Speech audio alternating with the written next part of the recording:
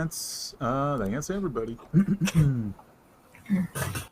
Alrighty, folks. Welcome on in to episode 1 of Chasing Embers, season 2. Let's start with a bit of a season 1 recap by Scott, and then he'll be getting into what he and Corwin did during the time skip. So, go right ahead. Okay, well, while this might seem like it goes on, but also there are plenty of moments and events that I'm about to skip past. This is broadly what happened. It began with Corwin, Itella, Helena, and Sar at Broken Cross Outpost, forming a party to respond to an emergency job of rescuing the kidnapped Aya and escorting her along with the employer's gold to an auction at Miner's Folly. Encountering various troubles in the forest, they both rescue Aya, recover the gold, and head on to take her to the auction. At said auction, she is due to bid on the Beacon of Unending Flame, a beacon that once lit can only be put out by the blood relative of the one that lit it. She wins the bid, but members of a cult called the Order of Consuming Flame attack the town and steal the beacon. The party get an updated job to recover the beacon, along with delivering it. As such, they head north through forests and mountain ranges to Scorched Wood Wall, where Itella's people had been massacred previously. There, they ambush the cult and recover the beacon before the cultists can open a gate by activating it within the wall. Upon successfully recovering the beacon, they are told to deliver it to an island north of the continent and head that way via Blue Cut Crossing, where they gear up, head on north, stopping partway at a Thieves' Rest. The travel following this point contains much more dangerous animals and ambushes from the Blade Between Assassins group that were hired to kill them. Heading on, they reach the Underdark Wearpoint for more information, repairs, and rest, as well as getting an update for Helena's family on what's going on. They learn the Blade Between Assassins believe in the Burning Demise myth and head on north with a new card. Leaving the Underdark, they are ambushed again. This time, the party managed to capture a scout, Jet, who agrees to organize a meeting between the party and their boss. Further days of travel north past dire elephants, axebeaks, werewolves, cult attacks, and cosmic entity dreams, they attend the meet with the Blade Between Assassins boss, Rodin, who agrees to cancel the contract and aid the party against the cult due to the burning demise. However, the advisor, Laz, leaves vowing to kill the party. Following this, the party enter the Dwarven mine, where through a series of trades and days of construction, they gear up and head on. The party continue north, encountering werebats and wereboars, one of which passes on the curse of lycanthropy to Helena. Later, a storm leads the party to encounter a home full lycanthropes, who invite the newly cursed Helena to join them, and request the party extend that offer to other lycanthropes they meet.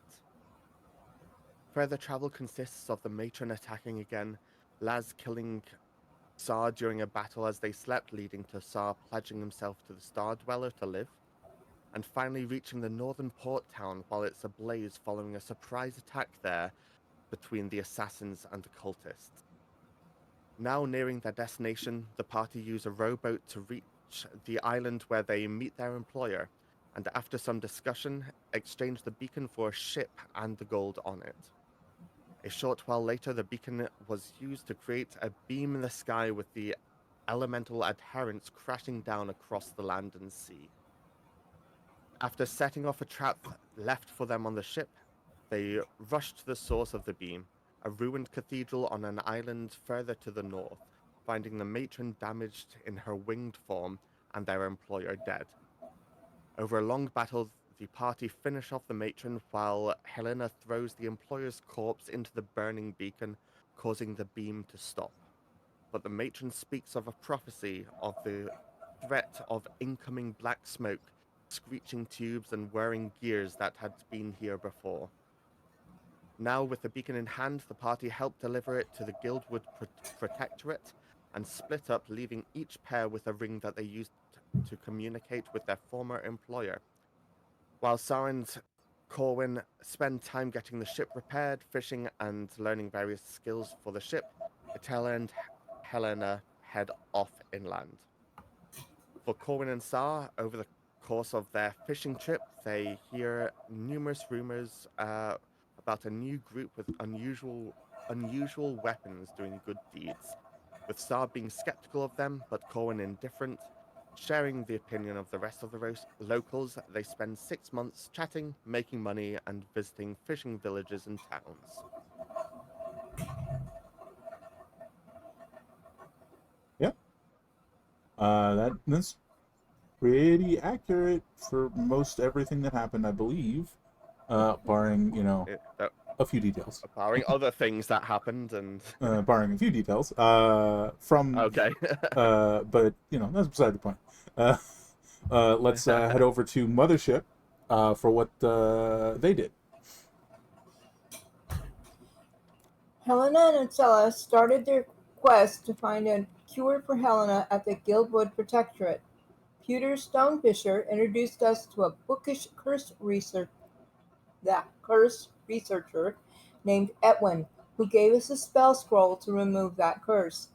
Next, we went to the lycanthropes, and with the help of Life, the werepanther leader of the lycanthropes, we unburied the body of the one who shared his curse with Helena, and Attila placed his hands on the corpse and Helena and cast a spell. Attila then offered his village to the lycanthropes as a safe haven for them. They accepted, but after 4 months of rebuilding, people came in heavy armor and with guns like Helena's and started burning the wood wall. Attila immediately attacked, recognizing them as the ones that attacked his village before. Helena tried to reason with them and was hesitant to attack. Helena eventually joined the battle, and both are knocked unconscious. The lycanthrope warriors take over the battle, and Orin, the stunted werebear, and the rest of the non-combatants drag us away, retreating to the abandoned temple. When Attila and Helena awake, Attila flies over the area to find the intruders just leaving and the entire wood wall in ashes. When he returns, he tells Helena that we need help to fight this destructive evil. So Helena sends a message to Sar and Corwin. The message is Yeah. The message was, our village got attacked. They can mess with your mind and have weapons like mine. They burnt down the wood wall. Meet at Blue Cut. So we will be picking up exactly as whichever of you is wearing the ring gets that message.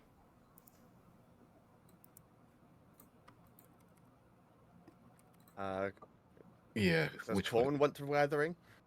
I don't know. I mean, I think indifferent. Like, it just. I don't think know. we're Was both I? kind of indifferent. Shall we do a 1d2 on it?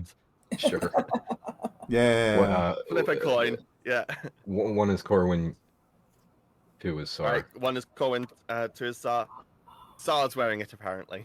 All right. Sorry. I imagine you're just sort of. It's probably early afternoon at this point. As you get this message, you're probably just sitting on your ship fishing, and the message comes in. How do you react?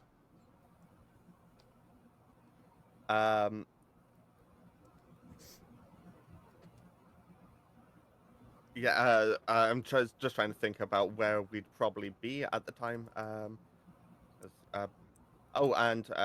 okay. Somewhere in How I this react doesn't vicinity, matter. probably. Yeah, how I react is a separate thing, actually. So, yeah. Okay, Corwin, did you catch that? That was them just now. I can't remember how this works. What did they say? It's been so you would long. have It's heard been it, 6 months.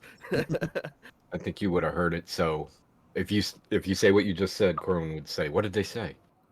Yeah. Who was it?" I mean, it was. I'm assuming it was Helena. Yeah. Yeah, it was Helena, and they were attacked, and apparently the Scorchwood wall's been burnt down.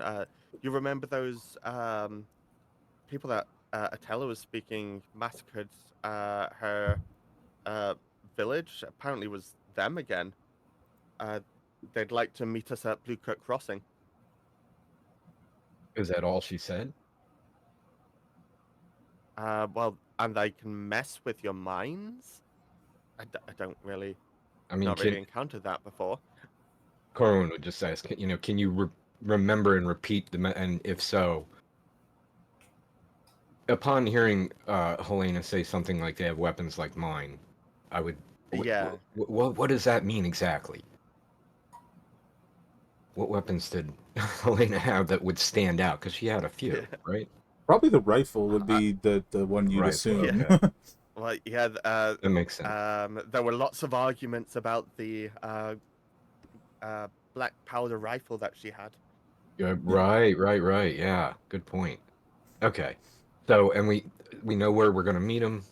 Yeah. They sounds like they've got rifles, and they are well. I mean, that's it really. So we should set sail. Yeah. Use our navigation skills. And you More do know efficiently. that your ship is small enough to go up the river. Oh, So- nice. No Yeah, problem there I either. was wondering about that with the Blue Cut Crossing River. Yeah. So do you want to respond to them? Yeah. Or just head out? Well, loosely speaking, where would we be? I think likely, you'd definitely be in the vicinity. So if you sort of like around here somewhere. Just like we would have been sort of probably- spending our time in this kind of area. And you've probably been up and down further, but like currently right now you're probably in this area because well, off stream we Yeah. had the conversation that you guys had been in a town a week ago, so you're not, way on the other side of the continent, right? Like you're sort of you're within like 150 miles of Dolwood Cove. Right. So it's pretty much anywhere in this vicinity.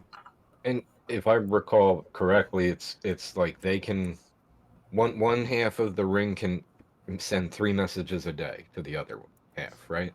Yeah, and then that one can respond because you can directly Right. respond to a message. So Right. if you guys are messaging each other, it's like 12 total messages or something. Or 6 total messages, I mean. Gotcha. I didn't Because realize it's that. them sending a message to you and you responding. Right. That's one use of the ring. A question. But it is 25 words, so don't forget that. Oh, right. Well, I mean, the first thing Corwin would think is, are they there now? Like they said, meet us there. Are they there now? So Corwin would literally say that out loud. Sar obviously is in control of what question he goes with. It is. All right, yeah. So I'll ask them that. I'll let them know that we're probably about 4 days out. If weather's working for us. Mm-hmm. Okay. That's open question to the DM, by the way. Was that an accurate statement? What's the weather look like? Sorry, I missed it. 4 days. 3 days for you guys. Just close. under 3 days. Yeah. 3 or 4. Yeah. We might take our time. Yeah. If we see a fish, and that's what we're out here for. We're gonna fish on the way back. Absolutely. Yeah. So if you're leaving immediately, and you could be like, yeah, we'll be there in 3 days. Yeah. Yeah, and we've got. Yeah, I'll yeah, I'll let them know. That we're 3 days out. Asked them where they are at the moment.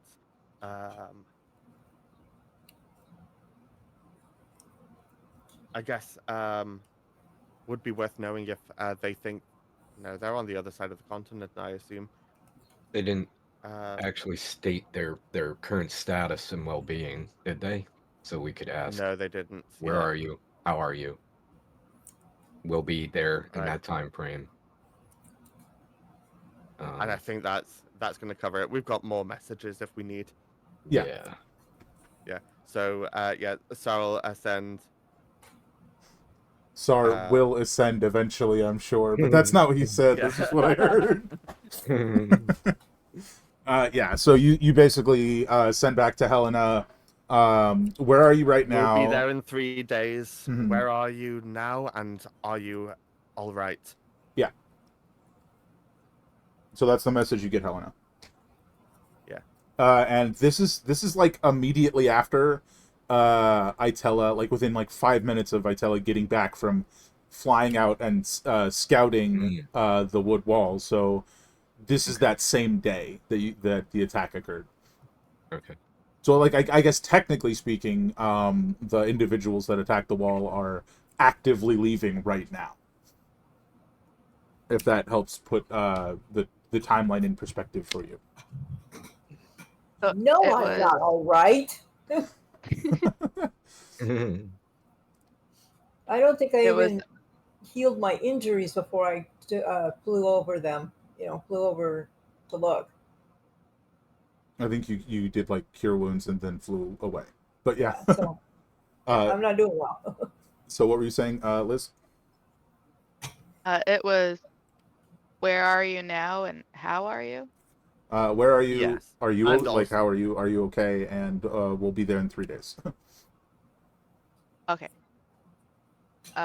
Which, as a reminder, you're So currently in the temple, the abandoned Sahagin temple, which has barely been talked about except like briefly mentioned in Itella's original backstory. So, you've probably never been here, if that helps. Like, we're in an abandoned temple. That's the answer. Sorry, Corwin wouldn't have any of that information. Wouldn't know what that even was, right? Like, It kind of depends on how she phrases it. But Okay. from Helena's perspective, you're in an abandoned temple by the village. if she tells us that, right? I mean, Yeah, she yeah, didn't. yeah. Did she pass that in the No, first message? she hasn't said anything yet. Gotcha. So for Liz, you're currently in an abandoned temple by the village. All right, go ahead. So I guess I would say we're in the temple by the village.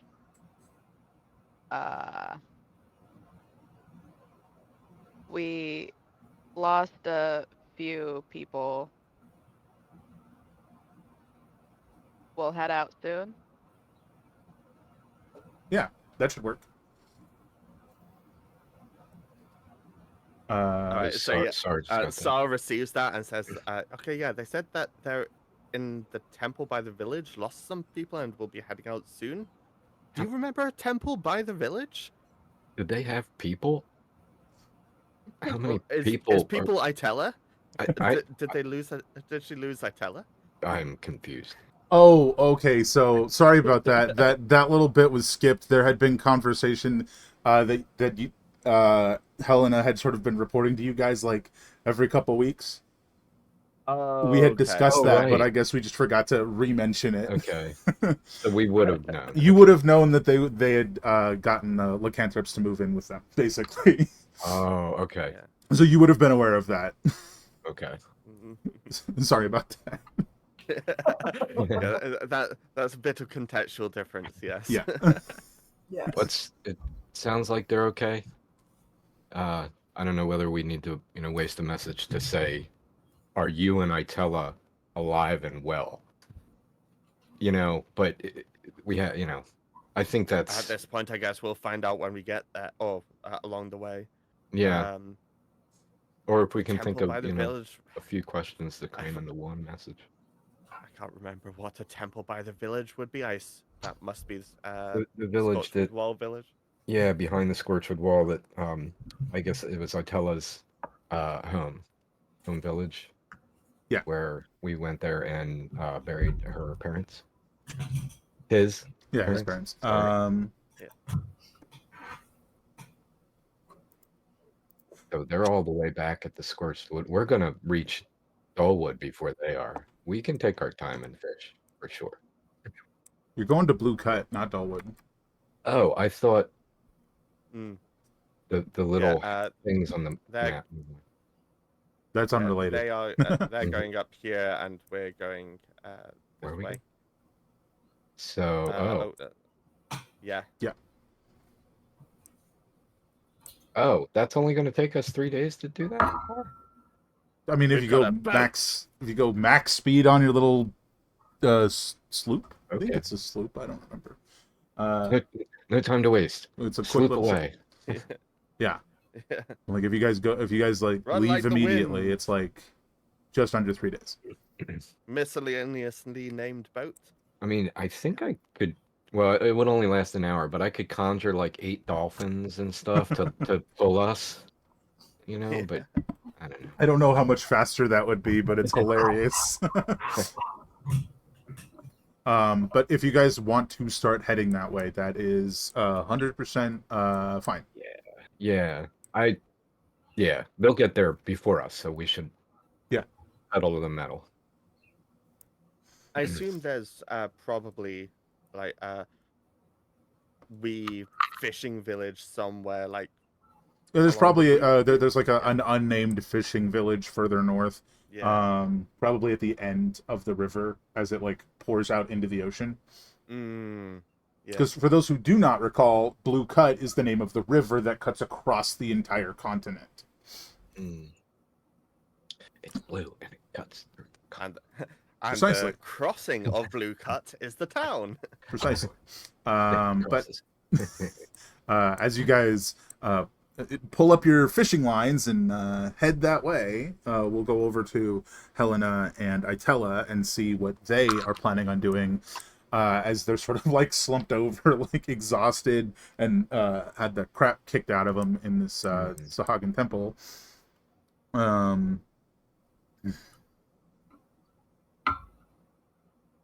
So what are you guys doing?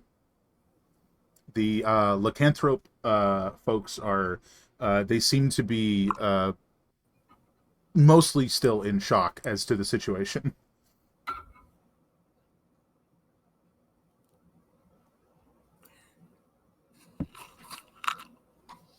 I think I need a cup of tea. Me too. How could this happen again? Why would they burn the whole wood? And just the full wall. Well, What did they? it's a wooded area, right? Not a wall, but it So was just a really thick forest. the scorched wood wall is a wall was a wall made of like super tightly packed trees. At some Right. point in history, it was created magically, but that was long before your time. Right. So it is within a forest, but the wall itself is just like trees practically touching Right. that are like magically altered. Ow. But I had kind of assumed they burnt the forest too. At least some of it, yeah. Yeah. But there was definitely clear focus on the actual densely like forested wall itself. Especially flying over, it was very clear they were focusing on the wall. Right. What was their purpose? Why can't there be a wall here? That it was dangerous, or they were trying to get rid of it for some reason. How? I have no idea. Give me a history check. Who put this wall there? Both Which one you. of us? Both of you. Both of us? Yeah, this Oh, one's both of you. Well, I would not have. Wouldn't I do that at disadvantage? Since Not for this. Not for this. Okay. History. 10 will do it. You'd assume that it has something to do with the fact that the Order of Consuming Flame was trying to combine the beacon with the wall to open a portal. Oh, yeah. I forgot about that. Okay, yes. All right. But that's the best you got. You don't have anything beyond that. It's probably got something to do with that. But this seems excessive to you. Well, a portal to open for something to come here or go? We don't know. Yeah, Right? you didn't let them open the portals, so you got no idea. Maybe it was a two-way portal. Who knows?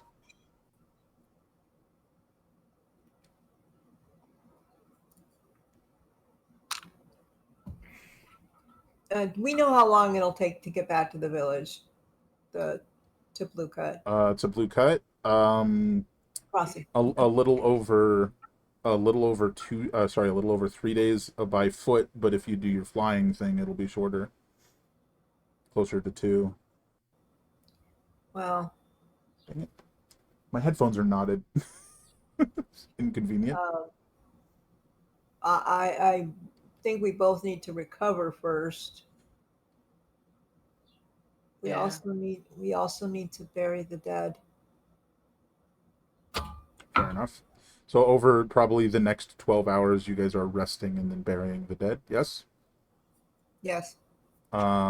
So we can just sort of zip on through that. And as you guys are burying the dead, we'll just jump straight to that point. And you guys have had the equivalent of a long rest, so you're kind of fully healed.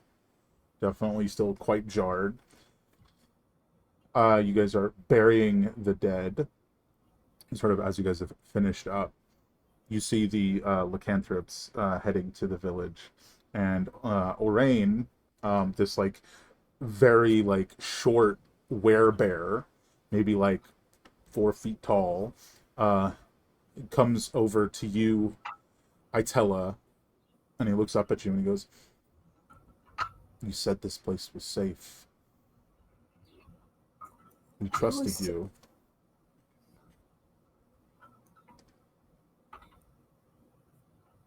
It was safe my whole life, except once. And But it now, only takes once. and now twice. I can't.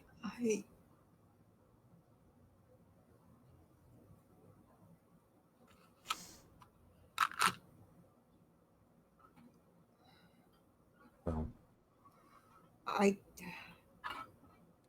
the don't know. people do not want you around anymore. Not after this. Not for at least a while.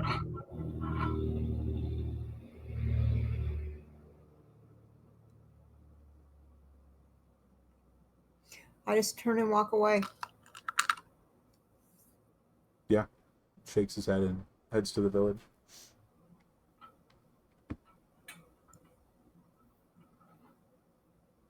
From there, would the two of you like to head to Blue Cut? There's nowhere else for me to be. Fair enough. How are you guys taking that path? Are you walking or are you flying?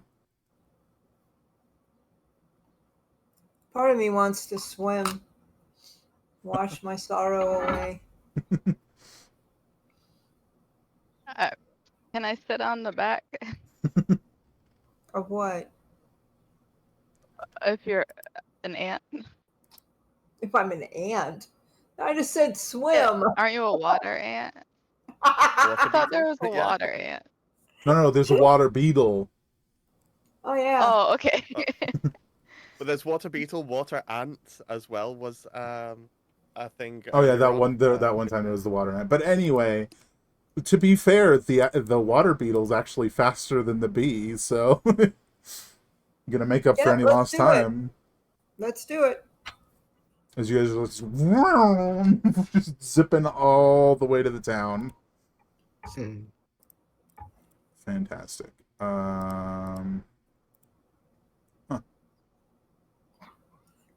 Okay, I have to ask, how are we carrying our supplies if I'm a beetle?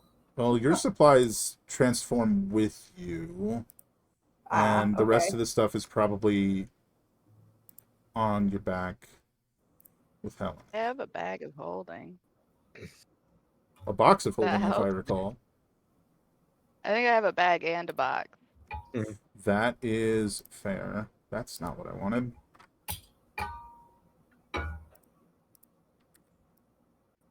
Excuse me. I spent lots of gold.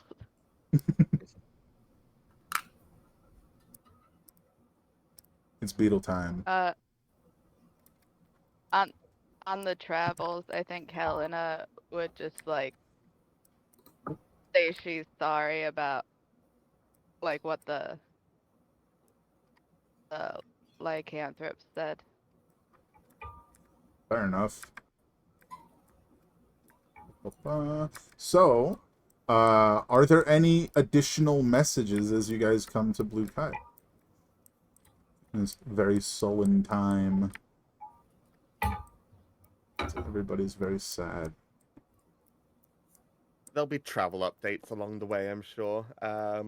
We're almost there. We're passing the fishing village. Okay. Once you guys do arrive, where do you decide to meet? Do you guys want to try and meet at the inn? Do you want to meet at the docks? Like, where are you guys going? I think Man. the docks would make sense. We can use Yeah. the stones to coordinate wherever is best. Whoever gets there first, just if it's just a choice, I think the vote was docks. Sounded. Yeah, docks makes it like unless someone arrives there long before the others. We're talking like maybe 2 hour difference. Yeah, dock makes sense. So you guys are gonna kind of be like, yeah, let's meet at the docks. Yeah. And what's Corwin doing? I was just gonna say Corwin would just follow Sar, probably. That's fair. I think all things considered, Itella and Helena, you're going to be arriving first. As a little bit of clarification on Blue Cut Crossing, because the last time we saw it, this wasn't really discussed. It is a town that's like bisected by this like huge river. So it's half the town here, half the town here. There are docks split down the middle on either side of the river. Right. The way you guys are coming in, you guys will be on the hello? There's a compass on here somewhere. I don't remember. Is it east? Up or down, north or south? Left. Oh, left, that's west. Yeah, that way. West. There it is. There's the compass. I'm looking for it. It's way up there. Yeah. So you guys will be coming in on the west side of the docks, which are the southern docks. The northern docks are on the eastern side. So it's kind of like this. Oh, I get you. And you can see the other docks. But anyway, as you guys are coming in from the river, Itella and Helena, you see a fairly strange looking ship. It is very large, and it's come from seaside, so east, the east side of the docks, not the west. So the same side that Helena and Itella are coming from. This very large ship looks like it has a giant, almost like a water wheel on the back of it, and it's currently docked on the east side of the docks, and you see maybe 24 of these armored figures piling off of the ship and starting to spread throughout the town. Meanwhile, you're just a giant beetle. What do you want to do?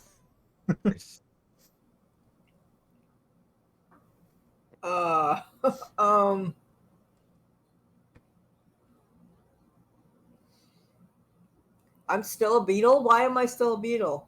This is when you're first arriving. Okay. So you're still a beetle because you were traveling on the river, right? Am I really tired? Probably. But I think a little bit of adrenaline at seeing them was going to make me charge towards them. Okay, Helena, the giant beetle is charging toward a strange ship and near 24 of these armored soldiers. Are you gonna say or do anything? Too bad I think I'm gonna jump into the water. You're gonna jump into the water? Yeah. You're gonna... Okay, so Itella in beetle form. If you open your sheet, you have an ability. That's Uh-huh. involving like a water charge. I don't remember what it's called. Yeah, I do believe I do. It is called. Oh, there I am. Is my favorite. So you are not in Wrath of Elements right now. You're just in the beetle form, by the way. It would be Slam, wouldn't it?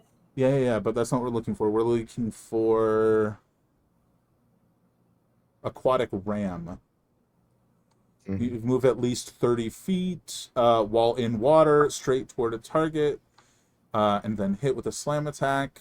Target takes an extra 1d10 bludgeoning damage for every 10 feet. For every 30 feet that you moved.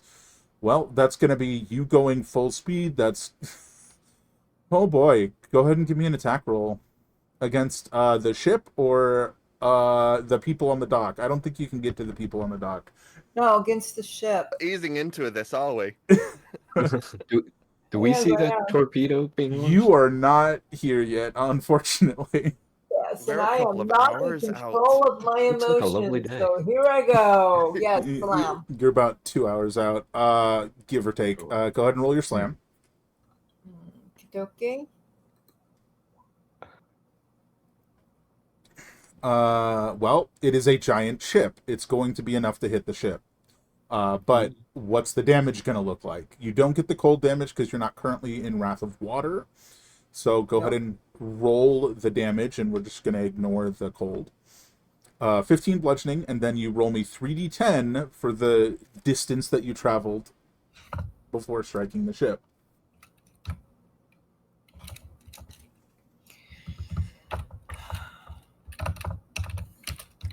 Given the angle you're coming from, you're hitting the paddle. Holy cow! No. Wow. Yeah, given the angle you're coming from, you're hitting the paddle. That's going to be 33. It's going to be reduced. It's still like 20 damage to the paddle. So you like snap one of the like little sections off of it, just like flies over and pings against the hull, and immediately. I'm gonna keep swimming, by the way. Where are you going? Out to the ocean, so I can scream. So you slam into the ship and then immediately turn around. In one turn, that's going to be all of your movement. 90 feet of your movement. Attack. You turn. Oh, I didn't realize I had to turn around. You go 10 feet. Yeah, I didn't realize I would have to turn around to do that. Oh. You could keep going straight. Oh, yeah, actually, I'll just keep going straight. We are forgetting one thing about your little Titanic whirligig beetle here. While on the surface of the water, swimming along the surface, your swim speed is doubled. So your swim speed is 200, not 100. So you're going to get an extra 3d10 damage. And then you're going to have 20 feet to turn around if you want to, or 20 feet to keep going. Oh, sorry. Did you say 3d10? Yeah, an extra 3d10. Yep. So that's... yeah, you've basically smashed and ruined the actual paddle. So whenever this thing starts up, it's the paddle's not going to move on the back of the ship. So that is significant damage. So are you going forward or turning around? I'm going forward. It doesn't make sense to me to turn around. So you slam into the back of the ship and then keep going. Well, okay. This I gotta open some monster sheets. Give me a second. So this guy is gonna be there. This guy's definitely there. Let me have one of these guys. These guys. We'll be there in 1,200 turns. Bam. Okay, so As you said, yeah, we are just literally just enjoying the weather, enjoying the light cruising up the river. Yeah, as you turn and are moving away, the guys on the deck of the ship and some of the ones on the actual docks are gonna just immediately open fire. So, does a 20 hit? Gee, I wonder. It might actually, because you're not in Wrath of Water, so I don't think you have the armor class bonus from that, right? No, I wouldn't. I'm trying to remember what it I'm is. trying to find my AC. Hello. Oh, my AC is only 18 anyway. Me open this document. Wrath of...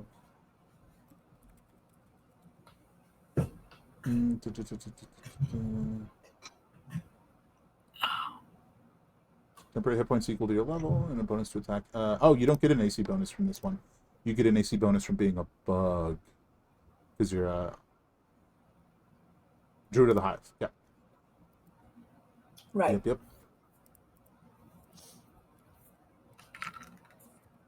Let me just double check. So, that's not how that works.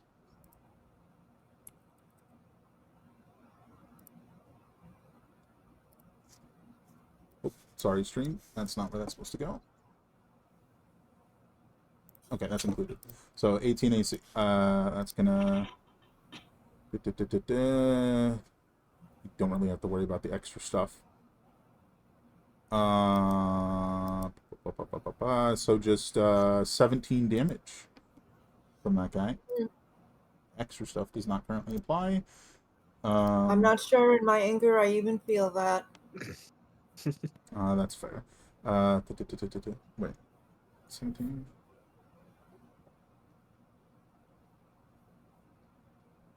Not 17. 22. But still. That's him. Now the 3 marksmen. That's a miss. Miss. Crit. Miss. Crit. Hit. Jeez. That's 3 different guys, by the way, not one guy. So the 2 crits. 16. 21. 41. 45. 45 more damage. And then the basic hit is 21 more damage. That's almost max. To 83 damage. Yeah, you're, I imagine, hurting. Well, now I'm hurting. The first one I didn't notice. All right. This individual's in even heavier armor, like super heavy armor, I guess would be probably the best way to put it. It almost looks like just like iron ingots stuck on somebody's armor, you know, just like sort of stuck together. Slams down this like huge, like multi-barreled gun, and opens fire against you. Just double checking a thing. Misfire chances. 7. Which on this is going to be, if he gets 13 or lower, it's going to be in this. No misses yet. That's an automatic miss. Blocks a barrel. That's a miss. It's an automatic miss. And okay, so it's 3 blocked barrels. Nice. 4 misses, 3 blocked barrels, a crit, and a hit. 8, 9 damage. 9 damage. So, 18 more. 18 more, yeah. As this guy, he quite literally opens fire with a Gatling gun. So it's dive, dive, dive. And then that's all of the ones that are immediately attacking you. Mm-hmm. which means I think technically it'd be Helena's turn, but she's like 150 feet back in the water. Like, what are you doing, Helena?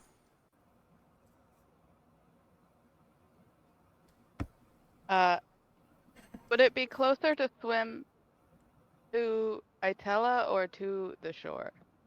The To shore. shore. Yeah. Okay.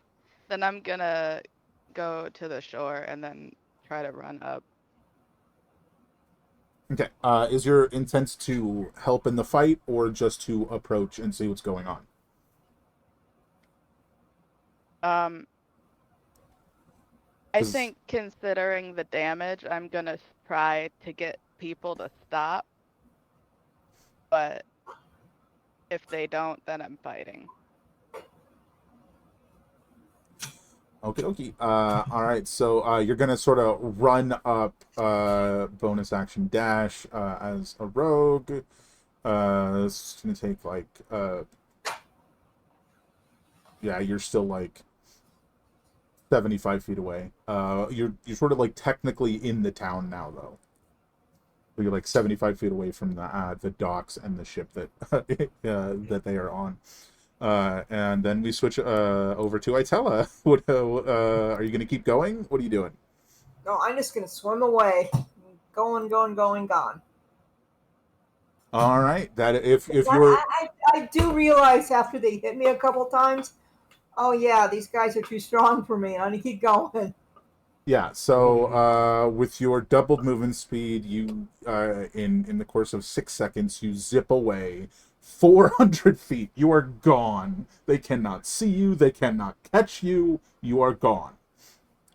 Which leaves them searching. They are looking around, trying to. I mean, they're trying to find you because you went so fast. Some of them aren't even sure if you disappeared or if you're still here. So they're looking around. Uh, Helena, are you going to make yourself known? As almost immediately the gunfire stops and the beetle is gone. Well, if it's all gone, I'm just gonna act like I'm supposed to be there. Sort of just like a dockhand, if you will, surprised at whatever the heck just happened. A wet dockhand. Yeah. Yeah, I fell in. It scared me. Yeah. Why don't you give me a deception check?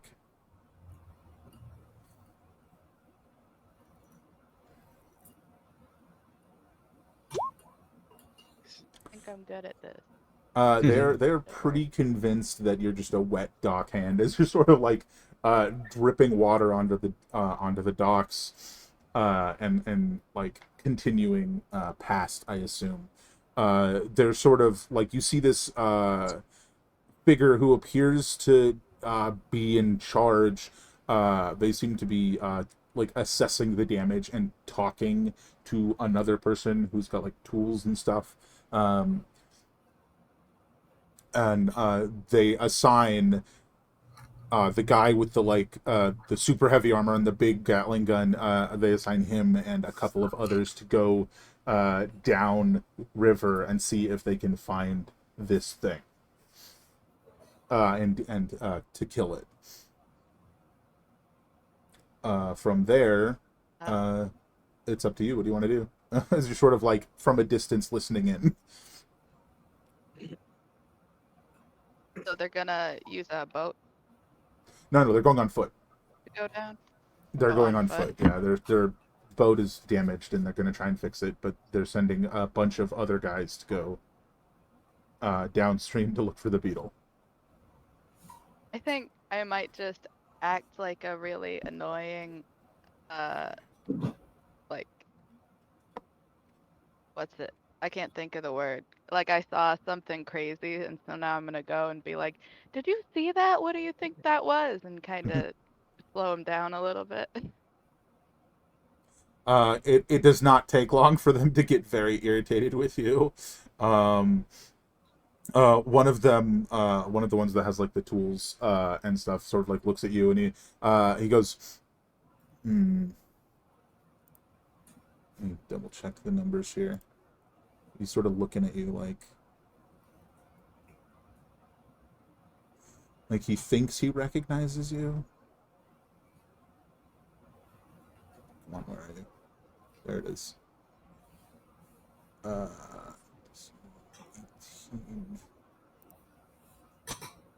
Oh, not you, not you. There's too many things open.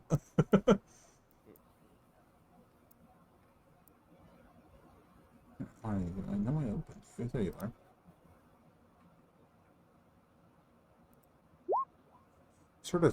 He sort of like squints at you, and he's like, "You look really familiar. Hey, bring me one of those etchings." This guy comes over with like a sheet of paper that's got like a really roughly drawn image of Itella's face. It's like very rough, Itella, and you pretty much immediately see where this is going as he starts to flip to the second page, and it shows like a really rough sketch of your face. He squints at you and he goes, "I do know you. What do you want to do?" I'm just gonna go like, that's a terrible drawing. He sort of like his like face shifts a little bit, and he goes, "It's you, isn't it?" No. Well, I'm pretty sure it is.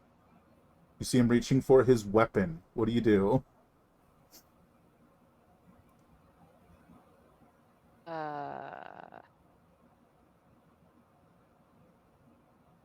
I think I'm just gonna really try and be like, I've been working here for a few months.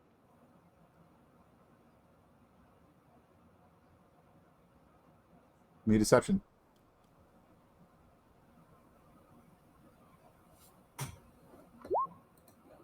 Here we go. You definitely see him hesitating, right? He's not sure.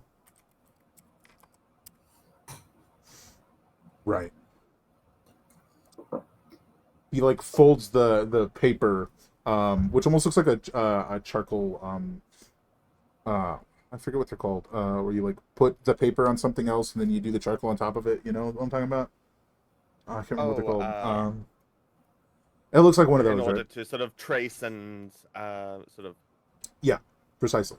I know what you're meaning. Yeah. I can't remember what they're called right now, but he goes, "Well, I'd recommend you steer clear of the docks for a while if you look this much like one of the suspects." Get out of here. You look I just funny. go, yes, sir, and don't question it and walk away. And walk away. All right. So Itella, where? How far do you go? Like, how far do you go? Do you just keep going, or do you like sort of stop at some place along the way? I don't know. I'm a little confused which direction I'm going, actually. I really don't know. This way, Yeah. just to make sure we're all in the same place. That way. Okay. Yeah, no, I think I'm going to keep going to about here. And because it's kind of like around the bend. And then change form and get out of the water. I wouldn't think you'd get that far. You're insanely fast right now. Twice as fast as the bee. No, 4 times as fast as the bee. I mean, it'd take like an hour to get that far. Like, you're still very fast, but It would pass us too, right? Oh, Yeah, that's what I'm trying yeah. to work out. When would they encounter us being about 2 hours out? I sort of worked out that we're probably going at no faster than 8 miles an hour on our boat. It's written somewhere in that message, the original message of your total speed. Just going off of 3 days, 7 to 8 miles an hour seems something around there. Yeah. And we're on a Yeah, and us being on a river just now, It's going to slow you down that seems slightly, like for sure. yeah. It's mostly going to slow you down slightly because, directional Well, I'm just sailing and stuff. But you're also just going like with the well, river instead of against it, so that helps too. 6. Um, I can move that. Not a big deal. So I think we're just gonna rule it as, Itella, you're going to go like 10 miles outside of town, Yeah. which is gonna be like over here, Okay. and then you sort of like go off to the side. Which Hmm. side? That's good. Right where you are. This one? Hmm. Sure. And you shift back, and you're sort of like taking a breath and trying to calm yourself down and assess your situation. Um, we still got like an hour and 50 minutes till the rest of the group shows up. So are you just gonna chill in the forest, or what are you doing? I am chilling in the forest, humming and rocking back and forth. Fair enough. I think you're probably like hidden behind trees and stuff. Sure. Yeah. Definitely. Why don't you get let's just do it this way, right? You're hiding, but you're not doing it well. Give me a stealth check at disadvantage. Joy.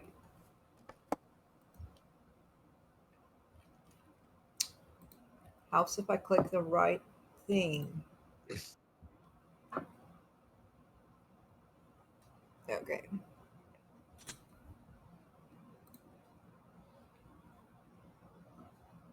Trying to find it. Hold on. There it is. Nice. All right, 19. So we've got. I gotta figure out which group was sent to you guys. So the group that is traveling in your direction.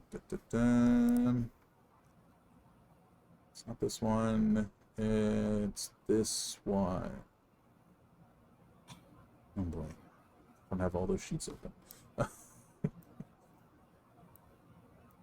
Let's just do this. Okay.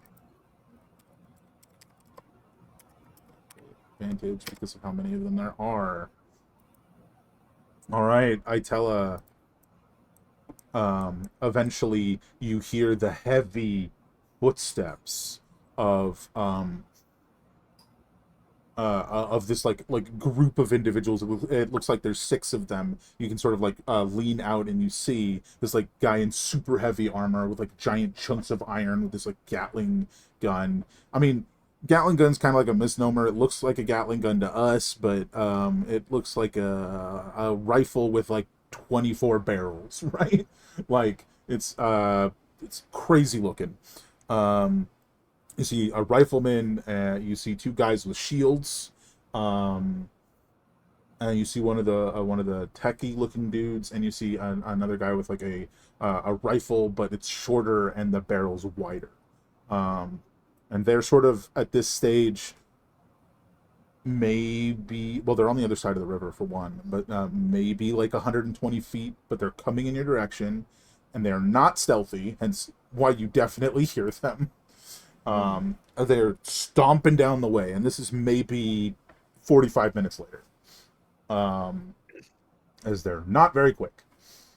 Okay. Um, I'm actually gonna back up a little bit, kind of into the wood a little bit, like, and turn into a wolf and run, like, this direction. if you pointed, I didn't catch it. Sorry. Sorry. Sure, I see what you mean. Yeah, so there's definitely like as you turn into a wolf, which they do not see, and then you start like running off into that direction. They do hear the movement and look over, but they see a wolf and sort of just dismiss it and carry on. Yeah. Yeah. That was the Um, hope.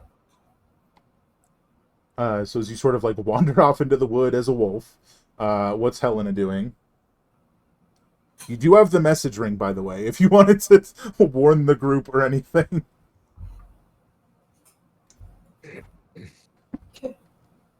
Uh, Warn the group the Itel well, had I a definitely, temper tantrum.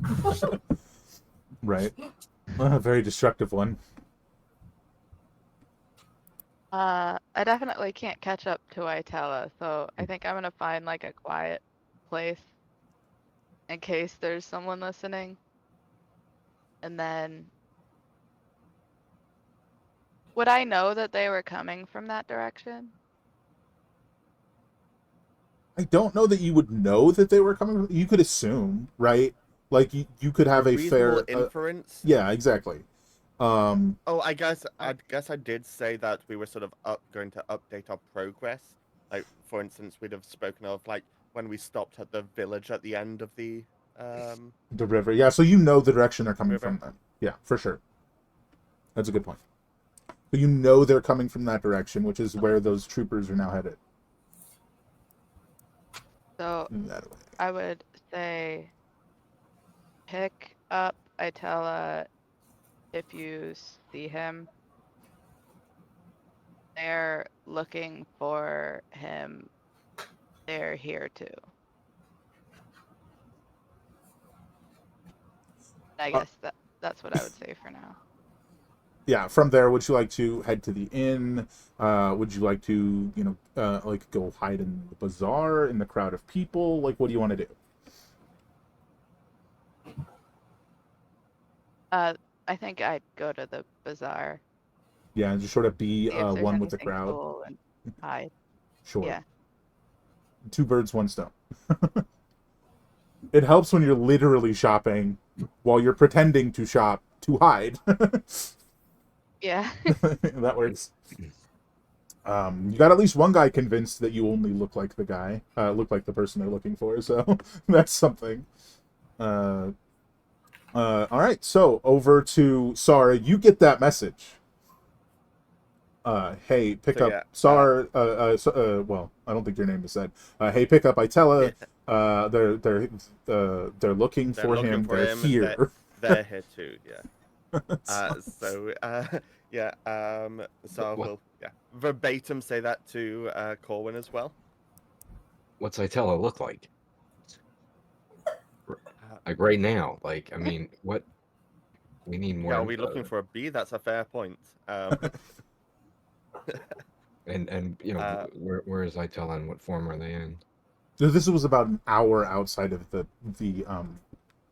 Yeah. Well, the place. I guess Mhm. like if they've been seeing like this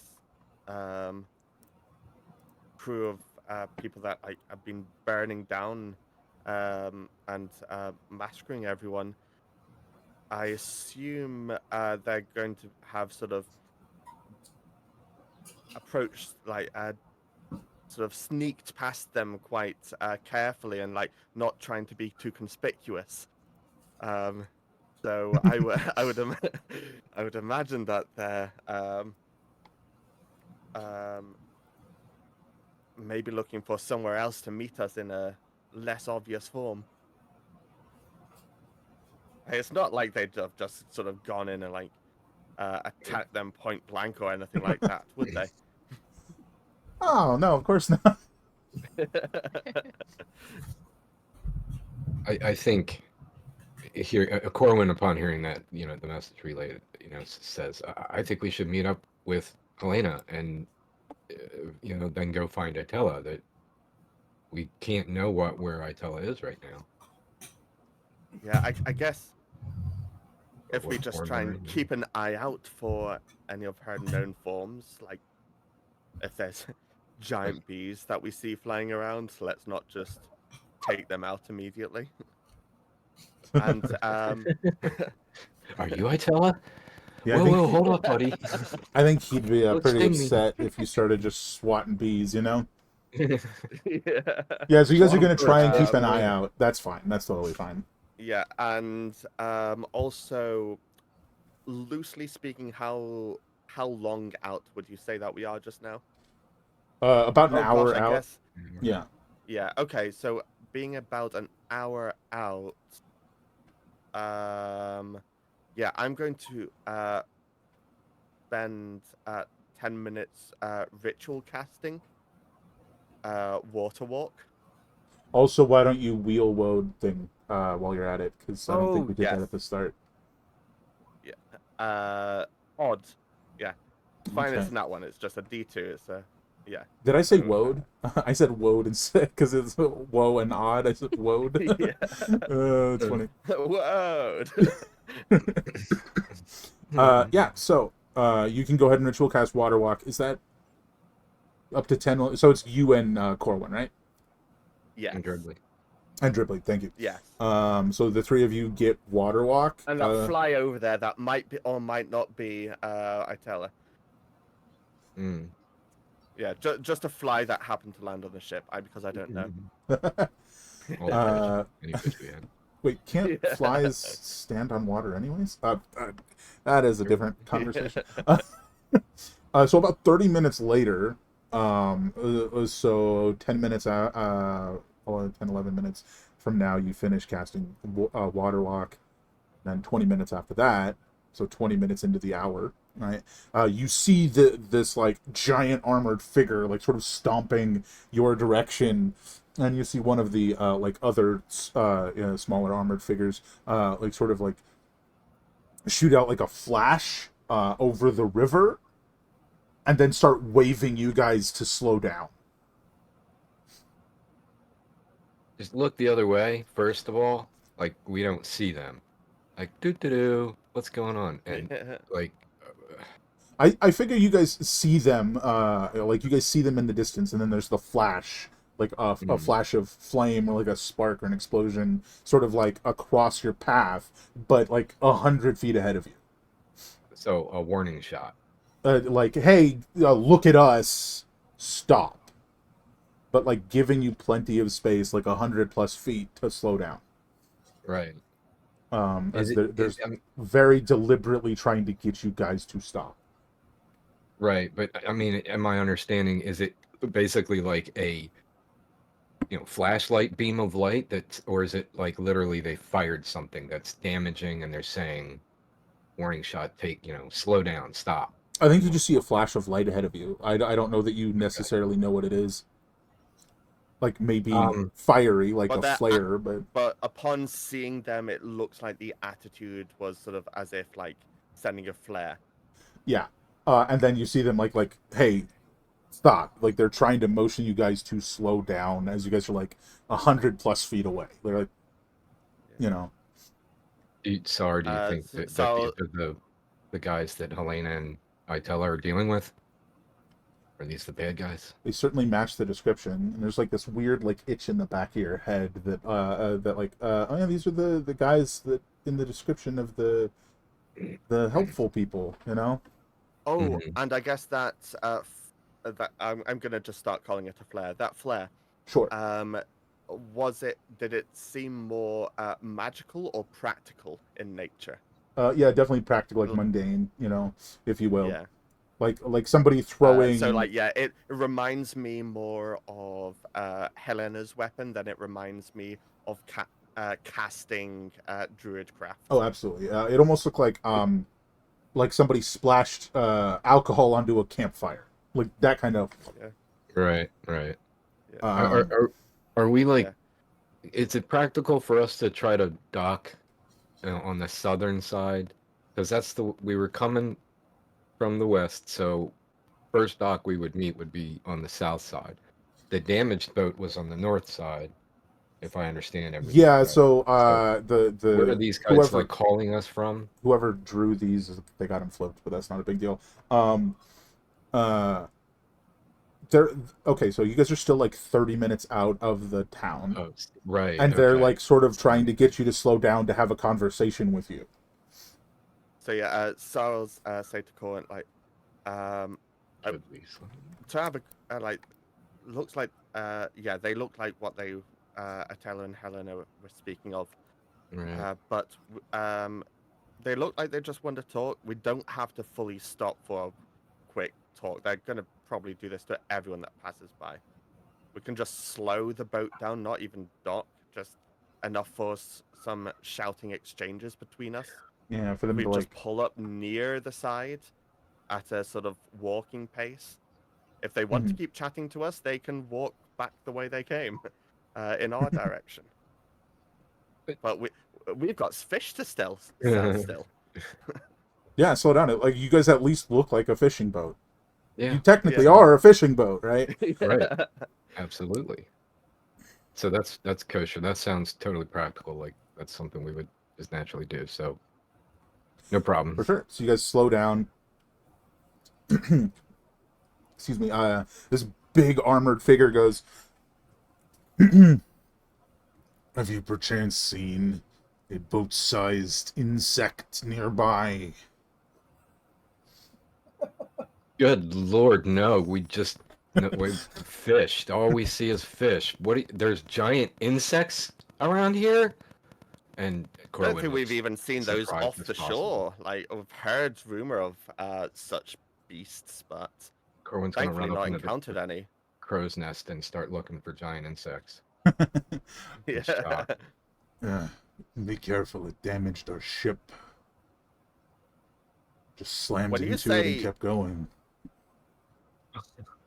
when you say Terrible. ship, how big we talking? Big as our ship. Sort of like, is your ship 4 or 5 times this size, Good give or Lord. take.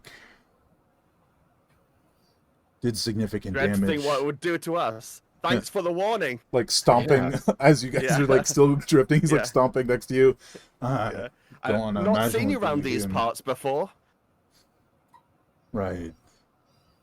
We don't The Order of Blacksmoke has been in the region for a few months now, just trying to help around. It seemed What to did he be call some himself? folk. Order of the Blacksmoke. Order of the Black. There seem to be some folk who don't like us here. I think they just don't like change. How does Corwin feel about these people? You're gonna get a smile on your face, and you're like, you guys. It's almost like a realization where you're like, oh yeah, these guys, these must be the guys. Yeah. These are good guys. Yeah, these guys. They're all right. I heard these guys are cool. Yeah, I imagine Corwin's like, anyone who's messing with you guys is probably in the wrong, right? Like, that's the feeling you get, but knowing that, or at least being under the impression that these guys are after Itella, there's also this like little itch that's like, Yeah. maybe it's just a misunderstanding. I mean, that actually made me pause, and I thought, I mean, is there anything like I would make the connection. I know what they're talking about. I know. Is there anything Mm-hmm. compelling me, or am I? No, obviously, I don't want to You're say not anything. compelled to tell them anything. It's more like you're compelled to believe that they are the good guys. Maybe it would make sense for me to So scuttle over to Sar and tug on his pant leg and kind of whisper to him. Maybe this is just a misunderstanding. Maybe I don't know. What did Helena say again? Yeah. And we probably can't have a practical conversation now, but that's a reflection of that. yeah, the guy sort of stops in his big stompy armor and he goes, "Well, be safe." And he sort of starts lets you guys drift further forward. You too. Yeah. Thanks for the heads up. And yeah, we'll He sort turns of and stomps drift away. on, and it'll sort of gradually pick up speed again, and off Sure, the sure. top. So responding to what Corwin yeah. had said. And so sounds like she was a water beetle. Yeah. I mean, obviously, it just logically makes sense that they're the people that were tangling with Itella. But they're cool. They're I don't know what's going on. We got to find Itella. We got to find Helena. Should we ask Helena anything? Yeah. Like where is she? Where should we meet her?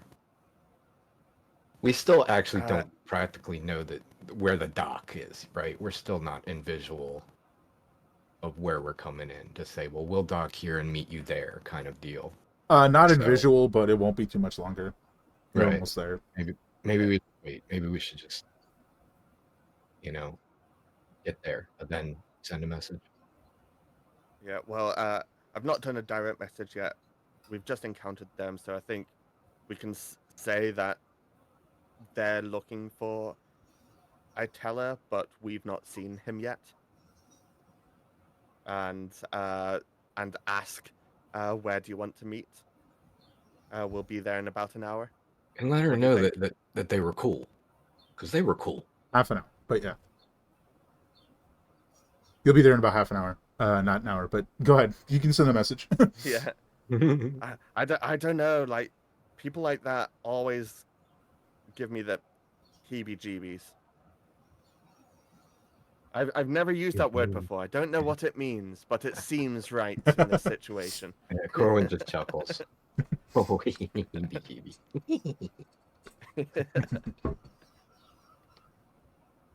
Yeah, so what's the message you're sending to Helena? Just gonna confirm, Corwin, anything you want to, other than you find them cool, anything you want to ask? No, I Because mean, she'll get to respond to this. yeah, everything you said earlier was... Sure. In which Over case, yeah, the... Sorry, finish, please. Sorry. So we'll send a message saying,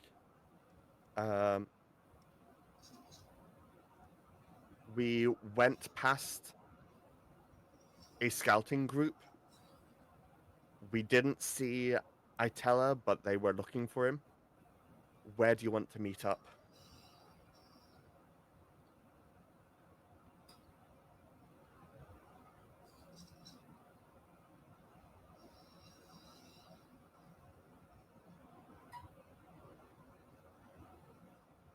That was directed at you, Helena, I believe. Yeah, the mute, like, it blinked for a second. I think you Oh, unmuted or muted again. I didn't realize it muted again. Oh, unfortunate. Technology. So I'm just trying to think. He said there's a party looking for him. Yes.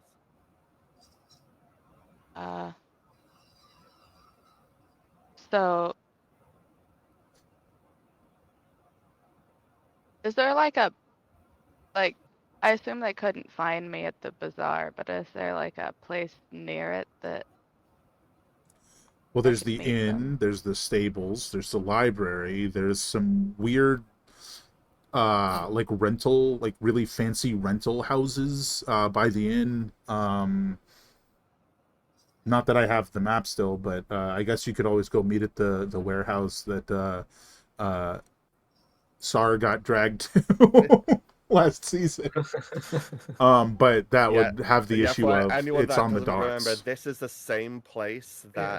that the whole sort of shenanigans went down about the gear that Sar had stolen from a corpse, and Yeah.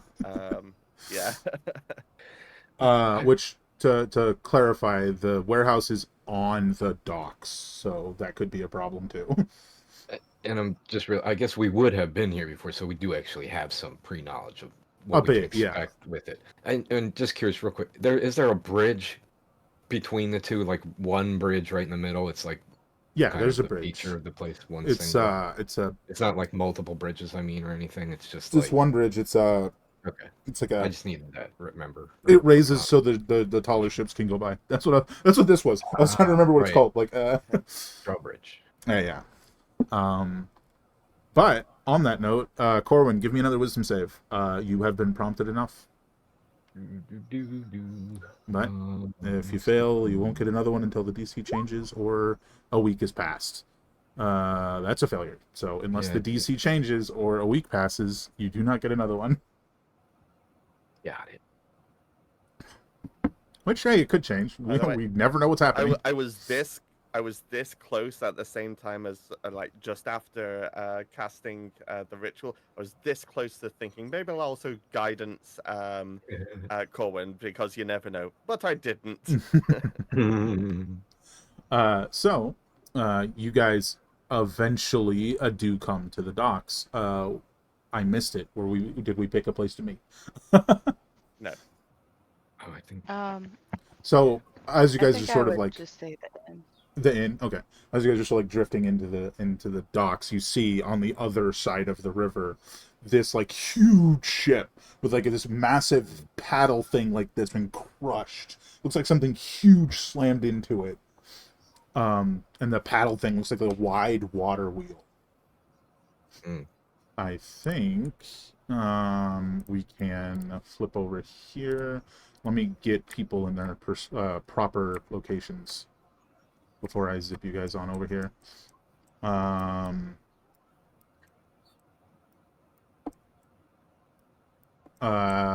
With that, I will ask, where are you currently, Itella? No, I'm just wandering the woods. Oh, why did I do that? I have no idea why I moved you over here. That makes no sense. I don't know what I'm doing anymore.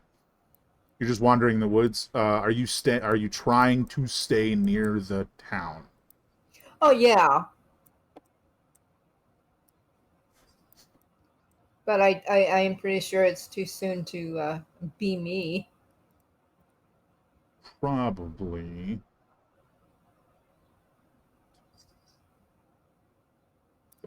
Okay.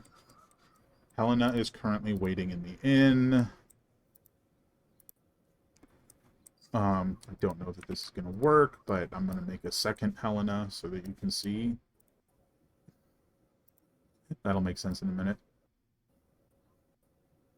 Where'd you go?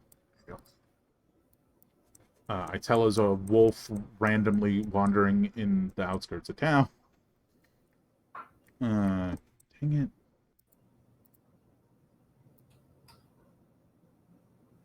As a heads up for this map, it's not as accurate as I wish it was.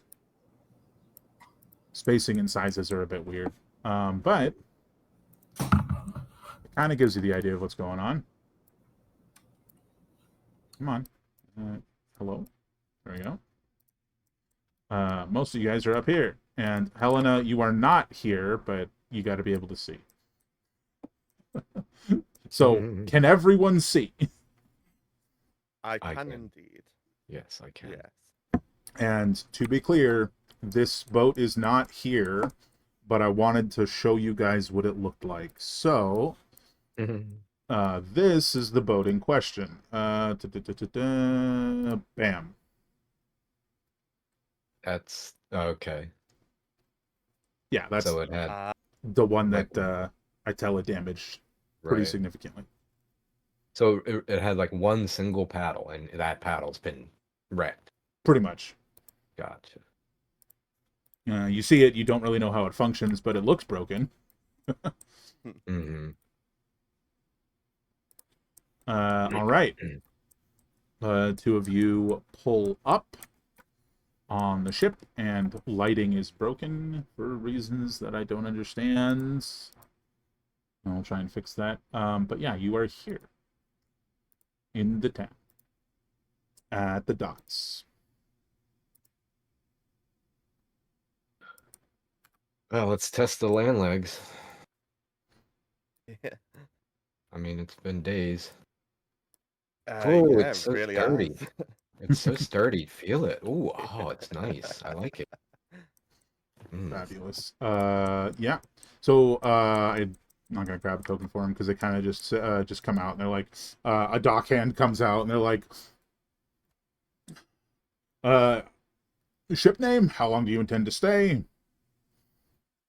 Oh heck, what did we call this thing? Yeah. I think you guys were just going with Corwin's ship until you came up with something. Yeah. It's yeah, I don't know. Corwin ship. Just call it that. Corwin's ship. Okay. How long you guys staying? Is there a day-to-day option here? We may be heading out soon, but we might be here maybe a week. Yeah.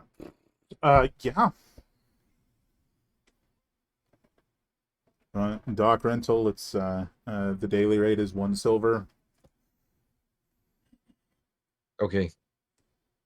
Now, if you guys were going to be Sorry, here you for got me less silver. than a day, for like 20 minutes, then you don't even have to rent the dock. You can just be here. Anyways, 1 silver. You got any silver? Sorry. Oh. Yeah, I do. If you're going to be here a 10-day, it's 9 silver. You get a discount.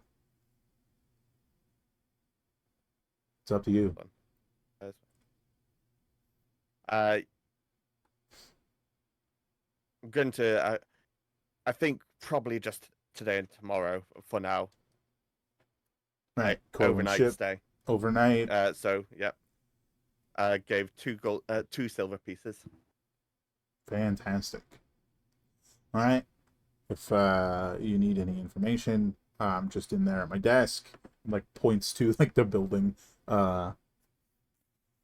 over here specifically. Over there. Does it make sense that this guy would have any knowledge, like would have witnessed, would have heard the damage to that other ship for Corwin to ask them a question about it? Like, is the other ship even in, or did we just see it passing, or is it literally visible from where we're at? It's visible, but it's like Okay. 200 feet away, you know? Like Right. Maybe 250 feet away. Like, he probably heard a crunch and then splashing, and that was it, you know? Like, he, especially if he was indoors, like, he probably didn't get anything, right? Okay, and there's nothing on fire. There's no smoke. No, He may have nothing. not even been aware of. Okay, Corwin wouldn't ask anything. Yeah, so he And just heads just back sort inside. of generally, like looking around the sort of dock area, like people and things going on. What's the general vibe in this given moment? Yeah.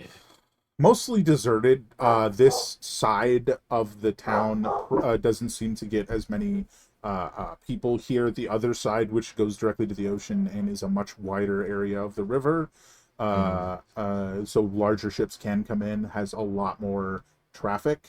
Like even right now, you can look over and you see like the big ship we mentioned and like 2 other smaller ships, and there's like a dozen people on the docks going back and forth. But on this side, it's just you guys. Yeah. Hopefully that'll Gotcha. help if we have to make a getaway or whatever, that we won't be congested over there. But okay, I guess we should head for the inn once Yeah. this fine gentleman had finished, if he had finished. Yeah. He turns it and he's like, and signature here. Corwin. He flips it. He's like, signature here for Corwin, I assume. Scribble, scribble. Alrighty. Well, as typical, I will do my best to keep an eye on your ship, as will the next person in, when my shift's done, the next person, just to try and make sure nobody, except the 2 of you,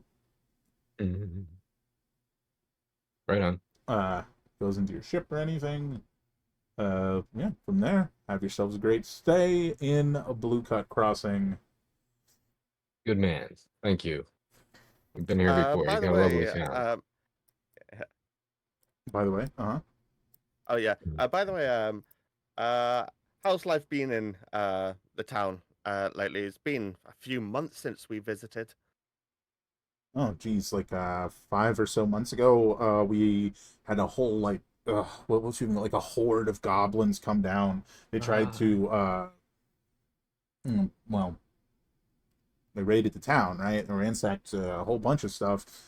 Guards couldn't keep up. There was at least 50 goblins. Then those Blacksmoke fellas showed up and they cleared them right out. Corwin nudges. Sorry, I told you. Can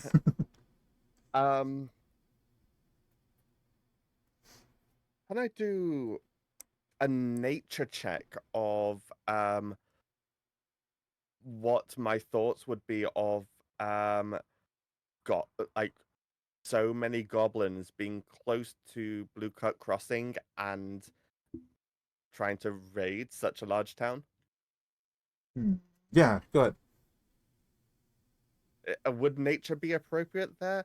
Like there are sort of It's definitely one of I those don't know where to scenarios. classify them. Yeah. It's one of those scenarios where like nature could work, but it's like very basic and not societal, right? Yeah. And it's like And to be honest, I don't really know like what societal features a larger group of goblins would have in the first place. that's So true, yeah. it's all I could really go off anyway. Yeah, Eh, it goblins. huh. I wonder why they came down here. That seems sudden. Mm, That's all you got. yeah. Yeah. Well, you don't really have answers. If anything, just more questions. Yeah. All right, let's get you guys. Oops, that's the ship coming on land. Didn't mean to do that. Very dark. I'm gonna do it this way. Darkness. Wait, does that even make it dark for you guys? Yeah. Yeah, can't see a thing. So we're gonna take you guys over here. Zoop. Yep. This is the previously described, almost looks like a two-pronged fork. That you guys may remember from the last season. Longman's Folly is the name of it. And you guys can flip open the door and you just sort of see a bunch of people, like sort of, it's like midday, like maybe early evening. They're just sort of, chatting and drinking and having a time, right? Doing Look, Sar, there's people. things you do at an inn. Yeah. Been a while since we've been at such a busy place. I'm gonna tell Dribbly to just stay right outside the door and, mentally alert me. We can't like actually, stay in like permanent contact without spells, but he can, inform me if something's happening outside. Sure. Yeah. He doesn't need to come inside. He's the size of a horse now.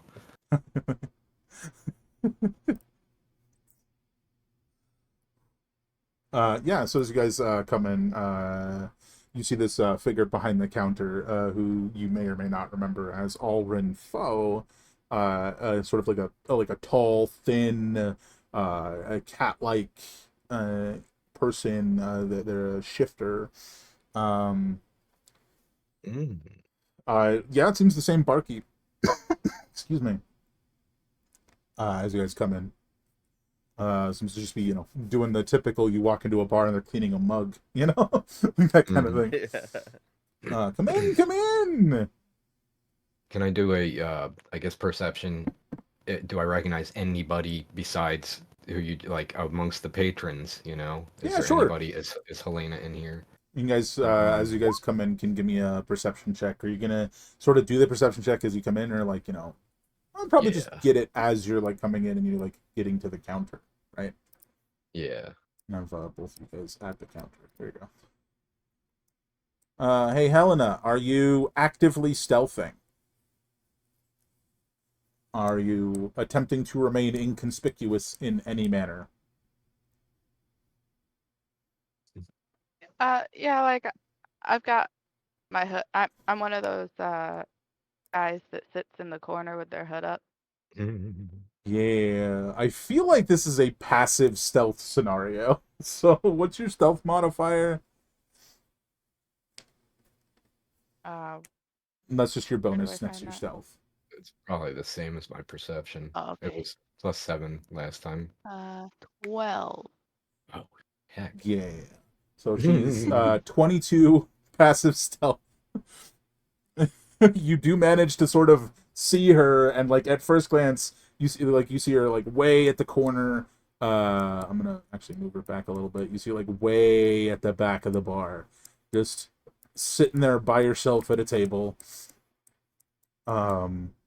But Corwin, you do see her sort of many feet that way.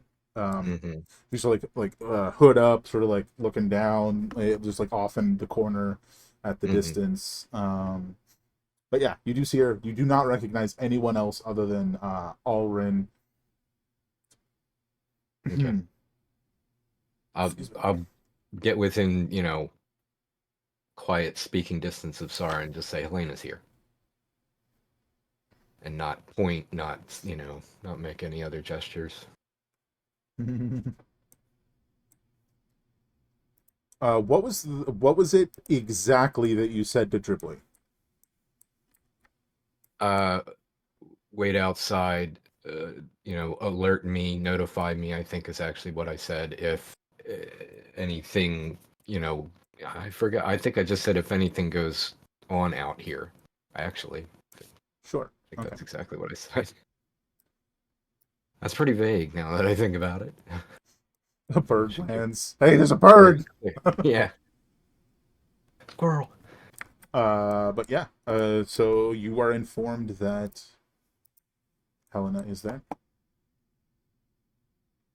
I think Alrin's just like,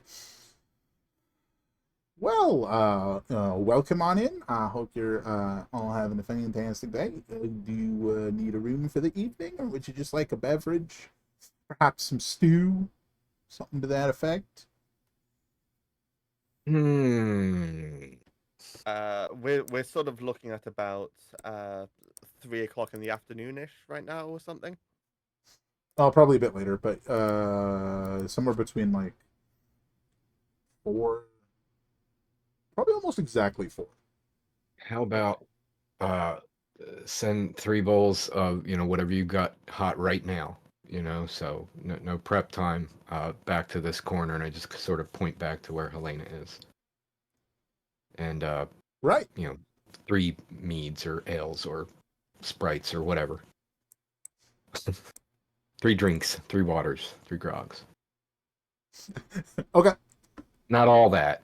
I'm just saying 3 drinks. Yeah. The 3 standard beverages. You got it. Correct. There are 3 colas. Now I feel like I know you. He's like pointing at Corwin. You're the one that asked about the story. Corwin makes a face. Was I though? Yeah, you Am asked I? about the story, and I told you I didn't really know. Well, see, I did a little research, and I got more information, but it's like really bits and pieces of like stuff from like 80 to 100 years ago. So I kind of just stitched it all together and made my own story. So maybe next time you're looking to hear something of that effect, you can stop in and I'll tell you. I mean, Corwin has leaned in and is essentially, with all of his body language, saying, "Go on." So if that compels him to continue to speak All on right. that topic. So, a century ago, an affliction swept Blue Cut Crossing, brought on by a strange concoction, a stimulant, really, designed to allow laborers and scholars alike to forgo rest for extended periods of time, unbeknownst to the townsfolk and the brewer of the concoction. It caused any who drank it too much to transform into distorted creatures. Some maintained their minds, but most lost themselves. In a bid to gain control of the town, the innkeeper, whose sole distortion was absurdly long arms, coerced a group of traveling adventurers into killing the keeper of the concoction, a gigantic, distorted figure addicted to the brew and forcing its original creator to continue making it. After a horribly brutal battle, the adventurers killed the keeper, the unfortunate alchemist falling during the fray, all knowledge of how to make this maddening tincture dying with him. Thinking himself crafty, the barkeep and his band ambushed the injured adventurers to claim all that the keeper had taken and keep for himself whatever it was he'd promised the adventurers. But a band of mutant townsfolk and a man whose reach is a little too long for his own good stood no chance against hardened adventurers. Some say the barkeep survived the encounter, returning to his inn. He sort of swoops his arms to the whole building around him. Injured, but eventually recovering, running the inn for many years after, only to die after cheating at a game of cards. In either case, his name is lost to time, but the barkeep's inn became known as Longman's Folly. So what do you think? A Farsight better than whatever nonsense I said last time, right? Corwin just goes, "Ha!" Like at the end when he knows he's finished talking, and slams down on the on the bar or whatever, a gold piece, and just is elated with the story, acts as such but stutters over his words or whatever, and is just like, Thank you for that amazing story. Appreciate it so much. And Well, thank you for inspiring me to figure it out. that's so awesome. Actually, but Picks up the gold. Pockets it directly. Um, It doesn't go into the cash register. I'll get that food out to you in a moment. Yeah. Okay. And then if Sar's not immediately attentive, I'll grab him by Yes. the sleeve or something and During just that start a time, walk quickly. yeah, during that time, Star would have sort of been looking around the room, looking for anyone who might be in particular like remotely similar to like anyone from that party of riflemen and the like that we saw walking up the river. You definitely don't see anyone in here right now. Did you guys close the door, by the way? I didn't. For the sake of general manners, because this is medieval society, basically. You'd want to keep the warm in and the cold out. That's true. I don't think Dribbly has practical manners, so he didn't. I also Yeah. think a lot of like inn and tavern type places, just the door swings closed on its own. Yeah. So the two of you are going to go have a conversation with Helena way back here. Sar's standing on the table. I'm not sure why. Don't do that. So you guys head over to Helena's table. Helena, you definitely see them coming. In fact, you probably listened to that whole story, if we're being honest.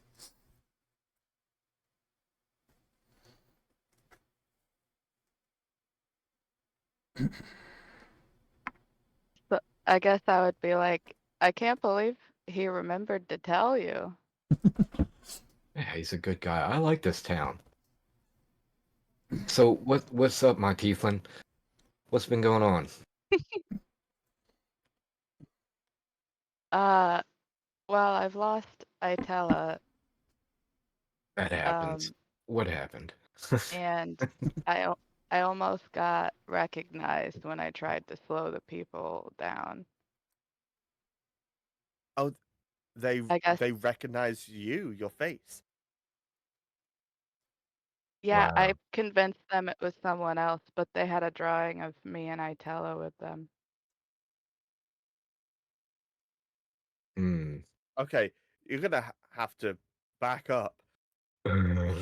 Why do they have drawings of you and they're after you? What happened? Did I you guess see here we pictures of get us? like the sort of general sort of like previously Yeah, so story, this is but yeah. where Helena would basically tell you everything that happened in their Right. recap thing. Yeah. And she didn't see pictures of us, so she saw pictures of Vitella and herself. Correct. Okay. Yeah. I wonder, well, if it's the same people that we saw who are decent. I mean, they're cool people. I don't, I don't know what happened. I mean, clearly Itella had an Itella moment. We've all seen it. So, but these people are cool. If they've seen our faces, if you didn't see an image, if they didn't have a drawing of us, then maybe they're not looking for us, but they have seen our faces at this point because of that scouting party. So, I think one thing worth mentioning is Helena, when he's like, oh, they're cool people. You remember, right up until that guy tried to shoot you, you felt the same way. Yeah, so I would say like I thought they were cool too. I think they were messing with my mind or something like that. Corwin just does the Okay, well, shall we at least just say for now, let's not start hugging and dancing with them, with the same people that incinerated Atella's village and shot off friends. For the moment, let's just say that there's more going on here, so we should keep everything down low until we know exactly how to handle it all. Yes? We should definitely learn more. Absolutely. Yeah. We should get to know these guys. They seem cool. And yeah. And Helena. And Helena, this person that had the drawing of you, was that someone from the ship or someone from the dock? It was I- the guy leading the party looking for Itella. Oh. Mm. Oh no, it was one of the techs that was like repairing. He had Oh. tools and stuff. But someone who'd come off the ship, out of character. Mhm. Yeah, that's someone who something had come off the ship. Wasn't entirely sure about either. Looks like the server's here. She's like Ooh. passing out the beverages and things. Old Which- food and cups of drink. I think just like at that moment, she passes stuff out and she nods to everyone. We're kind of just waving our hand. You already paid. And she heads back. And as you're like about to start like sipping on your stew, you get Corwin, you get like this message from Dribbly that there's some armored figures coming this way, and you sort of look out of the window. You know, there's a window right here. You see 5 armored individuals, including one in that like super heavy armor, heading towards the entrance to the inn. And I think that is where we're going to take our break, and then we're going to see what's going on with that. And maybe find Itella. So Corwin and Sar got themselves wrapped up in immediately after meeting up again. So hopefully we'll be back in about 10 minutes. In the meantime, enjoy the music, and yeah, we'll see you then.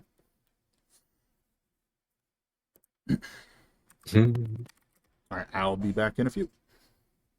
All right.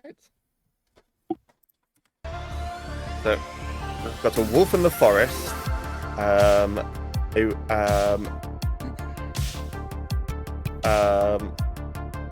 Last we knew. Target, presumably assassination target, sat with us at the table, sorry. And yeah, we're still trying to piece together what's going on while we've got a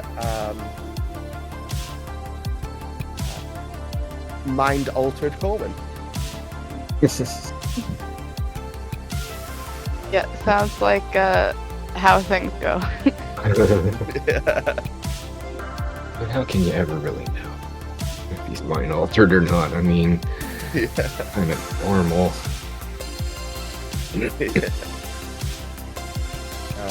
But yes, my prepared spells are still in the "hey, we've been out fishing" mode.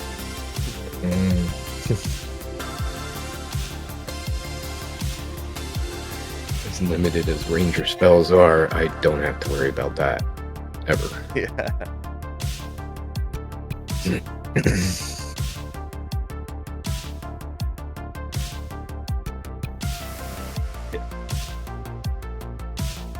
Yeah, I've got.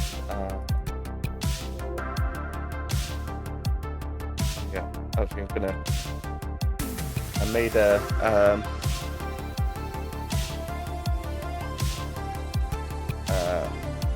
Few flow charts for sort of helping remember what all the sort of bits and bobs and like order of doing things. Oh, let me see. Nope, not that one. But yeah, I've got for like keeping track of combat. What do I do? Because trying to remember like which things are like bonus actions and which are like free actions and things, and which are like moving moonbeam is an action, not a bonus action, things like that. Yeah. With all the free actions and things, it was starting to get a bit complicated.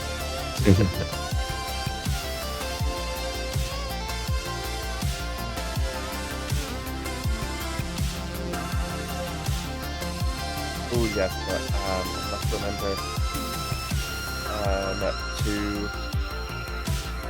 prepare heat metal next time I get. I think it's short rest for druids to change their prepared spells. I don't know, actually. Oh no, it's long rest.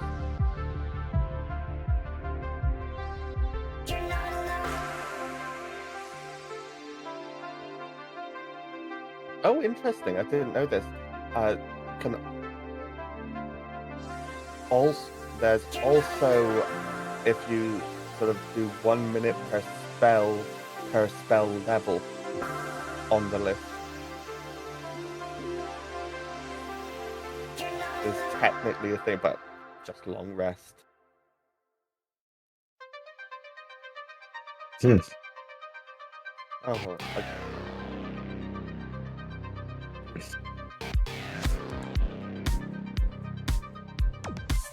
Yeah, I think I've got my warlock level as well, but I think that only changes.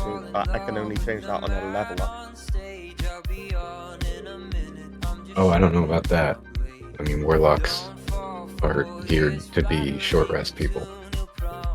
But oh, I think you're right. I think it's the cantrip things can change on a level up or something like that, maybe.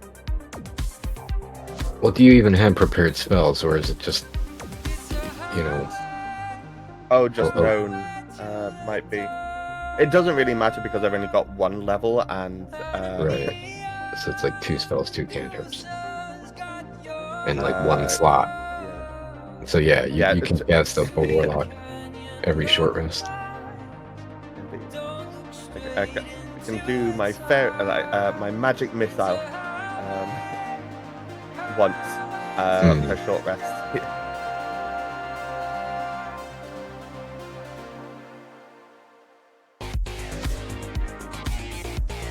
Something I think will be handy is in Ixar's expanded spells. There's some dealing with people that are on death saves that is within the druid list, which it's not prepared, but I'm prepared to have it prepared. Yeah, warlocks. It's when you level, you can change the spell, but you just know the spells you know. Otherwise, yeah. Obviously, yep. It's cantrip, Eldritch Blast, Eldritch Blast, Eldritch Blast. Yeah. Is that? Which I hadn't actually realized how well that can sort of combo into like spell casting, like druid in this instance, because you can do a leveled spell and a cantrip, like so long as it's bonus action. And so like healing word and Eldritch Blast, for instance. I'm trying to remember how it was for my sorcerer when I would have, was that to cast something like sorcerers can like quicken spell and things or something. Right, yeah. But I mean, like, I'm trying to remember, I think it was 10th level sorcerer doing, firebolt is similar to Eldritch Blast. It's not, you don't get like the multiple projectiles though.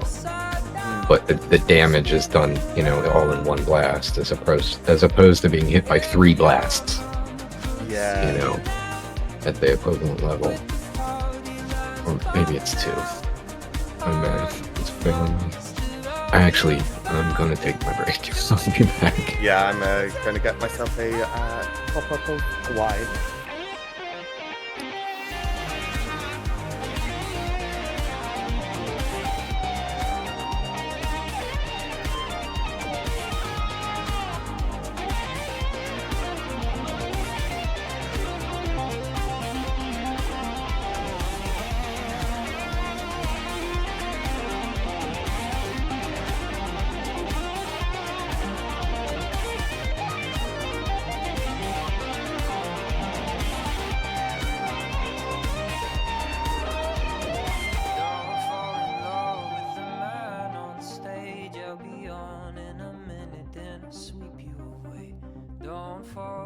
monsters in this maze, but I could love you forever if you'd meet my gaze.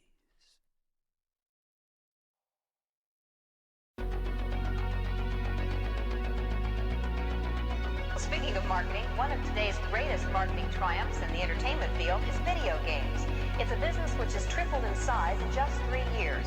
Ron Hendren went out in the field to bring us this special report.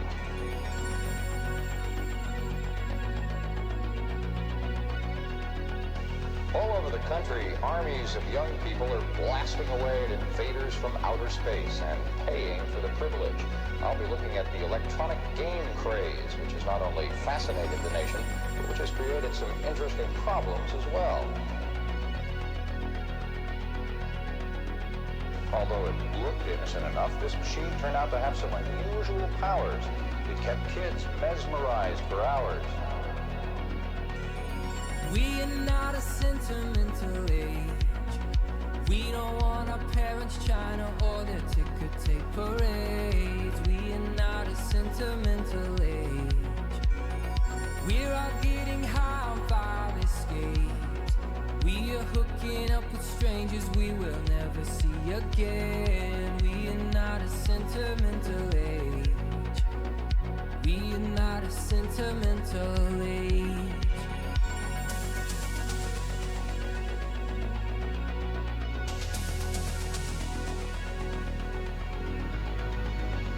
When I dream, we're all melting together, synchronized in a mass embrace.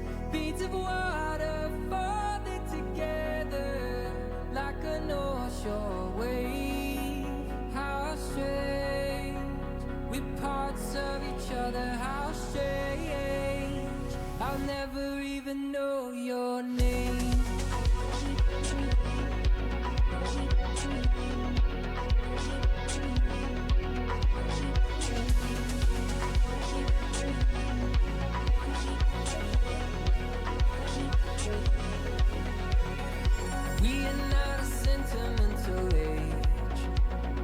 Shoulders is a boulder of a debt we cannot pay. We are not a sentimental age.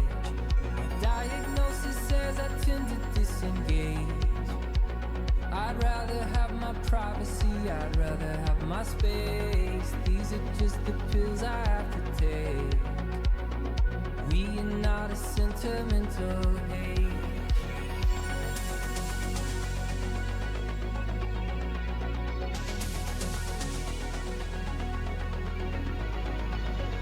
When I dream, we're all melting together, synchronized in a mass embrace.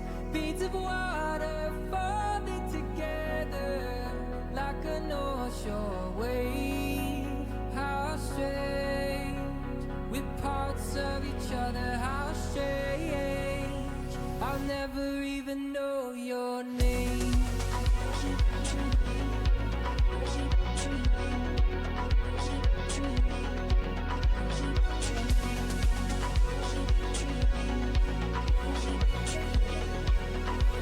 I'll never even know your name.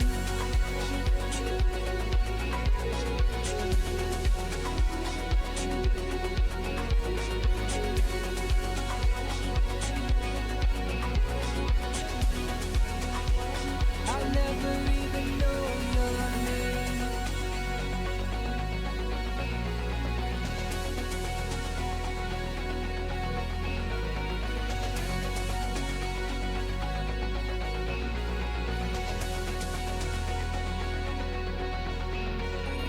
We are not a sentimental age.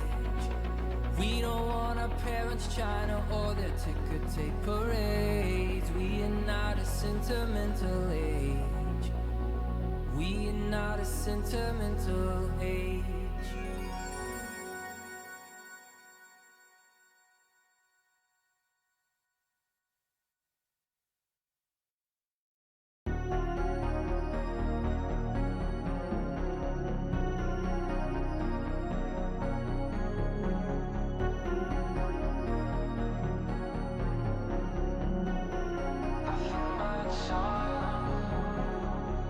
Late a sinking feeling that you were right, saying I'm not seeing all the lies that I made myself believe that seem to divide us. Once in my life, moving on towards something, I realized it was all for nothing. Wonder why every good thing has to end, and nothing but silence. I'm trying but I can't find a way to let you know that I'm dying on the inside. The feeling sets in the silence, in the silence, in the silence, in the silence.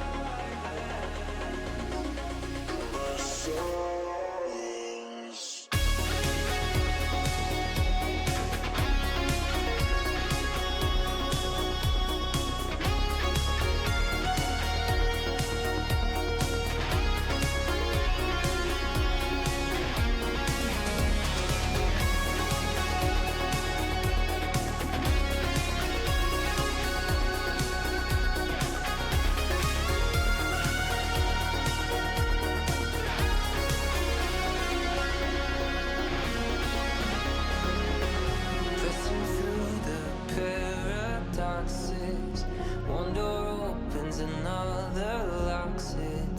Shrinking walls of freedom's fantasies.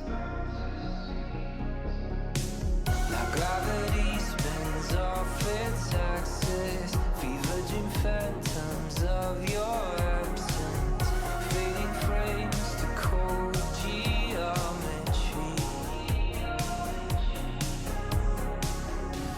I'm trying but I can't find a way to let you know that I'm dying on the inside. Feeling sunset in this silence, in the silence, in the silence, in the silence.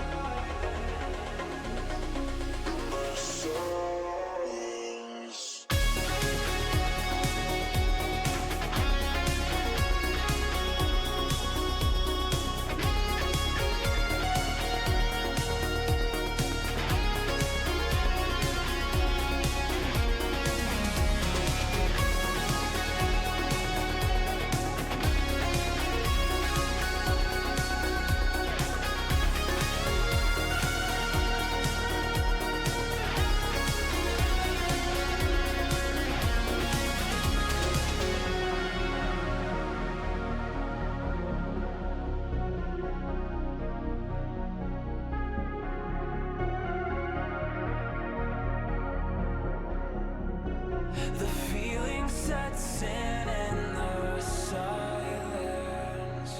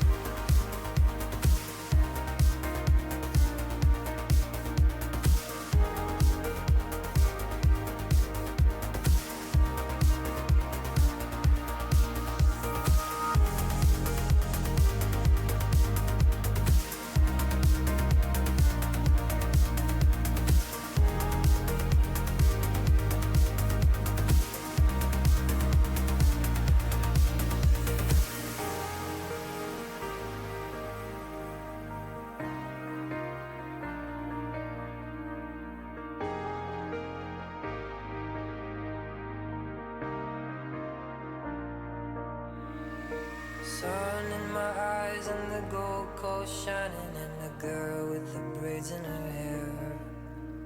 Steady breeze, and though I was falling, I would follow her anywhere. The sky turned gray and the flash flood warning. She smiled and she took my hand. She kissed my lips and the rain came pouring. Swore I heard a marching band.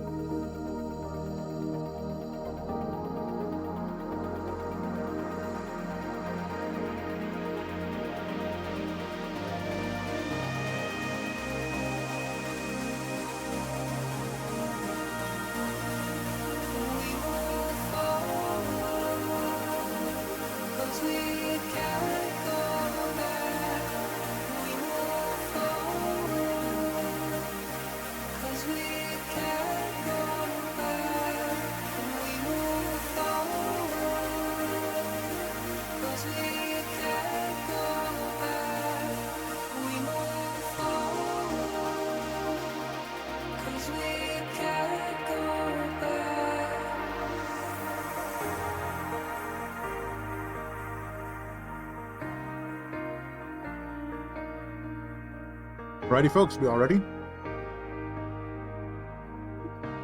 I'm here. You startled me. On your marks. Oh, at least I didn't choke on my popcorn. Get set. Merlin, question in Discord.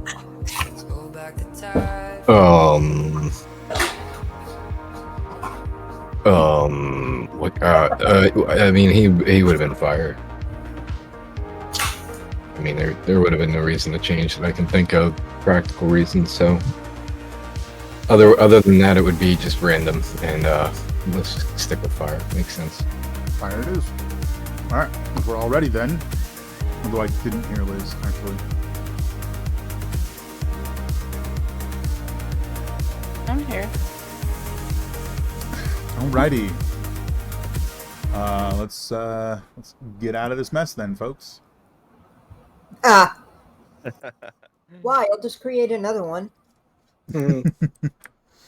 Alrighty.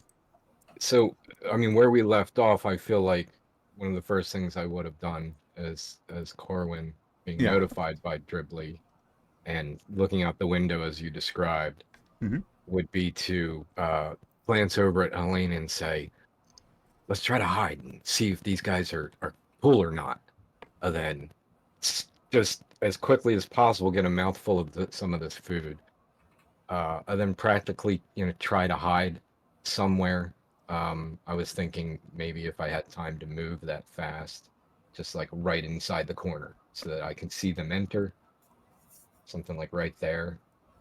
I don't know if maybe there's a support beam or something that I could try to hide behind and just stealthy around the corner. Sure. Yeah.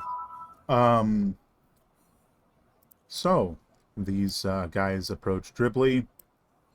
This fairly large fellow looks down and he sort of looks around and he's like, trying to think. Yeah, I think you'd be able to hear him through the wall. He's not quiet and he's not whispering. Why is there a Drake here? He looks down at Dribbly. I imagine Dribbly's looking up at him, and he just goes, well, if you are intelligent, I'd recommend you leave, Drake. And then just walks past. Okay. And the others follow him. And I imagine Dribbly shares that information. Yeah. But otherwise, just stays motionless, watching the people pass by. They sort of come in, push through the crowd. With Corwin saying and doing hide. Yeah. So give me a we'll stealth check, also by the way, Corwin. So we'll cast Pass Without Trace as well, because in that nook area down the side. Fair enough. Does that make that a 30? Yeah, I do have it prepared. That does make that a 30. You are correct. I am one with the wall. And sort of pressed against it. It's a 30-foot, right? Yeah. Yes, 30 foot.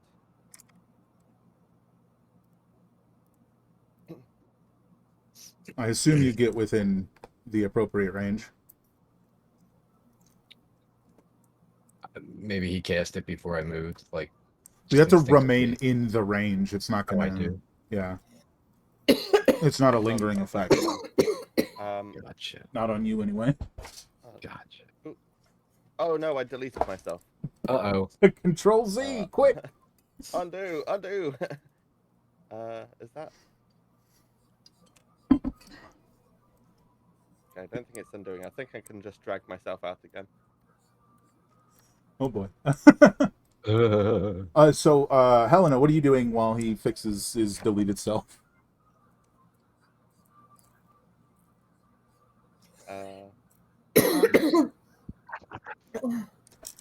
So Corwin's hiding, and I don't know yet what Star is doing, right? I think he's hiding as well, but he's like casting a spell Okay. to aid in hiding. And okay, I can't. I've got no vision for whatever reason. I still don't see you on the map anywhere. If you've gotten yourself back. He's put himself in my bag of holding. Here, let me just get you out.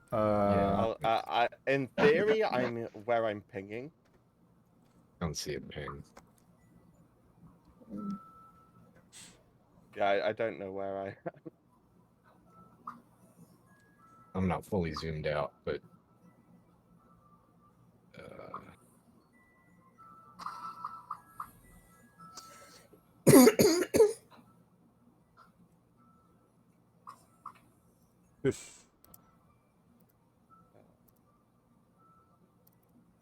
Gosh, I gotta redo the vision. I just saw a ping like way up and off from away from where we are. Oh wow! Okay, yeah. I was way up. Are you back? I'm back. Yeah. Yeah,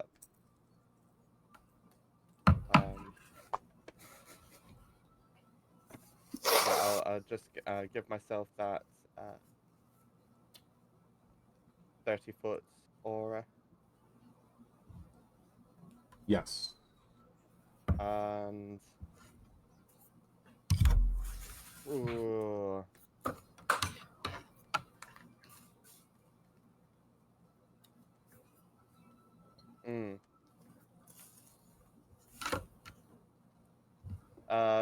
I'm just trying to decide, do I want it to be sort of generally speaking as a sort of hidden in the corner, or trying to aid in whatever the heck the sneaky confused Corwin's doing. I know exactly what I'm doing. Hiding. Yeah. Trying to get the best seat in the show. I'll go here in stealth as well. Okay. With that, Helena, what are you doing?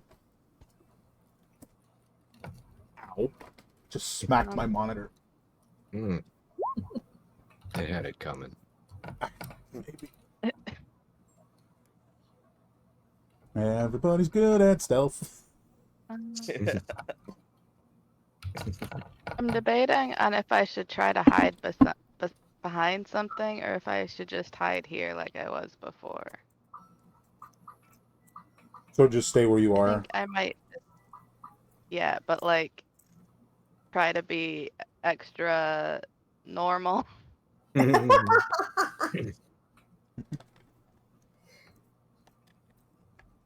Sure. We'll leave you with your prior roll then if you're not changing what you're doing. Make sense? Yeah. Which wasn't a roll, it was your passive self, to be fair.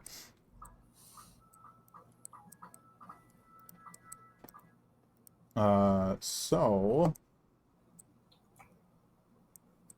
I suppose it makes sense to give you a roll then. My bad. Because, again, you didn't roll before.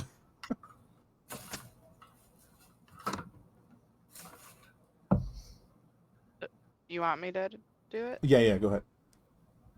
Okay.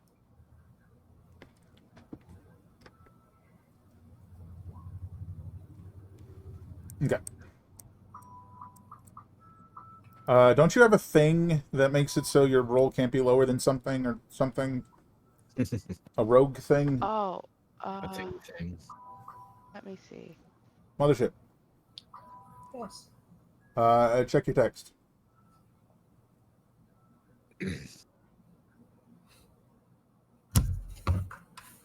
I meant to mention during the break. I remember this bar from another one shot. Yes, that's the story that was told. Right. But, you know, I'm not sure if everybody else was in that one shot. distorted through time. Mothership was. Yeah, I was almost positive of that. I don't think I have anything for stealth. I have a perception. Hmm. Would it be like equipment, maybe? That's No. It's a rogue thing. okay. I might be wrong on the level that you get it. Don't worry about it. Okay. As they head inside, stomping along the way. So this like little dark area around this guy is just meant to indicate he's the bigger guy. Because he couldn't really figure out how to make it obvious otherwise. It's ominous aura. Indeed. It's 11th level, I was thinking, so you don't have it yet. Never mind. Yeah, so are you going to be listening into this conversation? Right? Yes. Yeah, so this big fella sort of like holsters this strange, almost looks like a pipe connected to a tube that connects to this thing on his back. You know, like holsters the pipe like down his leg, right? Down his right leg. And he pulls out some papers and he holds them over for Alrin, and he's like, "Have you seen either of these individuals?" He sort of looks at the two pictures. No, can't say that I have. No, you can't see the pictures. I can't say that I've seen either of them. I can let you know if I do, though.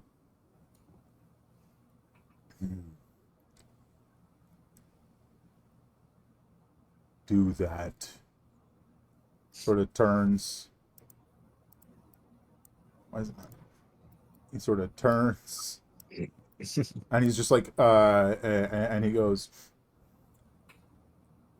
"Ask around." And all the guys with him just start like going around the building, asking different people, holding up pictures. This one rounds the corner and just like looks over the top of Corwin, not even noticing. And it's over here to talk to this guy. This guy's talking to this guy, and they have these pictures of Itella and Helena that now you can see that's what they are. That they're just like showing people. Have you seen this person? Have you seen this person? One thing to notice, they're not the best drawings. Like, they look like Helena and Itella, but they're not very good. Like, almost like they were drawn very quickly, and then detail was added later from memory. Might be a way to say it. Yeah, they're just going from person to person. What are you guys gonna do? Currently, right this moment, remains stealthed. I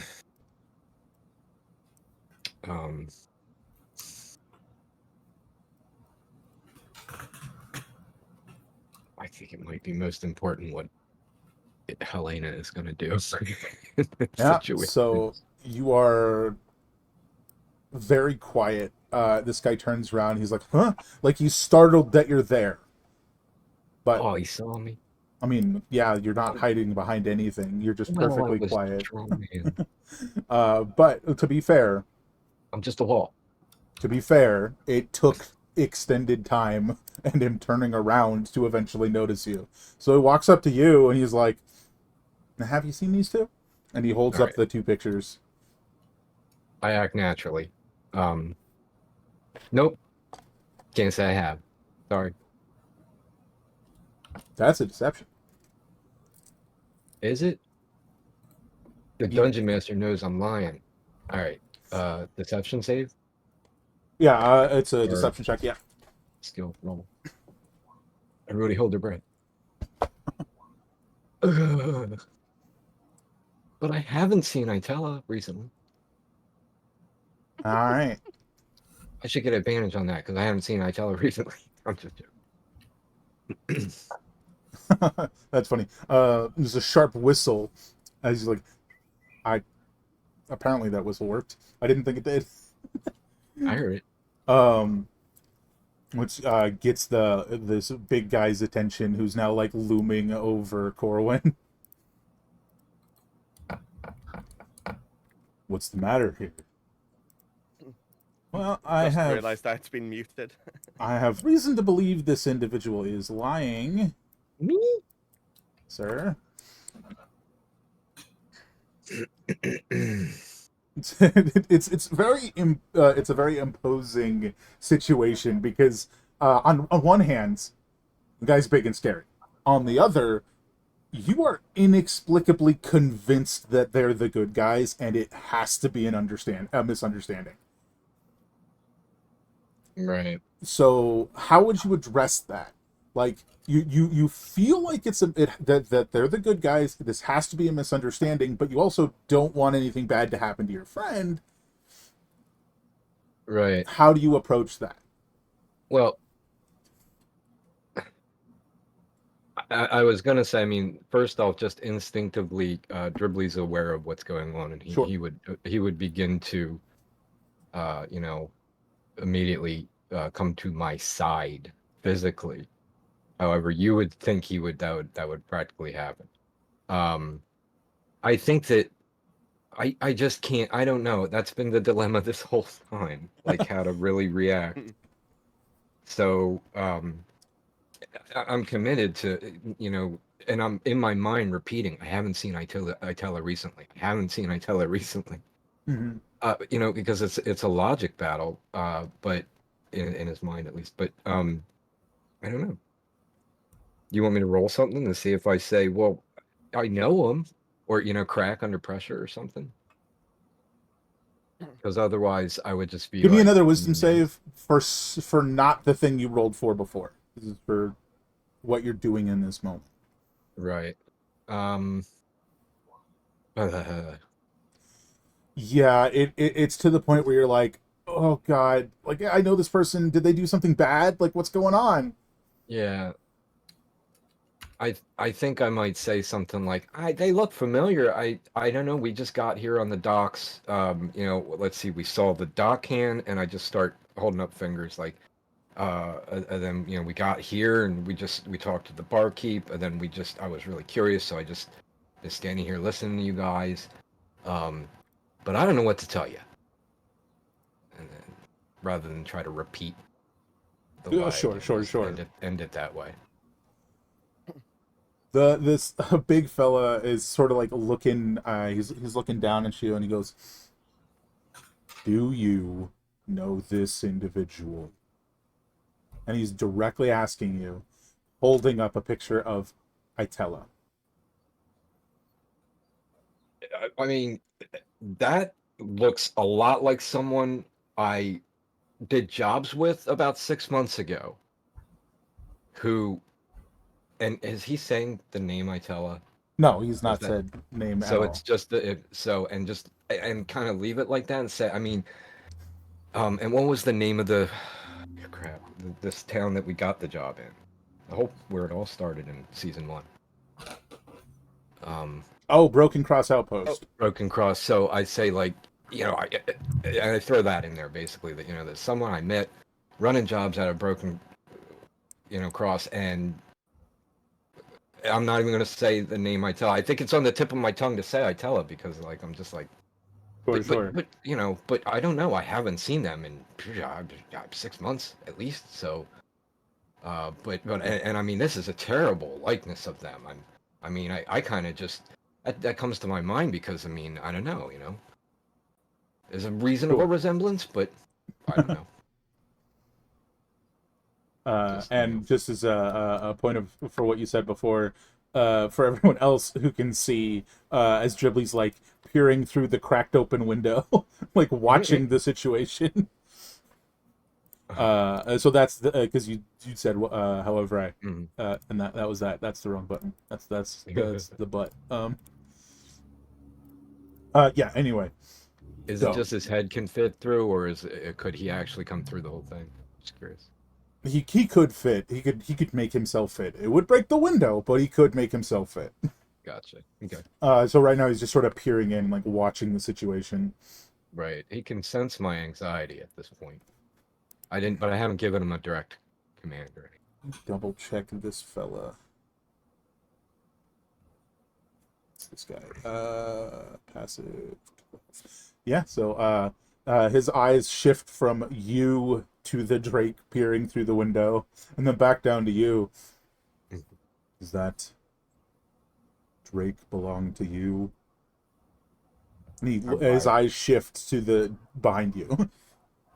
Right. I look over at Dribbly. I'm like, well, I mean, I know him. We're acquainted. His name's Dribbly. Has he done something wrong? What has he done now? He wasn't in one of those pictures. What's going on? Dribbly, what'd you do? Dribbly just looks confused. He sort of like shoves the pictures like down like his armor a little bit, so like sort of hooked on. He goes, "Do you have a name for this individual?" The person I was just talking about, it was I think it was Itella, maybe. It's been a long time. I haven't corresponded with them, right? I guess that's another lie. Yeah, because you did say I haven't corresponded with him. Technically, Oh, technically you haven't. That's true. Yeah, that's technicalities. He sort of like nods to the guy behind you. Well, I guess up top, right? Who like seems to like pull out a pen and like a little stylus or whatever, like writes down the name. And how do you spell that? I don't think you have any clue. Yeah, I think I would just shrug and be like, I think there's like 4 L's or something. I don't know. There might be a colon in there, but I have no idea how it's spelled. Right. Flip. The big guy flips to the other picture. And what about this one? Holding up the picture of Helena. Oh, I answered your question already. Well, Everything I said earlier was about both. You're gonna ask? Well, okay. No, I haven't seen that person. I haven't seen them. I don't know who that is. All right. You see, we have reason to believe that these two individuals are a threat. The town? To everything, especially everything. Holy good Lord! Especially the Order of Blacksmoke. Order of Blacksmoke. That's a cool name. Is that you guys? That is indeed us. See, while trying to face off against a very different threat, these two ambushed some of our troops. Managed to kill half a squad for escaping. So I will ask you again, do you know either of these individuals? Well, I said yes, I know the one, I don't know the other. I have no idea if this is a third question where either of them are. So there. But that's a cool name. I think you guys are awesome. Right. I have Well. questions. I mean, I think you guys are really cool, but go ahead. Well, all right then. He turns to walk away. He's gonna go talk to the singing bard guy over here. And this guy is gonna come talk to Sar. Hello. Because you're in a area of silence. Just back against the wall like stealthing. You know, you can only be so hidden. I wasn't wanting to interrupt, but was going to say that like sort of while that was going on with Corwin, would have sort of slowly just sort of sat down just across the way. Fair enough. Yeah, this guy would have, when he turns, he would have gone to talk to you.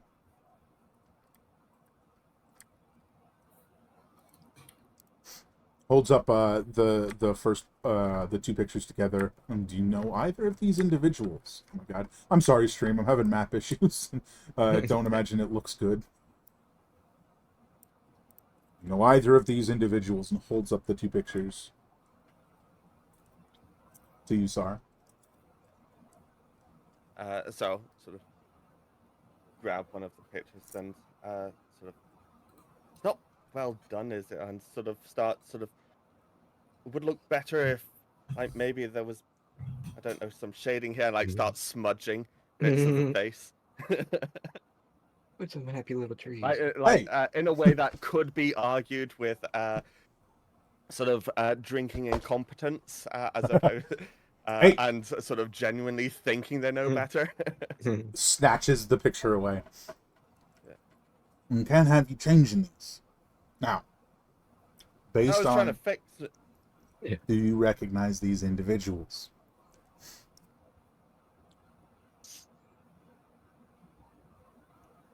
I've probably seen people like them in bars, but these ones exactly couldn't say. We'll say while this conversation's going on, Helena, you pretty well realize that they're asking everyone in the bar. So even if you're some mysterious figure hooded at the back, they will be getting to you soon enough. So you're going to have to decide what to do by the end of this conversation with Sar. So, you may have seen them at some point. Have you seen them today? Kind of think like so. You know, when I was looking around the bar for anyone that looked like they might be associated with these folk. Yeah. Is there anyone? There might well not be, but was there anyone that might even have the vaguest passing resemblance? Like with I guess we're talking a tiefling and a half-elf. Itella is Half-elf, half-dwarf, so... Ooh, very niche, yeah. You know, oh little gosh, we're distinct. talking about two niche things. Yeah. Plus, I mean... Ooh. Go ahead. Oh, actually, yeah, now you mention it. Yeah, the tiefling one. There's a bunch that look like this one, sort of on the road further north, right? Correct. Where there were... You're welcome. There He were. said where there were. Oh, wow. To be honest, I've been on the sea for, what, 6-7 months?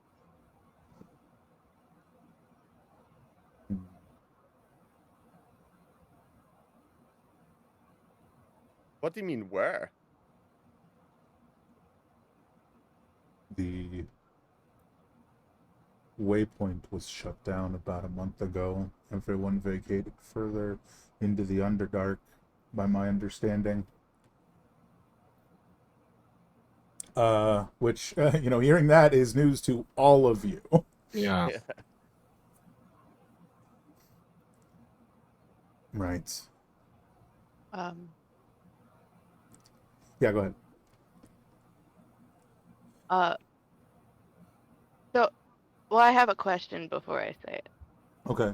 Are they, can they see the window, or are they like not looking at it anymore? Which window is that?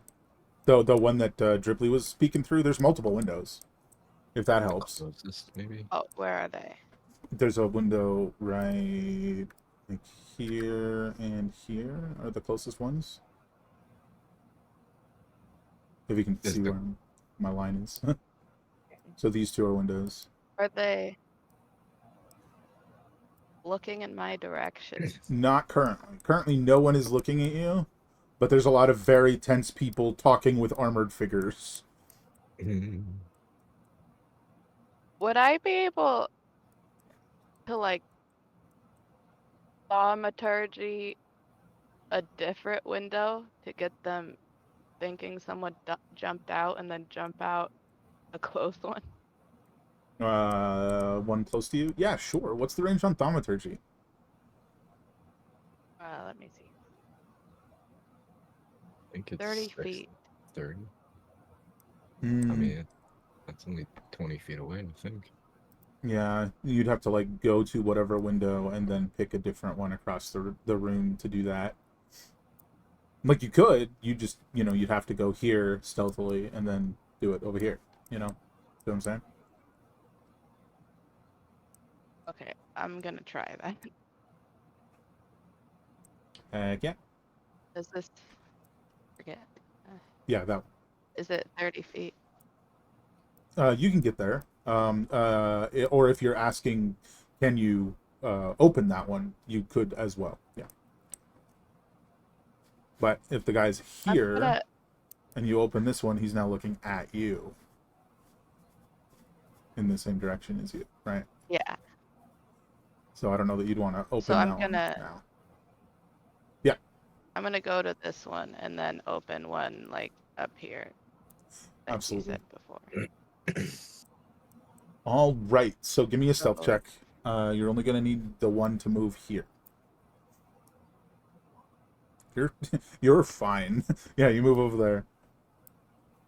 I think just for the sake of fairness, I should roll to see what he gets, but I don't think he's gonna see it.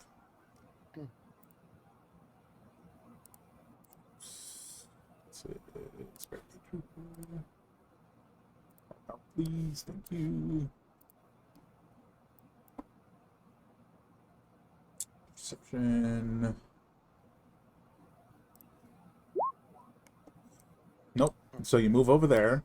All right, if you want to move yourself.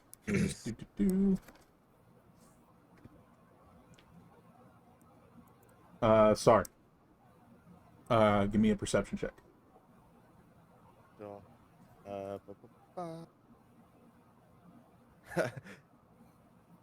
Yeah.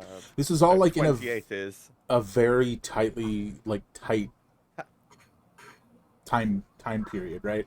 Okay, so you don't notice Helena go over there either. You both you and this shield guy do hear this window just slam, just like crash open. I'm gonna assume you sort of like open the one window while casting thaumaturgy on that window and just go, so the sound is covered up of you opening the window. Yeah. Can I play into this a little bit? I was thinking I was going to go open the window to have Dribbly come in where he was, or just be next to him with the window open. But having that happen, it could spur the moment, make me use my thaumaturgy to make the window that Dribbly's at fly open, doing the same exact sound. And then, and kind of make Dribbly back off for a second and pop it open, and then he's back through the window. But so the sound just happened in two different places?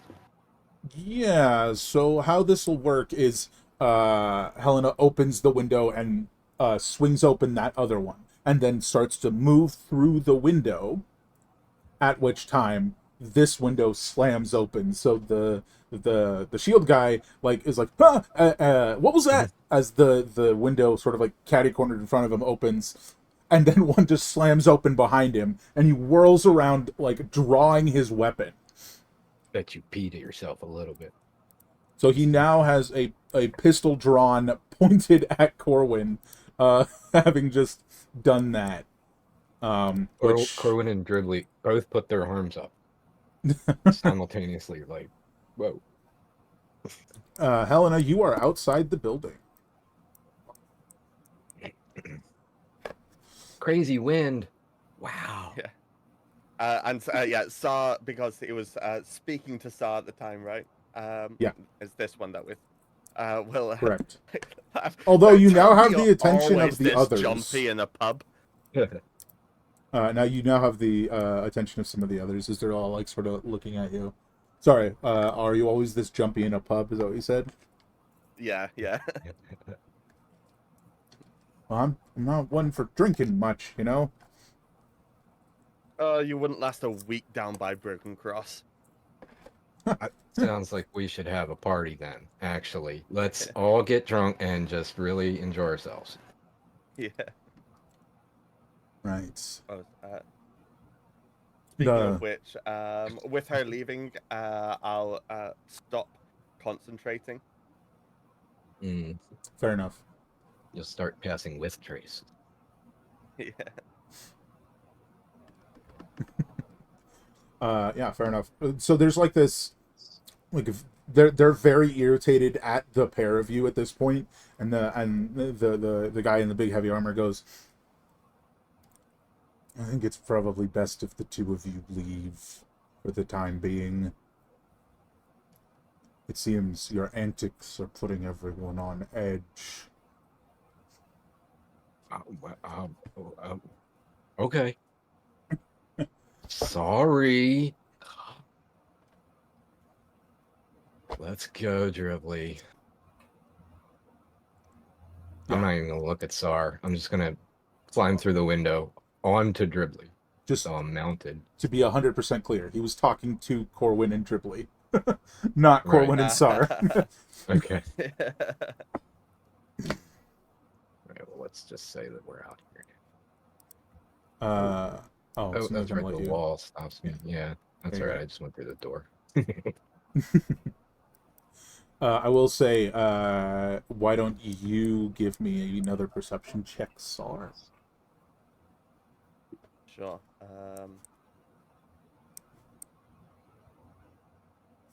Yes, here we are. Oh, that's better. There you go. Okay, give me 2 shakes of a lamp. I can see that they've left. Definitely. Okay, it's not you. It's going to be you.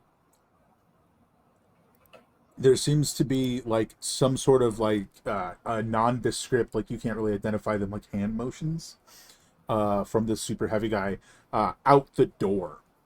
At which point,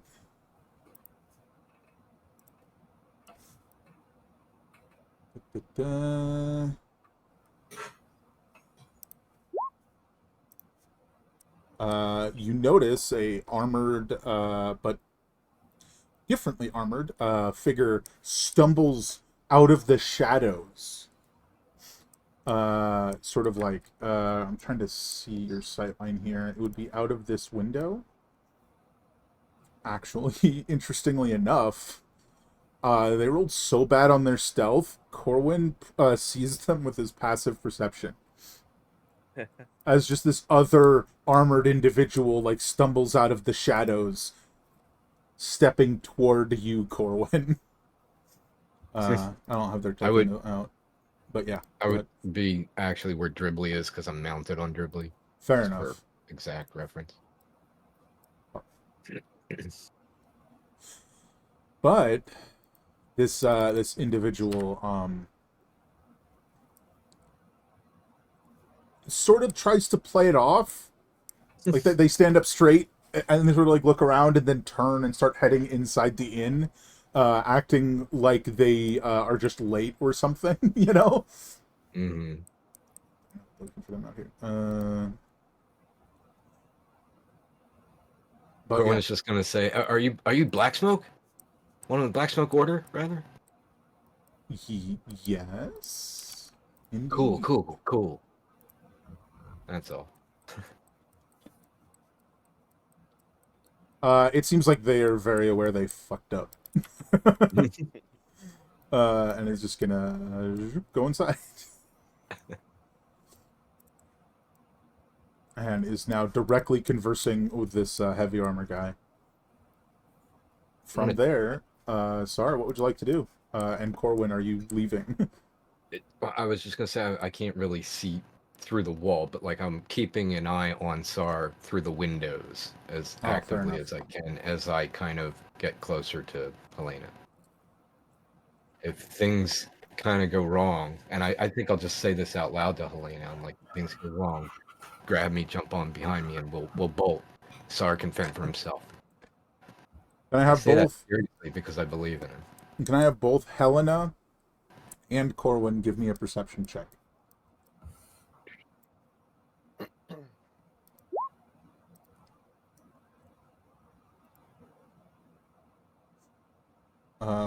You did 16?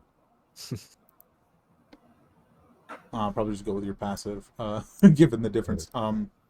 Way off on the outskirts of the town, which I guess it probably wasn't clearly stated. You guys are like towards the edge of town. Like this half of town is smaller than the other half. Like way off towards the edge of town, you see a wolf sort of just pacing back and forth.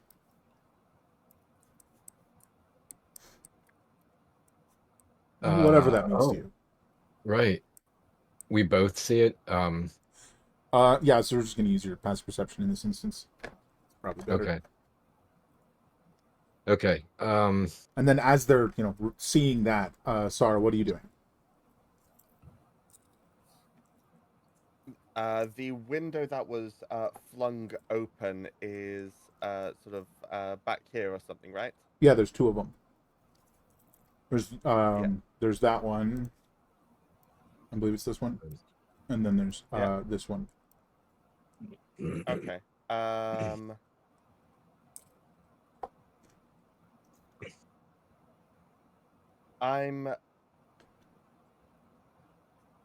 So I've got the ring, so something happens in either direction, communication can occur. Right. As such, you also only have a few moments to make a decision. Yeah, so as such, all I'm going to do is I'm just going to shuffle up one more chair and just sort of observe and have a drink. Yeah, you the drink that was. Oh, the drink. Okay, yeah. Yeah, that was bought before. Yeah. Sure.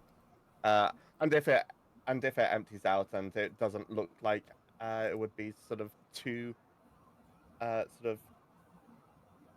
Well, I guess sort of depends what the sort of vibe with these people milling about seems to be. Well, now they're trying to. Some of them are just trying to leave quickly. Whether leave means go upstairs or, go out the door. People are actively like leaving, right? Okay.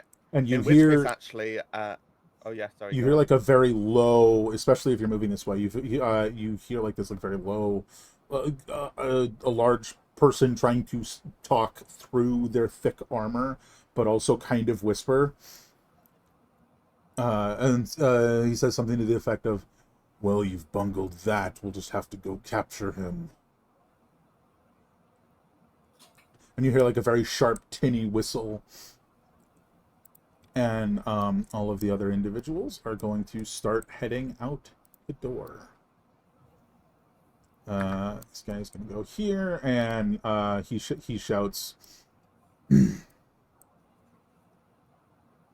don't think he got your name, actually.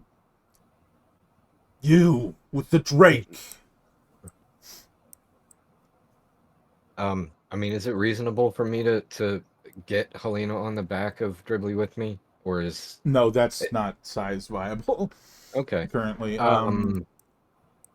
Given the expedience of things, I'm willing to say if you wanted to, Helena, you could have moved further towards the edge of the inn. Yeah. I was looking earlier where I could go. Yeah, go ahead and move yourself, but not more than like 30 feet. Maybe 60. Given how fast you are. and sort of put yourself where you would actively be within about 30 seconds to a minute of jumping through the window.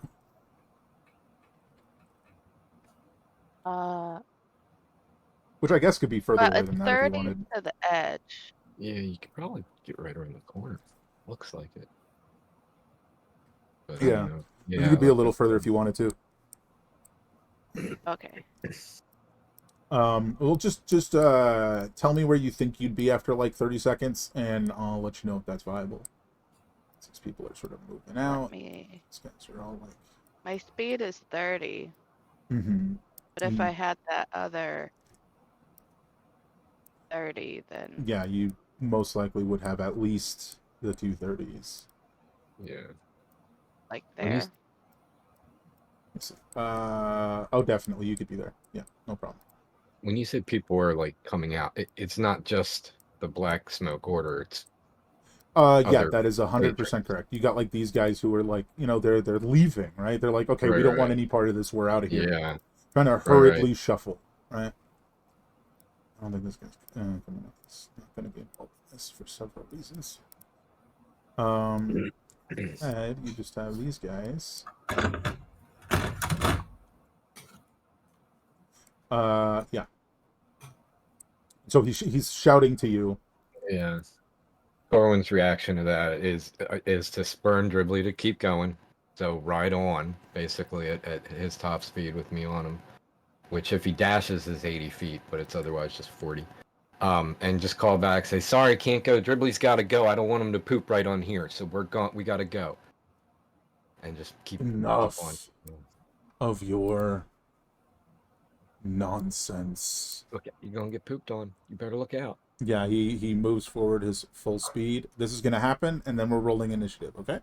Oh, man. He's going to just rush forward, and I hope he knows what he's getting into. first, we don't need this guy anymore. Do any of us? No, that's not you. Okay, I don't think this guy's actually open. I think the wrong thing is open. Yep. That is here. Loading. Yeah, he's just going to be making an attack. He pulls out this like huge tube that's like down, like sort of latched onto the side of his leg, and just like pulls this lever back, and it unleashes this like gout of flame. And it's going to be in a cone, so you're going to need to give me a dexterity save. I mean, there's you and Dribbly. Other people right next to me, right? Like he's just opening up on all of us. That is a good point. Thank you. He's going to instead not do a cone. He's just doing an attack. Oh, okay. I mean, I was just reacting. Jeez. Brutal. So 14. What am I doing? He's attacking you with a 14. Which does not hit. And Dribbly needs to make a dexterity save. Ironically, Dribbly's AC is higher than Corwin's right at this moment. Dexterity save. Yeah. I think. Did that do it? Yeah. That'll be a success. So both you and Dribbly managed to successfully evade this like gout of fire. And look out! Yikes! Hot foot. Let's remember how to open the turn tracker. All right, all of you guys need to roll initiative. How did this happen? It sounded like you said, I need to know how to open a graham cracker. You need to roll initiative. Yeah, that is including you, Mothership, as you are on the outskirts of town, a poor whimpering doggo watching on. Yes. How do you open a graham cracker?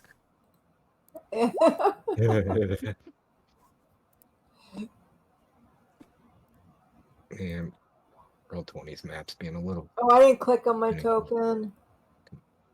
Oh, I'm way too zoomed in.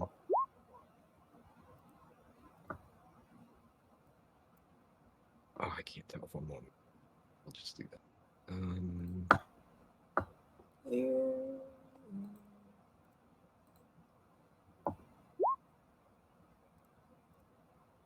Okay. Is that everybody? Oh, thank you. Yeah, yeah, I think. Okay. First up is this guy, who's going to draw a pistol and move 25 feet forward and shoot at Corwin. Man, these guys just. Corwin, I you immediately get a wisdom save. can't believe these cool guys are attacking me. What the? Well, they seem There's to gotta think be that an you know exclamation. something and are lying about it. There's gotta be an exclamation. So your DC is lower. You're still 14? not making it. Does 14's 14 still doesn't make it. 25 hits though. 9 piercing and 1 necrotic damage. all right? And that's just me. Dribbly's not involved in that, right? Correct. That is a singular target. And then the second shot misfires, so he's gonna have to. I think he can do it as a rapid realign. Yep, he can fix that. Next turn. Corwin. And Dribbly's immediately after you, so and you're riding Dribbly, so Dribbly's movement, unless you hop off. I'm adding Dribbly to the turn order. That's why. Okay. This is also sudden. So there's just these two people. I'm not sure if I can. I guess there's 5 combatants outside at this point. Looks like it. Yeah.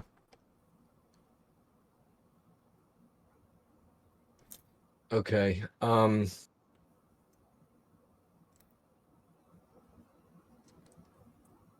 me do an analysis real quick. I have. So to clarify, you are still convinced that they are the good guys, and this is all a misunderstanding. Right. Just now, the misunderstanding is directed directly at you instead of someone you know. Right. I feel like everybody could just take a break and let's just slow everything down a little bit. I mean, you could be like, hey, let's just take a breath. You can use your action to try and de-escalate the situation.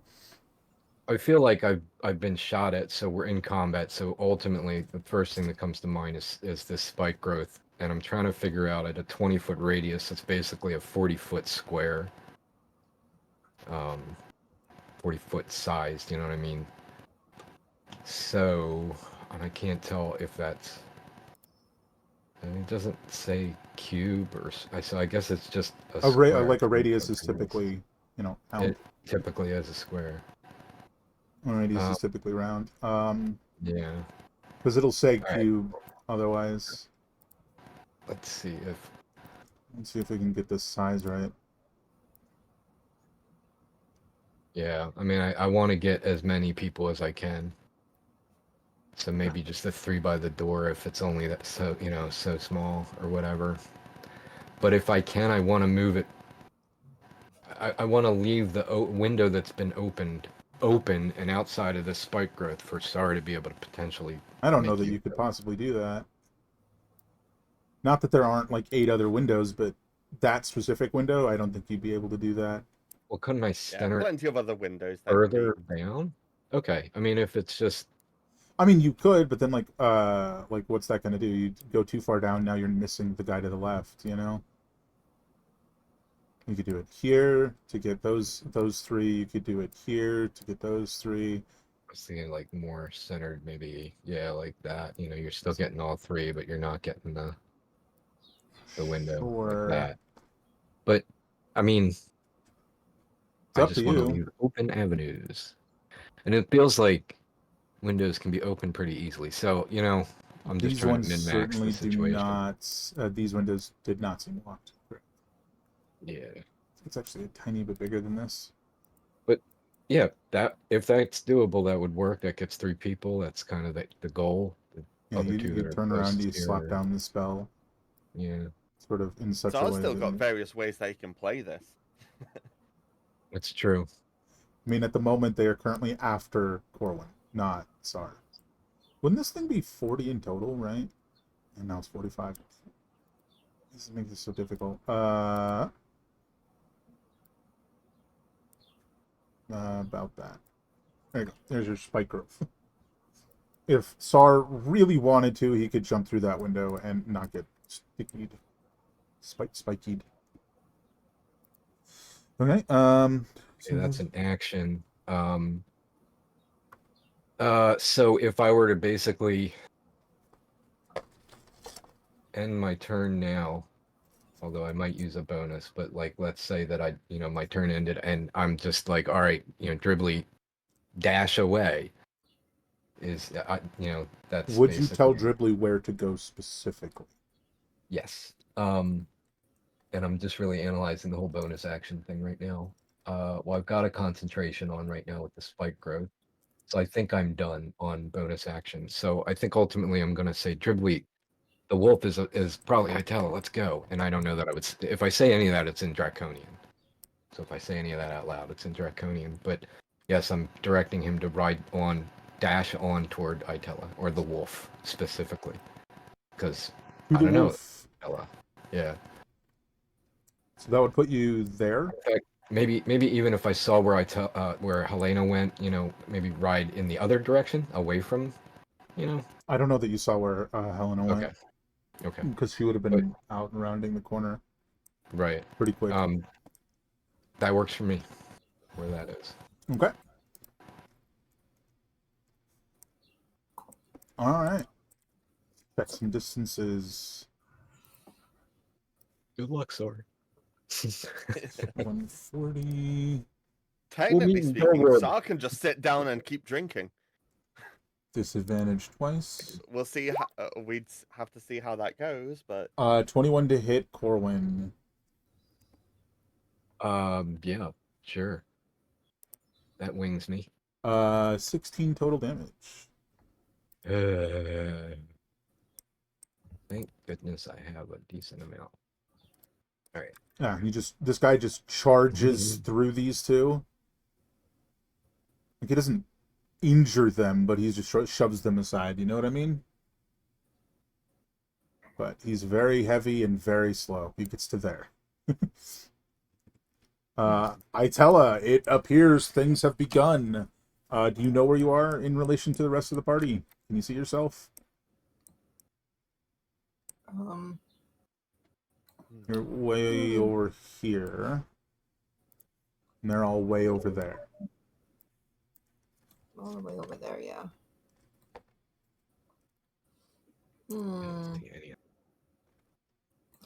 And this is Corwin. Yes. In this instance, I don't know that it makes any sense for you to do anything other than run toward Corwin. Yes, that's exactly what I was thinking. That's where I'm going. What's the wolf's movement? Is it 40 or 50? The whoops. The whoops. The wolf's.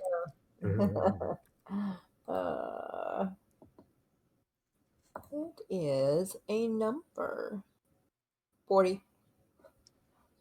That'll get you here. Thank you. There you go. Sorry. I approach it. Since you're the only one in the building, you see this individual right here who was like apparently supposed to follow Corwin. They're like really antsy, like they want to join the fight, but have been told not to. Take that as you will. But it's your turn, sorry. Oh gosh. Okay. Think fast. Lots going on.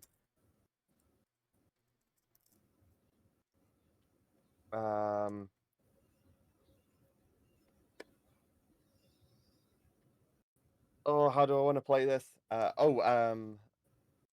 So one thing I am curious about. So, how much can I see through like the various windows here of sort of the things that have been happening? Effectively, outside you and can see whatnot? everything. It's just you can't completely see everything, if you understand what I mean. Sure. Like you see like half of the big guy, for example. Because like, you know, this is where he is on a window, that kind of thing. Is he aware of everything that just happened? He's Saw pretty spike growth happen pretty and effectively fucking right aware away. that they attacked Corwin, and Corwin ran. That's the gist of what he knows. And specifically who's out there. The 5 guys, and then the 2 Then you can townsfolk. see Helena's Yeah, no so- longer in Yeah. the band. Correct. There's 5 armed guys outside, plus the one that's sort of been told to stay put here. Correct.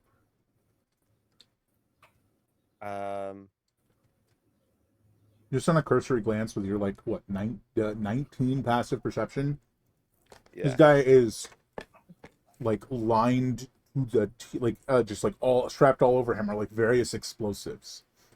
So if you had to guess, he's been told to stay out of it because they don't want him blowing up the town.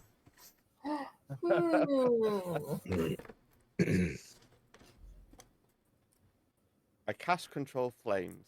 No, I'm joking. I'm joking. I do not.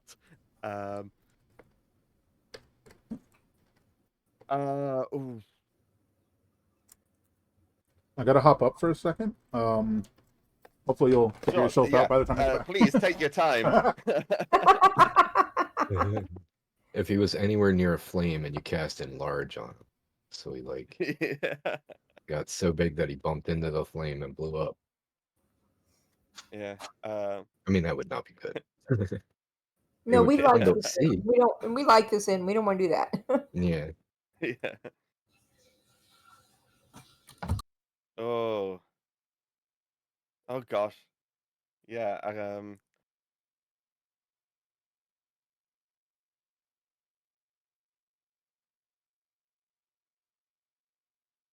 Do I? Do I want? No. Okay. Yeah. It doesn't make sense for me with my build right here to jump into the fight from this position.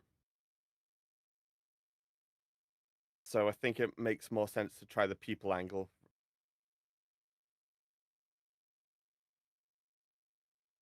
Part of me is thinking trying a gravity spec on the big guy, but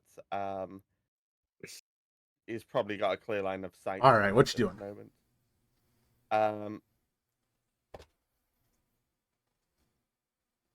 Nobody's turned their attention to Sar. Like Sar's not a Yeah. part of anything that just happened, right? Like He is not. to your awareness, they're after the guy on the Drake.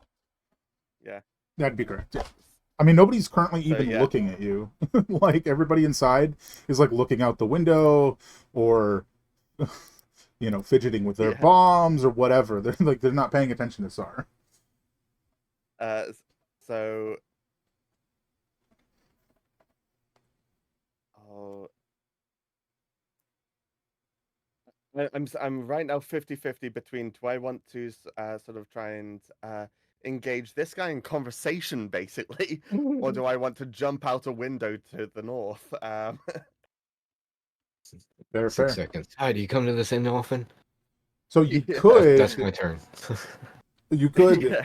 take the dodge action, and by that I mean take your turn to decide. Give yourself advantage on or whatever it is. Mm-hmm.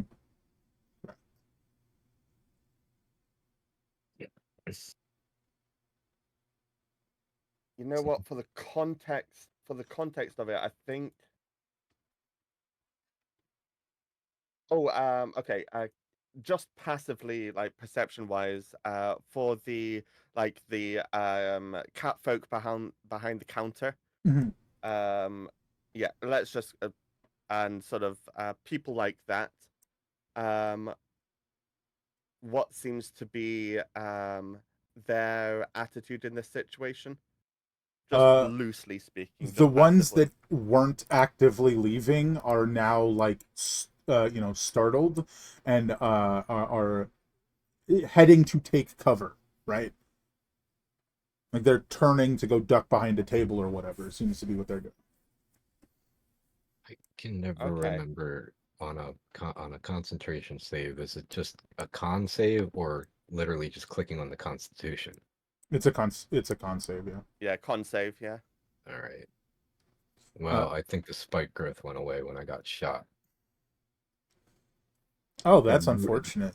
Yeah, it really hurt. Oh yeah. Stung like the Dickens.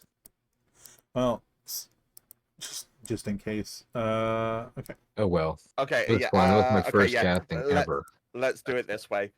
Sar's yeah. going to sort of go up to this guy and say, "You can't be serious with all this going around. You can't be wearing that in here. You gotta get out."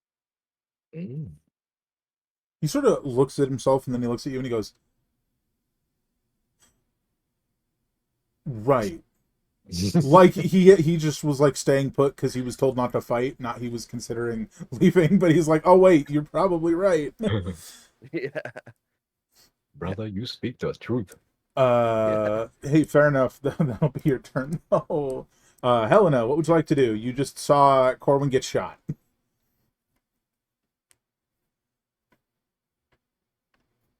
It was probably a perfect scene to remember to draw later, by the way. Me getting shot.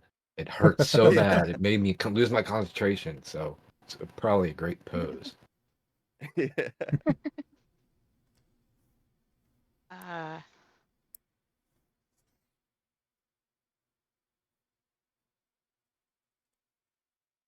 I have to come help him, right? You could.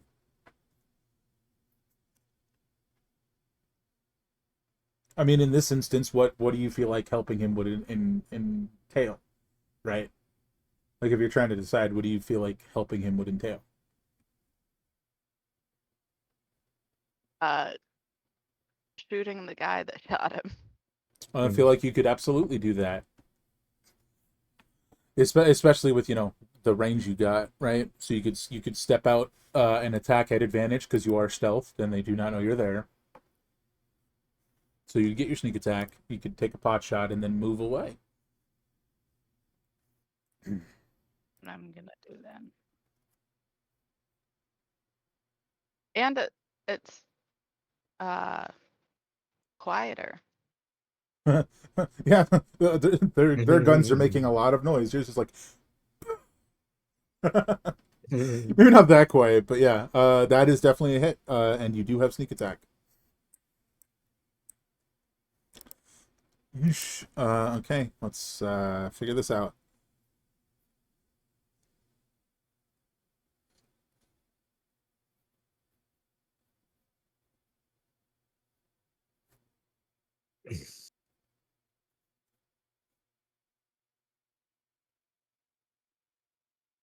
Hmm.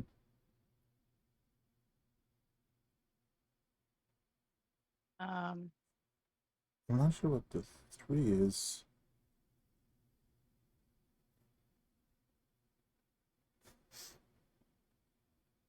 Okay. That was definitely damaged. And and But with like the That super 3 heavy. looks like it's set up wrong. It looks like it's always going to be a 1+1+1. Let me look at that. Dribbly's going to infuse that attack with his reaction too, as well. Let me see how Roll20 messed up your character sheet. If No. it hit, I think it hit, right? Because yeah, like for that rolling 1, I think that's literally just rolling 1, not even a 1d something. Yeah, it totally reset your attack. That makes no damn sense. This never happens with ranged weapons. Do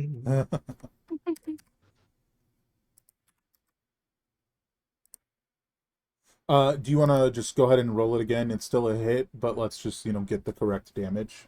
Because I think wait, it just changed it back. What the hell? it went back. Yeah, I saw it do it right when you were closing it. What the fuck? Okay. Why is it doing that? That's twice now. It's just changed in front of my eyes. Oh no. I'm very confused. Okay. Let me see if I can click it. Yeah. Illusionist about. Okay. I think I almost got it. Okay, it's right. It's right. It looks like it's right. Roll it, see what happens. Sorry, that is really weird. On the attack. Yeah, just roll click the tube again to roll the attack again. That way all the numbers are right. And then you click the damage. Okay. Well, the sneak attack was correct, so we're gonna take the prior sneak attack, not the new sneak attack. That would be rude. 15. Wow. Uh, uh, um,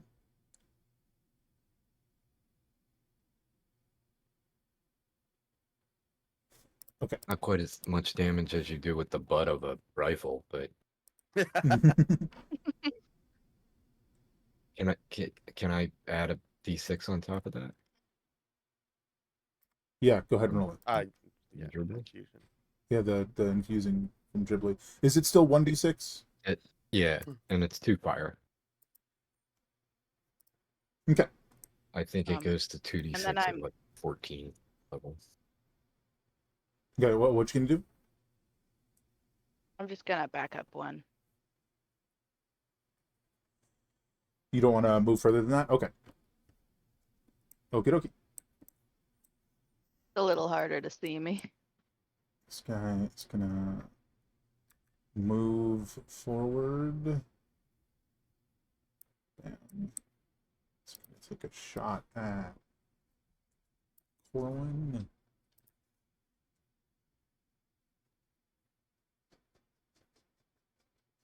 He's gonna do an aimed shot. So it'll happen later. This guy is gonna move forward. And then move more forward.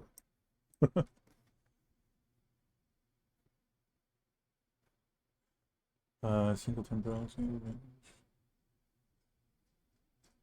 And then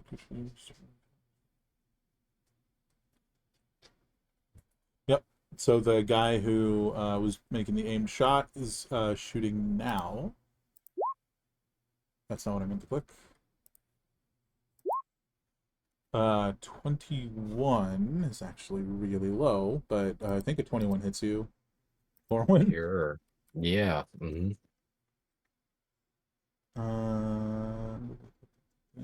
So that, because it's an aimed shot, is...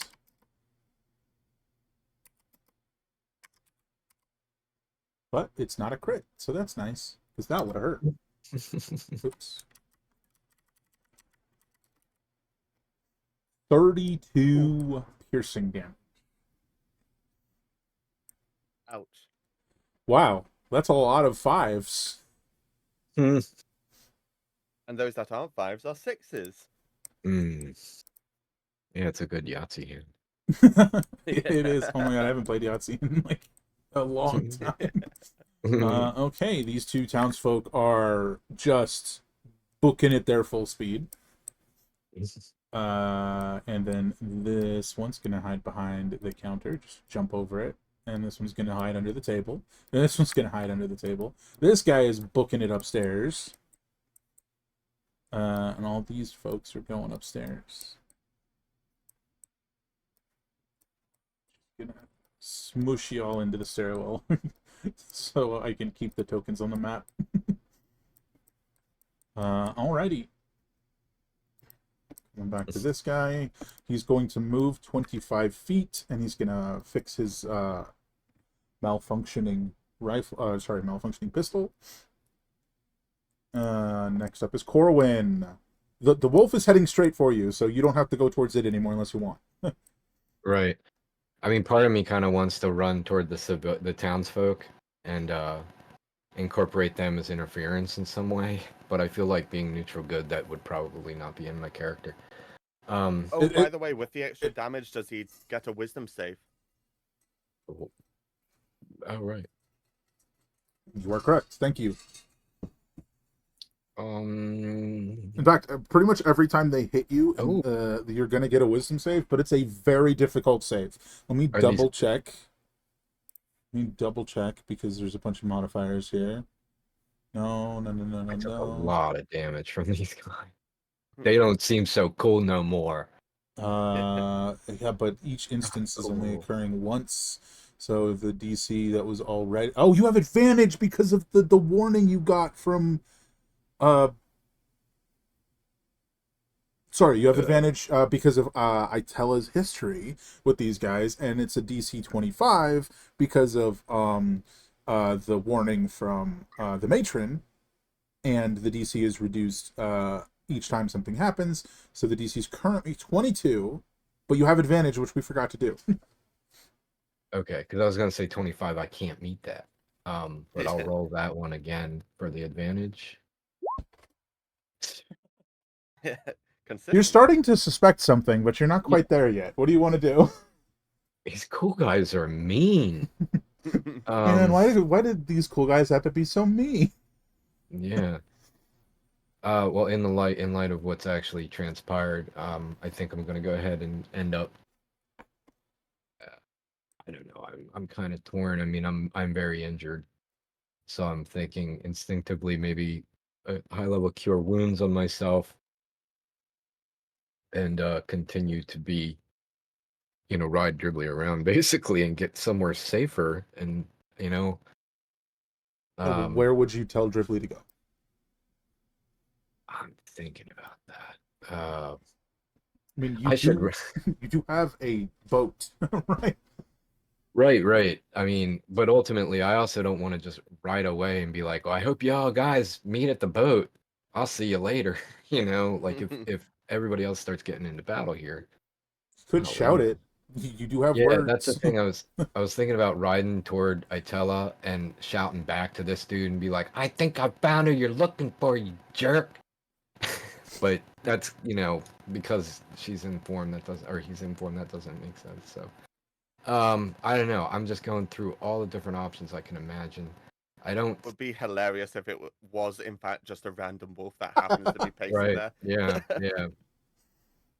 And I'm also like, I mean, I'm pretty hurt. I think I might even have a hole right through me at this point. So I feel like and if anybody else can cast healing spells, they would see that.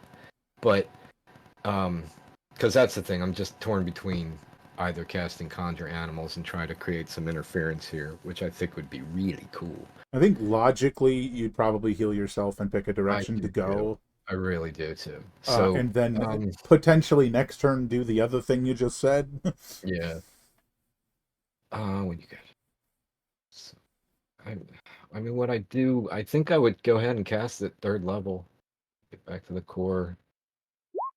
Makes sense. Oh, it didn't ask me what level to cast it at.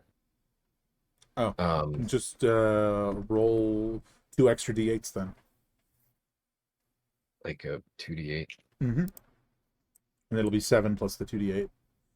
So 14. 14 total. That's almost 1 bullet's worth of damage. Yeah.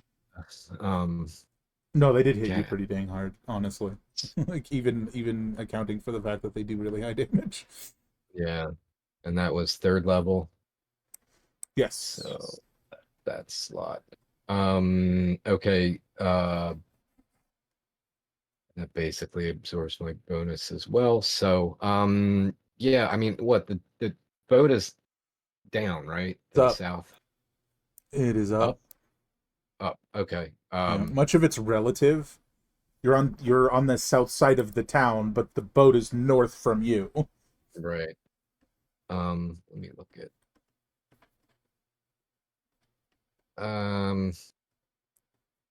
Come on. Why did I get stuck there? That's weird. There's a building there. Right. I was trying to, check out the sight line, and then I'm actually trying to go up the other side.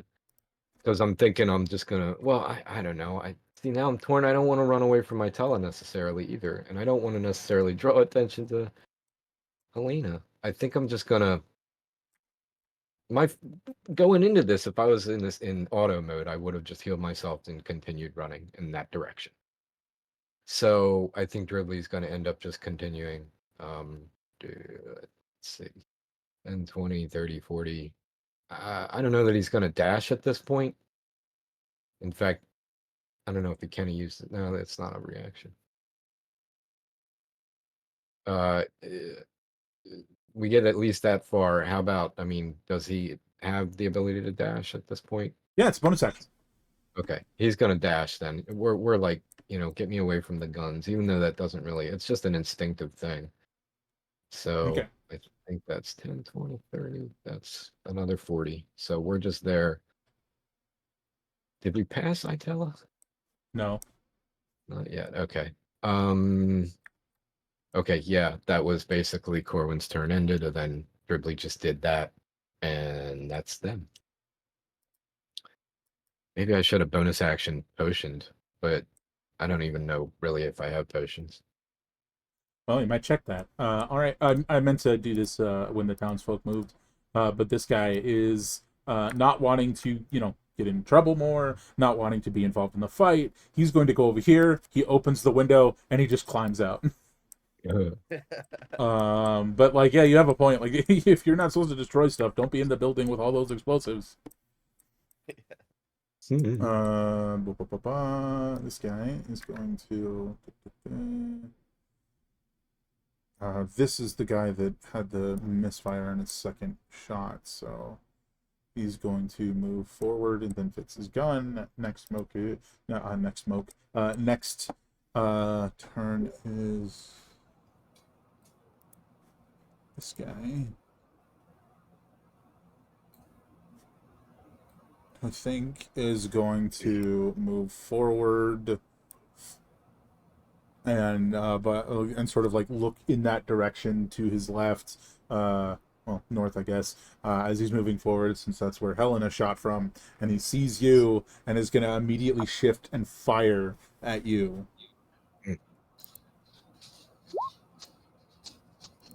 20. You're going to probably want to use your reaction for this damage. Mm-hmm. That is 26 fire and 4 necrotic. As this gout of flame just erupts out, wrapping around you, Helena. Yeah. Which is going to be 13 fire and 4 necrotic because you're resistant to fire. Right? Yeah. So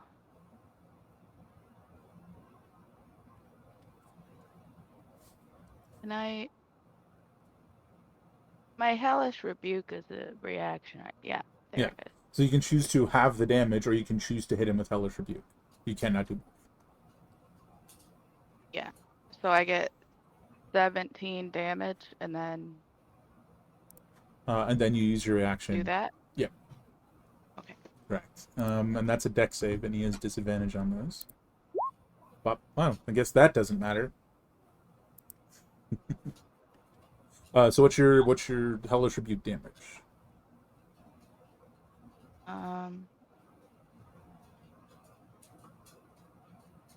I'm clicking around.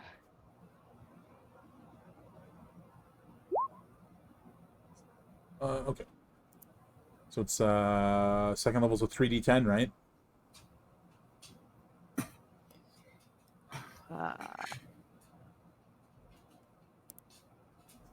I think I have a thing I can click on.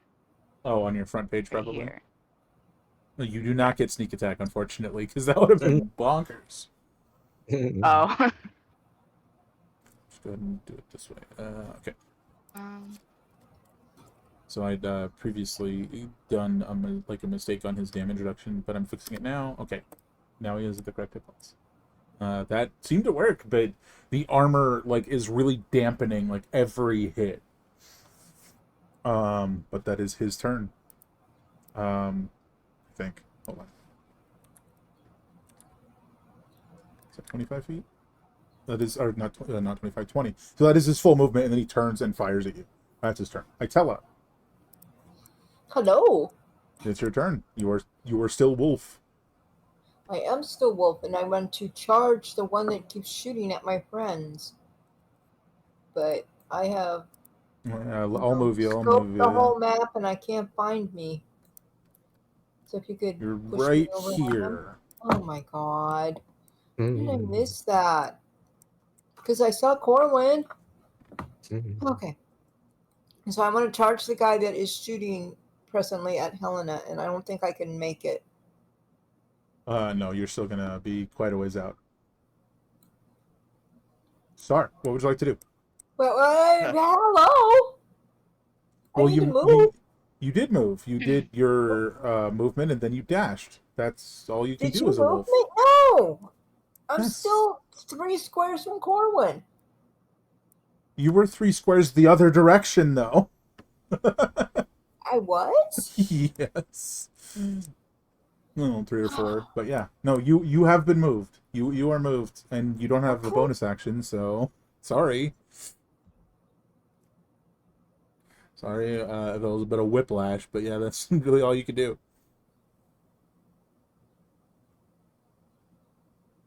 Okay, Okay. sorry. Could you just do little lines on the wall for where the windows are? I can't really tell. Or window, window, window, window, window. Lots of windows. Mm. Gotcha. Is there one at the end as well, or No. okay? Okay. Something like that. Oh, I guy see what has, you've done here. So, like, the line that I drew is where the exact window is. But it looks like when you, like, you drew a line making the area between the 2 lines the window. Yeah, and just to sort of clarify to myself that it's that bit of it, not the next to it gap. If you get what I mean. So this is the window, right? Oh, I've got it. Not I've got it this. backwards. Yeah. They're like It- relatively skinny windows, like 3 foot wide, not 5 foot wide. Oh, I understand. Sorry, Okay. sorry about the confusion, but I Yeah, think we're there. We got there in the end, you know. indeed. All right. And the guy has he popped out the window To the right of that. this one. Yeah, he just jumped straight out. And at the moment, he's at like the standing glance, right he there. Looks like he's but does He's he going look that way. Like he's still aiming on continuing on. Yeah, he's Or gonna does he continue look that way. like okay, nice. Forgot about that. Okay. Uh-huh. I'm trying to dance an impossible line right now. Mm-hmm. So,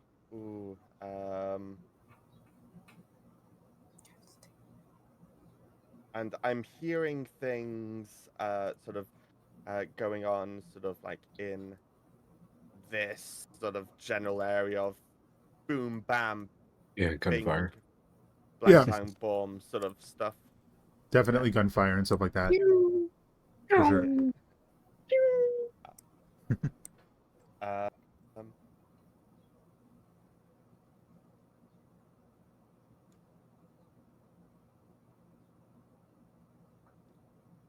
Yeah, I've got to get out of here. I've got to have more options in my repertoire. Mm-hmm. So I'm going to go here and climb out this window here. Sure. Next to bomb guy. Makes sense. Whoa. You bond with the bomb guy and get him on our side. You sort of hop out the window and you're both standing there. It's like ready to run north, and you're ready to run north. Come on, let's get safe. Yeah, Yeah, let's keep away from this fight. is that We gonna be don't your turn want you then? to blow up. Uh, uh, if I wasn't trying to sort of do this impossible balancing act, I'd be sort of bonus actioning into star form right now, but Yeah, I don't want to do that right now. totally fair. All right, so over to Helena then. You don't have your sneak attack. If you wanted to attack that guy again, you'd have to do your insightful fighting thing. I'll do that. Yeah, bonus action. That's insight versus deception. Wow, what a roll! What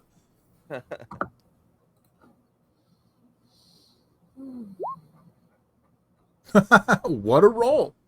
Yeah, that is a success. You succeeded. You have a sneak attack on him for like what, the next minute, I think, or until you use his ability again.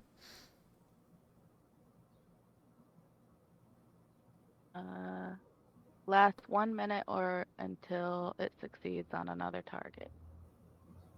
Nice.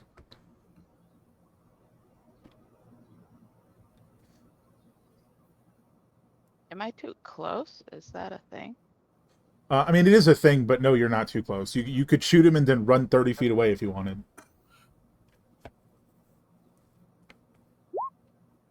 That will hit. Hopefully it's still correct. Fingers crossed.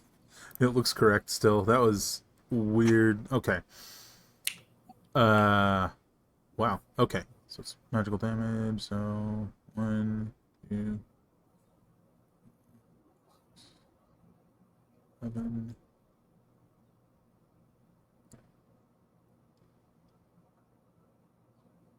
Okay. That's damage. But that armor is like putting in work. You're pretty sure he'd be dead without it. But with it, he's not dead. If you, yeah, you still got your movement. What would you like to do? You want to move, or you want to stay where you are? I've lost Corwin. Yes. I ran away. You're completely away now? Well, I'm like Oh, you're way over. 110 feet away from you, 115 last time I measured. Yeah, he's quite a distance Oh. away. And Itella, or presumably Itella the wolf, is running headlong into this fight, which you've now seen twice. Would you like to see it a third time? Or would you like, you can always yell at her. Or yell at him, excuse me. It's up to you. Ballistic druid incoming. Right. You know, it's kind of like he definitely packs a punch when he does it. That's true. So I'm just gonna go around the corner here. Okay. Fair enough. Is that the side of the building that SAR went out a window to? Yeah. Okay. Not that you know that, but yes. Yeah, gotcha. I think you might be in disadvantage range.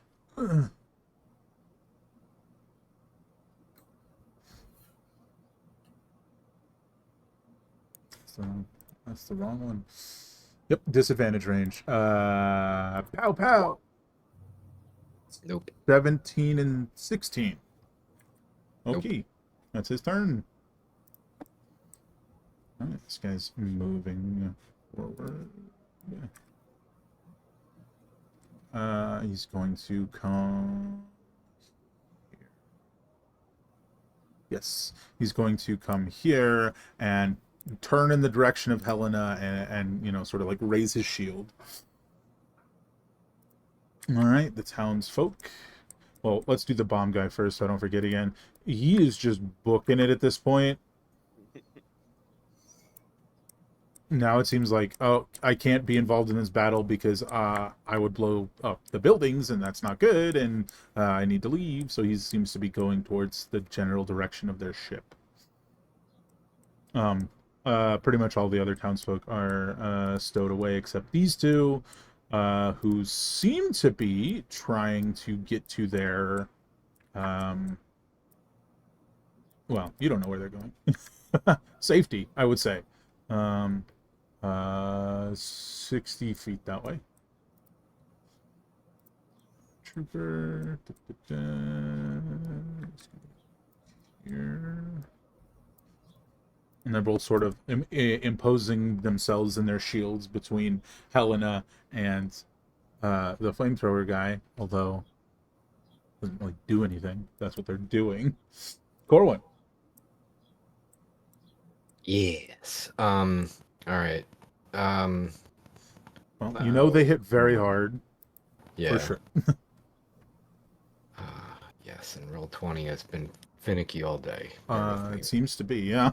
Like I try to move it just a little bit and it snaps way away. Come on. Well, I am going to dismount. Did you say that uses up any? No, that's like some of your movement, right? That's like your movement to hop off. Like, sorry, to jump off of your mount is like 5 feet of your movement because you're going from like one square to another. So it's not a big deal. You're not strapped in or anything. Right. Well, I've got 40. So if I could go back to like, I'm gonna run and jump off and run back there. Mm-hmm. And I'm torn. I mean, +2 AC. You know what? Yeah, I'm gonna run up here. I'm gonna like squat down, pull out my shield, kind of get behind it. If I, I mean, I just get the shield out, and then I'm gonna cast.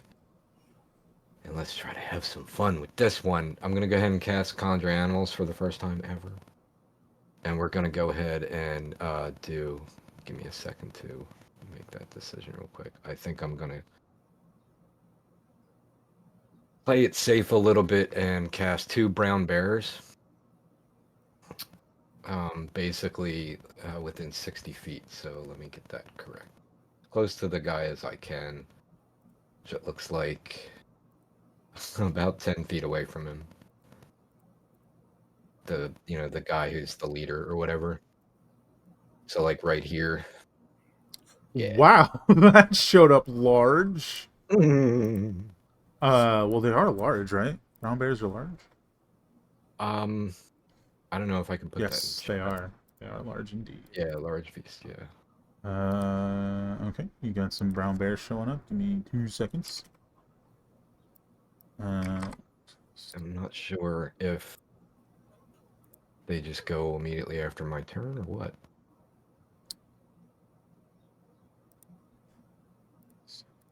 Roll initiative for the summon creature as a group, which has its own turns.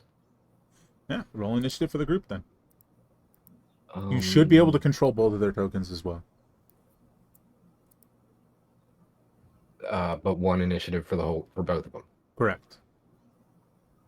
So you could just click on one and Ooh. Okay, well that's a 5, so I don't think they get to go right now, but they get to go on the 5. Right. Oh, and crap, I wasn't clicked on the token. I got it, it's fine. Okay. And that's it for you? Correct? Ran up. That's an action for the spell. Pulled out. So yeah, and then I'm gonna tell Dribbly, get back here and cover me. So he's gonna use his movement speed to literally come and be in front of me and try. Ooh, too far. And try to effectively be as much cover as he can for me. Full cover if possible. Like literally just get in front of me. Yeah, in your head, you're like, I can't attack these people because they're the good guys, right?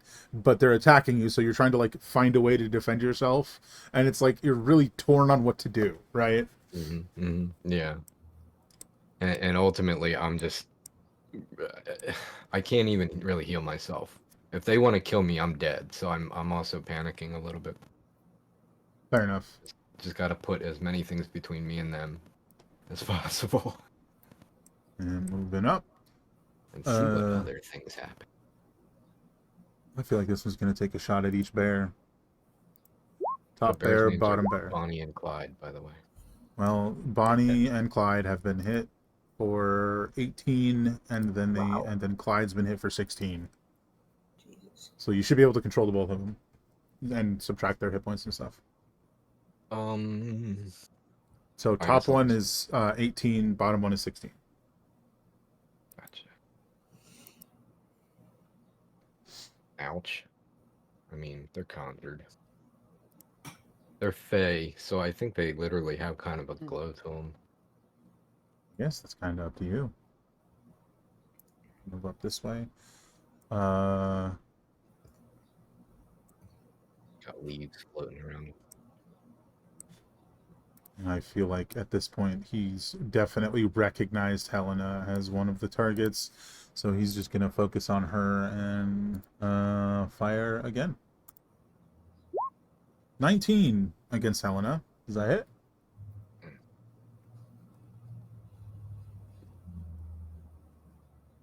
Yes, it does. So 14 fire and 4 necrotic. You could half that if you want. I already halved the damage for resistance. Yeah.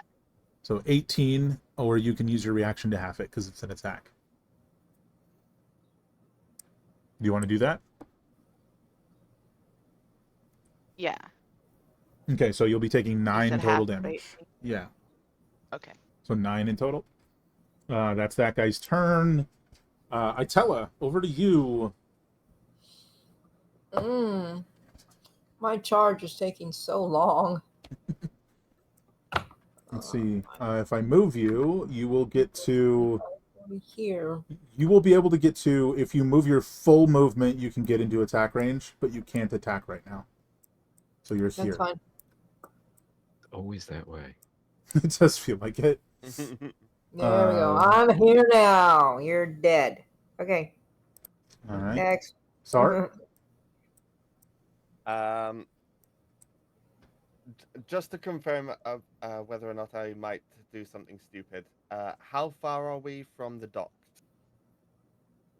Oh, lordy. Quite.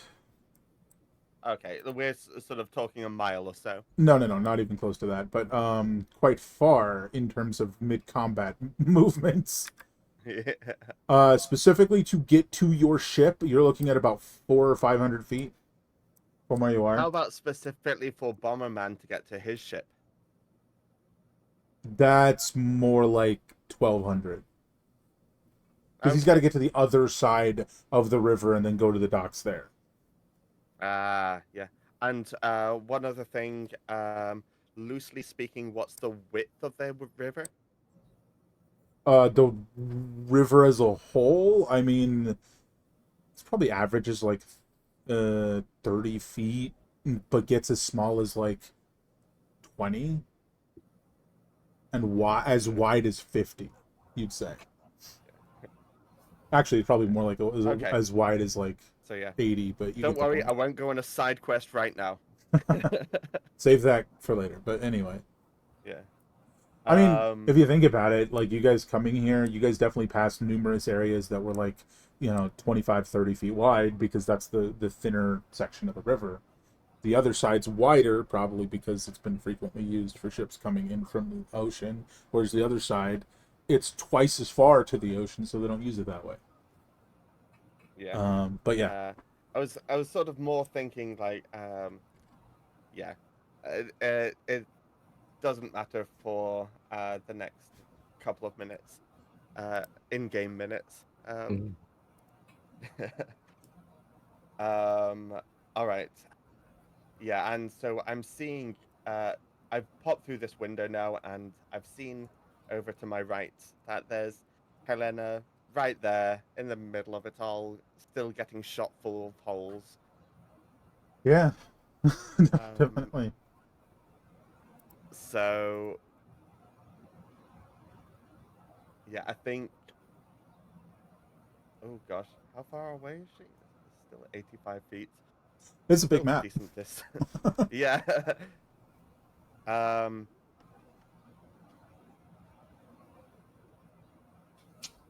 That's okay.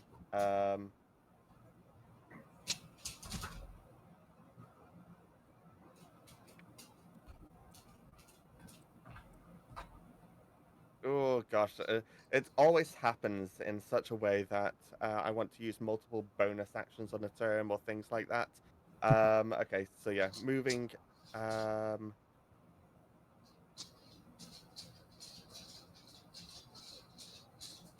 What? Until the spent. Nope, that's not also on your own turn. In which case, yeah, I'm just going to um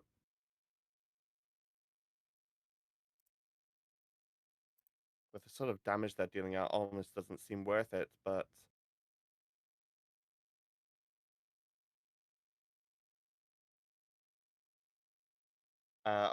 these two over here, they are civilians, yes? Yeah, they appear to be, and they appear to be running. Yeah. Um. All right. In fact, you know what? I'm going to move and dash. Darn it. 30 feet. Where are you? Oh, you're 35 again. And dash here. Oh, and I can. So I might as well. Healing words, Helena for 7 and oh, I didn't make a auto thing for this. And my moon sickle extra D4, I think it is. So 9 hit points to Helena.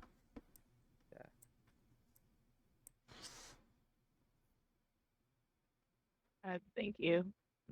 Saw has entered the battle. After everyone else has taken like 50 damage. Right? He's been chatting in the bar. Yeah. All right, that looks like that's it for you. So it's Helena's go. You just feel Sar's little magical words like, this can be okay. And get some hit points back, and then it's your turn. The wolf, you're Well, pretty I'm sure gonna is shoot. Itella, is now like next to the guy. If that helps. And there's bears. And there's bears. Mm. I'm gonna shoot him again. Heck yeah. That'll hit. Have you been shooting the boss the whole time? Mm-hmm. The big guy? Yeah. Yeah.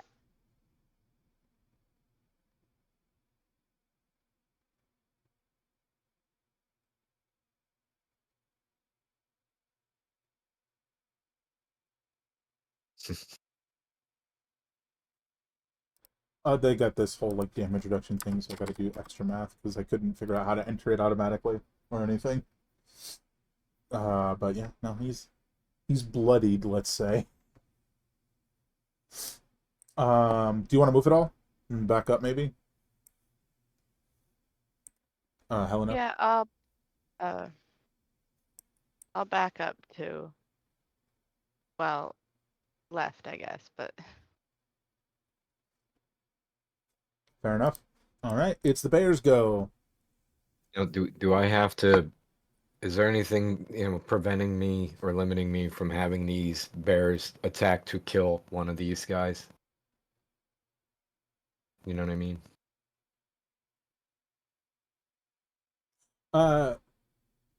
Look, I don't think you'd be like, hey, kill that guy. I don't think you currently would have the ability to do that, considering things. But you could be like, hey, stop that guy, and the bears would interpret that how they interpret that.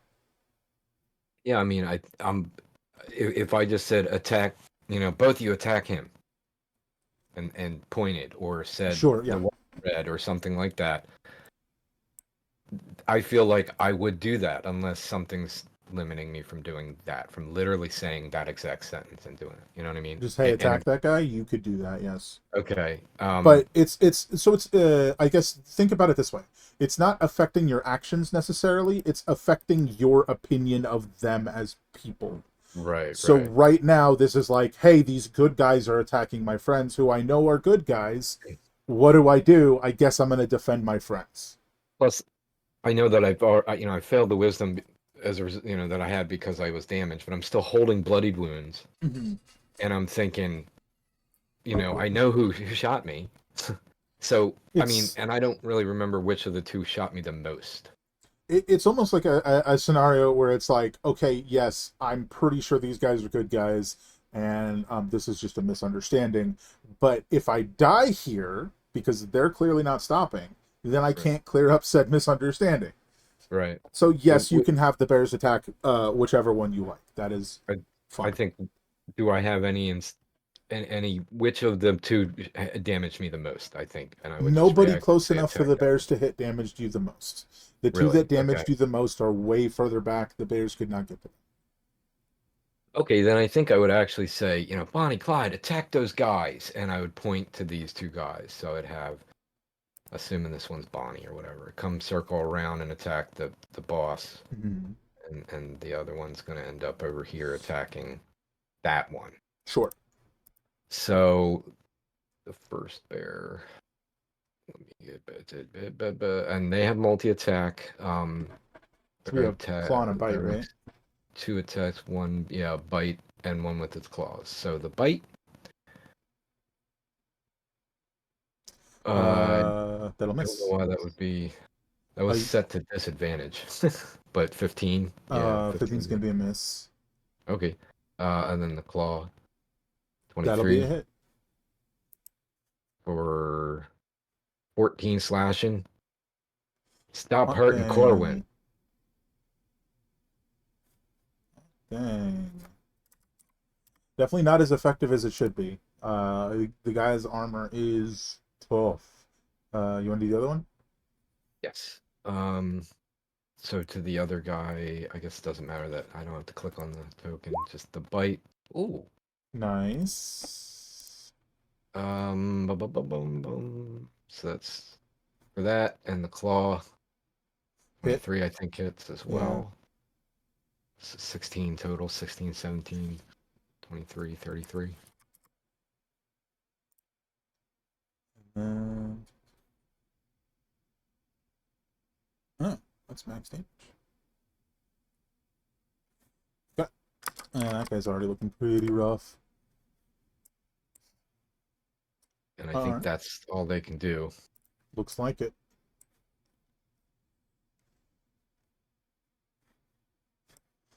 All right, this guy's moving forward.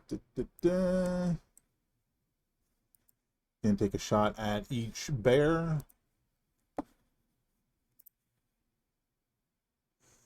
Bonnie, Clyde. Are those hits? I don't actually know offhand. Yeah. That's unfortunate. Yeah. So Bonnie is taking 14 total damage, and Clyde is taking 16 total damage. Is the top. Top one's Bonnie. That's what I've been saying. So minus 14 on that one. She's still up. And the other one was 16. Yep. Oh, wait. He's still up too. So they have taken at least 4 hits that you probably would have taken. Yeah. Nice. They're bloodied. Look terrible, but they're still Mhm. up. This guy is just going to turn, and they have close quarter shooters, so they can just take a shot at this bear. 24. Yep. Bam, this is the southern bear, so Clyde, I believe. Yeah. 8. 8 total damage to the southern bear. He gone. I'm gonna move. I guess they just blink away or whatever. Yeah, pretty much. It's gonna move up and is gonna slam his shield against the wolf. 19 to hit. Mothership. Why would he do that? I'm just standing here. Well, you've interposed yourself into the fight, right? Yeah, I did. It was a very threatening movement you did there. Okay, so that's a hit. You're going to need to give me a strength save. And you're going to take 4 damage. I cannot find the wolf sheet. Oh, there it is. Dang. Okay. I'm sorry. Strength save? Strength save, and you take 4 damage. I don't know why it's at disadvantage, but it's a failure because you take the first number. So you are knocked prone and you take 4 damage. But wolf damage, not you damage. So however much HP the wolf has. Oh, shoot. Stop it. And then the townsfolk, they're going to continue north. One guy runs. He does indeed, actually. In fact, you do not see him again because he's on the other side of these 2 buildings. Alright, and is this trooper? He's going to move forward. Oops, sorry. I don't know why I said move forward. He's going to... I guess he's moving forward. He's moving up and shooting at the other bear. 1 shot to the bear. Misses, so he's going to shoot at the bear again. Hold on. He doesn't get a second shot. That is a misfire. He has to fix his gun on his next turn. So the bear survives another turn. Corwin, go. I mean, my instinct is now to fire back. I'm not sure what else I would be doing. Yeah, I think you're definitely to the point where too much has happened, and even though you think they're good guys, this misunderstanding has gone too far. Yeah. That being said, you could fire with the attempt to knock unconscious in some manner. Right. Well, the people that are sitting there actively doing damage that just happened, I think would draw my attention, and I think I'm just going to open attack or open fire. I'm going to try to remain at least partial cover behind Dribbly. On your shield, sort of like leaning against you. Well, yeah, I guess I'm going to sort of let that drop though, because to take the bow. Yeah, you don't really get a benefit from it. We're just locating where it is. Correct, yeah. Like I'm still going to have 17, but maybe partial cover will do We'll something. Anyway. See when the time comes. Who you shooting? Yeah. That's the question. I'm not sure if I should maybe just roll. I think maybe I would just fire at the big guy. Sure. All right. You should have all your stuff. Mm-hmm. I got all that. That looks checked. Everything looks good so far. Not a giant or anything, so 27 to hit. That'll hit. For 15 damage. And that's 1 shot. Did that take him down or? No. Yeah, I figured. It's like All the right. arrow, it hits into the armor and then just breaks. Right. It definitely okay. did damage, right? Damage is being done, but it's far less than it should be. All right. My next shot, just as kind of like an instinctive reaction to that, is to not pull an arrow out of the weighted quiver, but pull one of my tungsten arrows. Sure. Which I believe have some kind of, and I'm gonna do it anyway, whether it does or not. But I thought it had something to help with, or maybe a different besides piercing. I'm just gonna copy this and put it in the chat. This is what I have for the tungsten arrow. So I'm gonna try to shoot him with one of those. But it won't have that bonus from the weighted arrow. But I'll just still shoot this. So 19 to hit with that tungsten arrow. That'll miss. That one just like sort of like crumples against the armor and falls to the ground. Okay. Once again, I act before I think about my bonus actions. I can't do anything besides concentration, so I think I'm gonna focus on... That's an action. Yeah, I don't have a bonus healing besides, I guess I should have a potion, so I'll just take a potion. Let me locate it.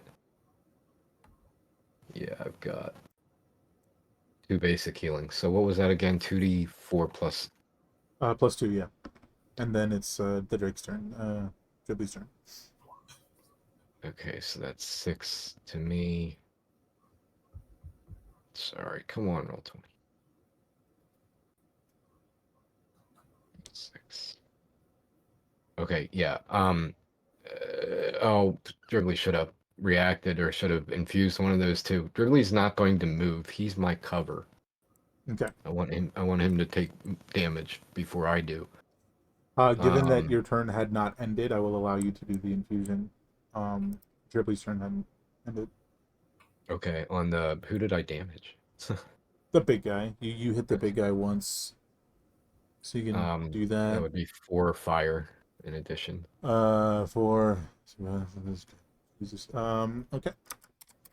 Does not seem to care much about fire either. Like even less than everything else. Mm-hmm.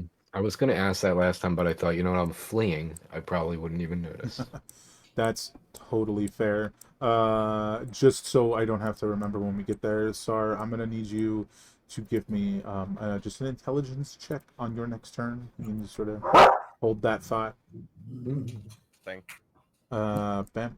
This guy's gonna move forward. It's gonna take a shot at the bear. Was this close to calling it a barrel? 14. I'm pretty sure that's a hit. So 17 damage to the bear. Is not going to attack the wolf because the wolf is currently prone, thus would have disadvantage to hit it from this distance. So is instead going to shoot at Corwin, who we're going to give half cover to. So it's going to be plus 2 AC, I believe. That's not going to come even close. And the bear is gone. And the bear is dead.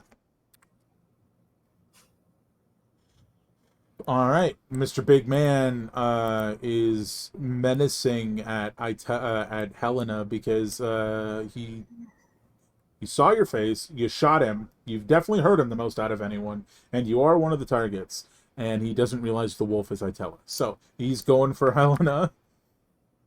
He moves up. Itella, would you like to make a, because you're prone, disadvantage attack of opportunity with the wolf bite? I absolutely.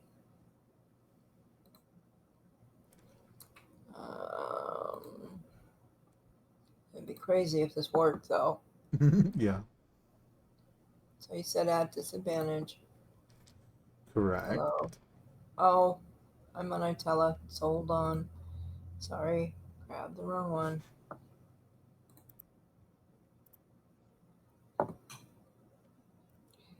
And I would assume, yeah, right. Wow. That's even worse than I thought you'd do. All right. He rounds the corner. You see him tilt his head, noticing that someone is behind you.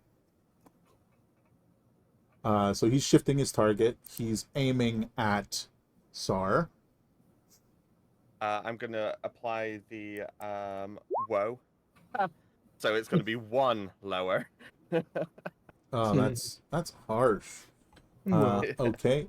Which is going to have a greater effect than you might think, because Helena, you need to make a dexterity save at 19, 18, minus 10, 8. DC 8. I'm sure you can do this.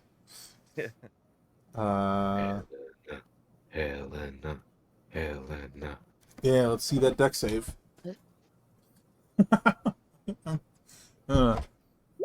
I just picture you like limbo backward and the fire goes right over you. It does hit Sar, however, for 25 total damage, because I don't think you're resistant to either of those. I should have saved my reaction for absorb elements. Right. But yeah, 25 damage to you. Just slams into you, this gout of fire. And yeah, that's this guy's turn. Itella, you are a prone wolf. Would you like to stand for half your movement? Oh, I didn't stand by attacking him? No. That's why you had disadvantage, because you were still prone. Oh, okay. Yes, I'm standing up to attack him again. This one, right? Well, no, the guy you attacked before ran. Like, he's up north doing okay. So, fire but at there's people. a guy right here, right? Yeah, there's a guy right there you could hit. You could smack him. But he's not the one that's been shooting at Helena, is it? No. Oh, shoot. Well, he's in my way. I'll just go with that thought. Okay, normal.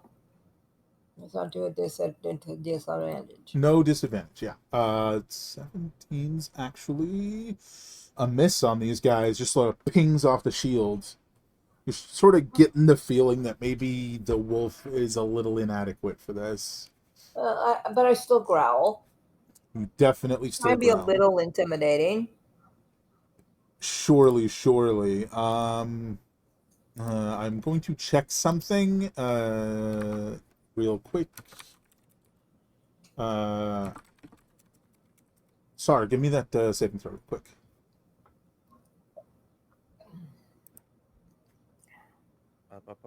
Intelligence. I found the answer to the question. If you wanted to end your wild shape, it is a bonus action.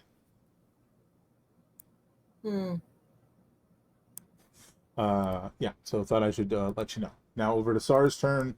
It strikes you, Sar. That guy is heading towards where the rest of them are. Yeah, it's going to take him a while to get there. And then once he's there could easily be people coming back. So it kind of bomb guy or bomb this guy, yeah, or big guy. no, the bomb guy. Yeah. So it comes down to, it's not necessarily that you can't win this fight. It's, can you win it fast enough? Yeah. That's the thought that crosses your mind. We're getting into the side quest I was speaking about earlier. Sure. And with that as well, you know what? Yeah, let's see what we can do side quest wise. So what I'm going to do is cast 4th level Call Lightning. Let's show the spell description. Fancy.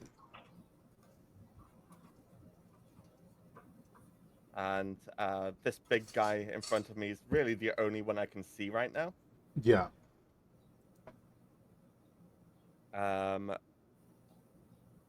So going to just cast that directly on him, which, yeah.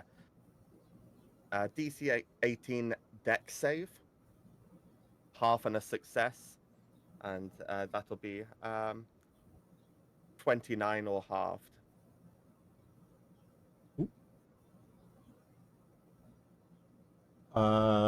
Fantastic. Okay, let's get his saving throw. He specifically is making those at disadvantage. Oh, I just realized I had my armor reduction thing. I'm actually 1 health point higher than I thought I was. That's a failure for 29, you said? Yes, 29.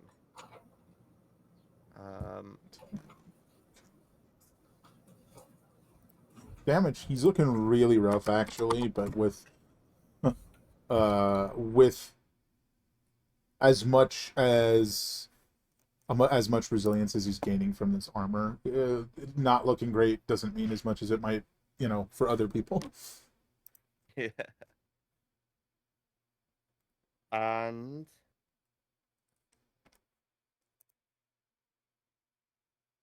going to move here and drink a regular potion of healing, which is what, 1d4 plus 2, is it? 2d4 plus 2 for a regular one. 2d4 plus 2. Yeah. Alrighty, and then it is...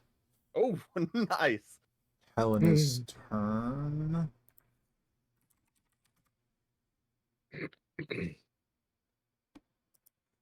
Helena, it's your go.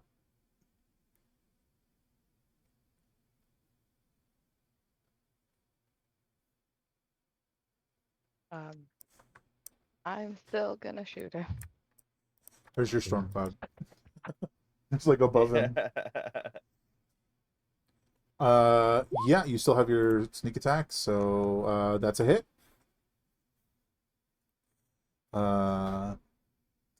Let's see. Oh my gosh, this is real difficult.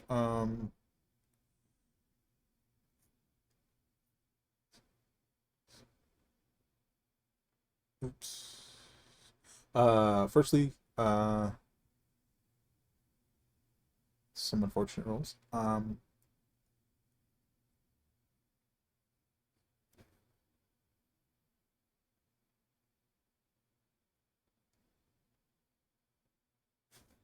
15. Alrighty, you want to move it all?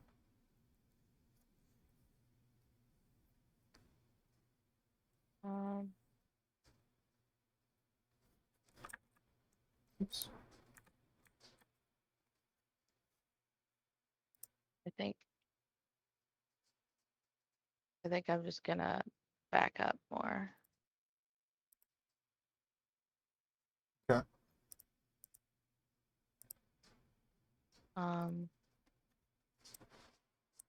Okay. Can I still do the 60? Yeah, you can do the 60 if you want. Do you want to back up that way, or do you want to go up towards the ship?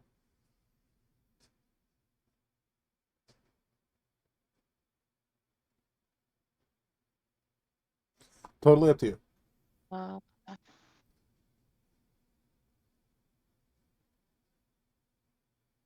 I think I'm gonna keep backing up.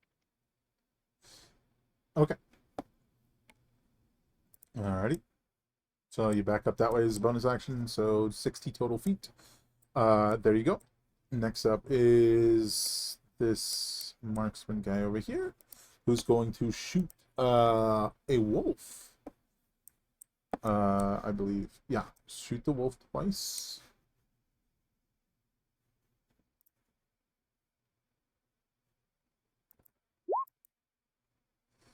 A 10's gonna miss, but a 26 hits Itella the wolf for 15 total damage. It's gonna move forward before doing that. I'm out of form. Okay, so you transform back into Itella. Mm-hmm. That's that guy's movement. This guy right in front of you that just saw you become one of the targets is going to try and bash you with his shield. 25. 25 to hit is definitely a hit for 9 total damage. And you need a strength save, or you will be knocked prone. Indeed. And check the save. That is a failure because we're taking the first number.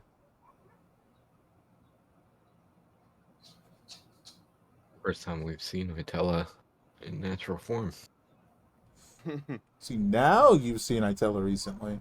Yeah, and he's going to immediately after hitting use his bonus action to cause like the outer side of the shield to like just jut forward as you hear like this like whirring sounds.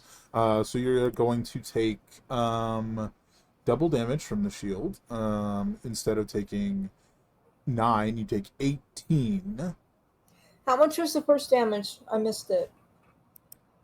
You mean this damage that he's doubling? Oh. Yeah, So, he's doubling it, so it's 9 and then 9 again. okay, so 18. Okay.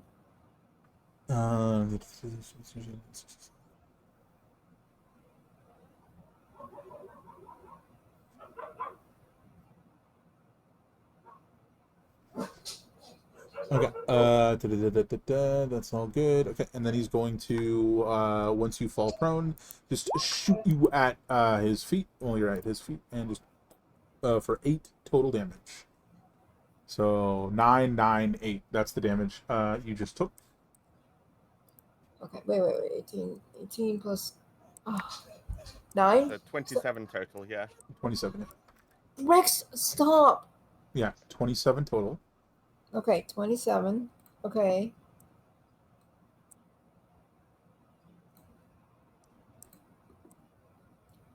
Hold on. Now. While you're doing that, I'm doing the townsfolk turn.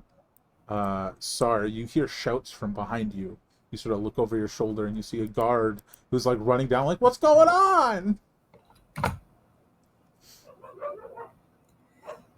Oh, that dog. You hear dogs bark in the distance. No doubt. All right, this trooper is going to move I'm over. sorry, Rex. No. Over here, yeah, not with that dog out there. And going, he's, I don't actually think he's gonna get close. He's just gonna take this opportunity to shoot you twice. Both hit, Itella for, I'll just give you the total. What's that? 20 total damage to Itella. All right, he has to get close. Or 20 They don't total, like me. yeah. No, they definitely don't, and they hurt. Corwin. What do you want to do? go take care of that issue. Please do. Of the two people that just hit Itella, is it obvious to me which of the two is more hurt? Yeah, one of them's clearly bleeding. He's the one to the north. Okay. I'm gonna target him. Before I do that, we're gonna go ahead and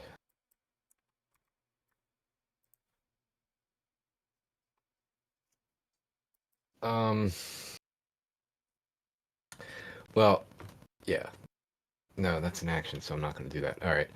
Let me see. Let me get back onto the right thing, and we're gonna get my 30 feet. So I'm basically gonna move up here. Sure. And then I'm gonna shoot this one. Sure.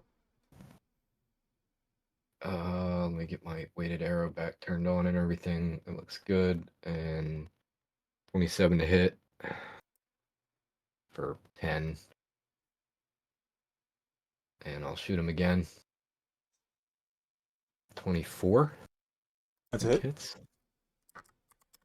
for 9. It's unfortunate. Dribbly's gonna go ahead and infuse the last one, I guess. D6. 5 fire. Yeah, these guys also have like sturdy armor, but it's clearly not as sturdy as that guy's. Yeah. Like there's a distinct difference. They're also, And- not as slow and so on. Yeah. And Dribbly's gonna effectively just move up and continue to try to be partial cover. As imagine that all just we moved together, then I shot. You know what I mean? But Sure, it's sort sure. of he's supposed to go after me, so That works, and he's just with you, in front of you still. yeah. All right. These guys are moving. They're 25 feet over, switching targets to Corwin, who still has, we're calling it half cover, and allowing Dribbly to basically use his action to give you that half cover. 1, 2 against you. That's a miss. 21 hits. Excuse me. Alrighty, for 15 total damage. All right. Alright, let's purifiers go.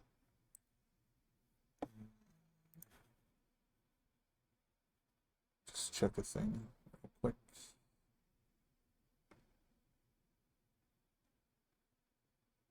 That's the wrong guy. It's this guy. That's a storm cloud over the guy. Yeah, though it's I think how does it work again? Come here. I think it's technically above Sa, and you can just keep using an action to lightning down. Well, he's, despite the fact that Helen is the target, he is aware he won't be able to catch her.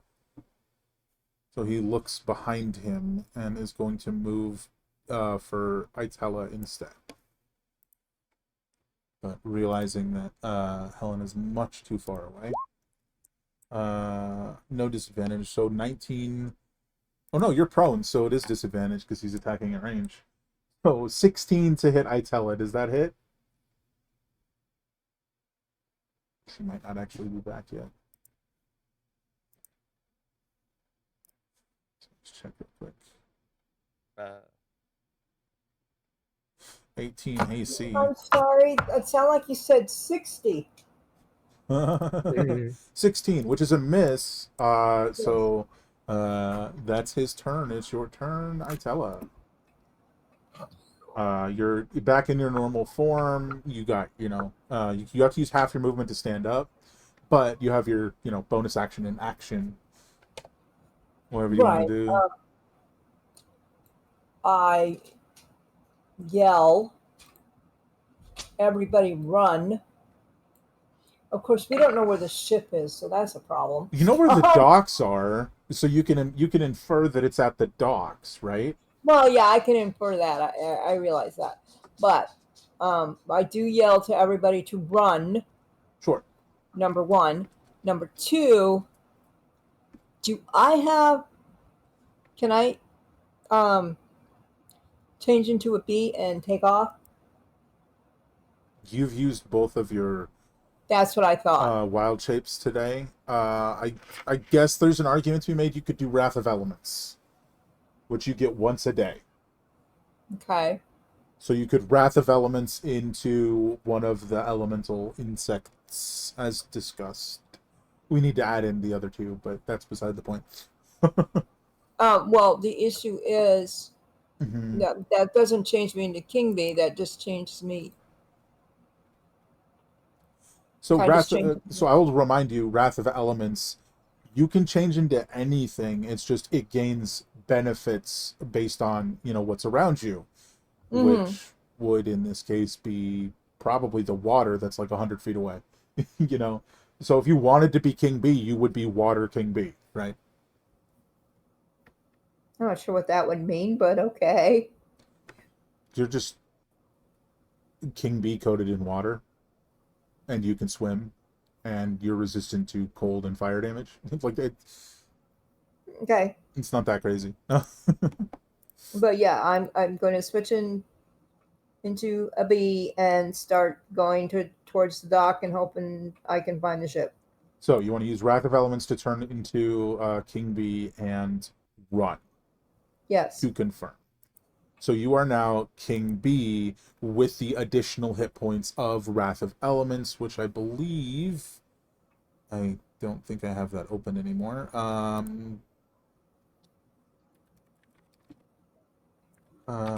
me see. Okay. Because they do get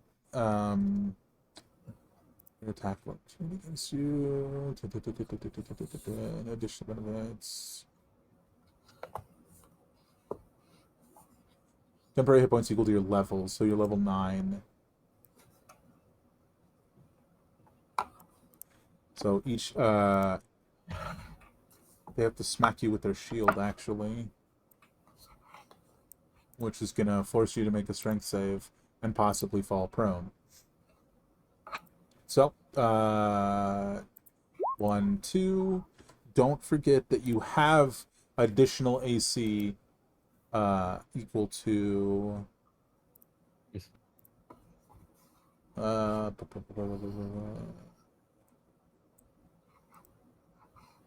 it.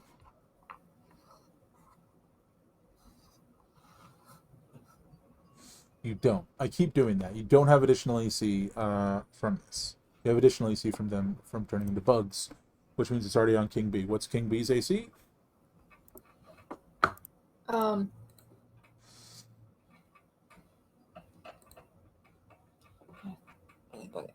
only 13. Okay. King Bee needs a strength save. Oh, here's another failure. Hey, that's actually a success. So you wow. The King Bee only has a strength of 10, so that's amazing. So you take 6 damage to the temporary HP. So that's 9 temporary HP minus 6. You have 3 left. And King Bee has a movement speed of 40 feet? 50. 50 feet. So he's flying at 50. It was a bonus action to transform into him.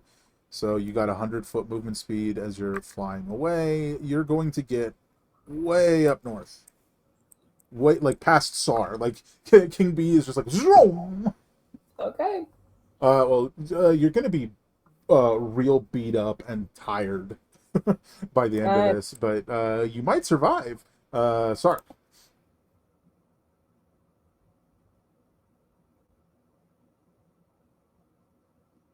I think you muted.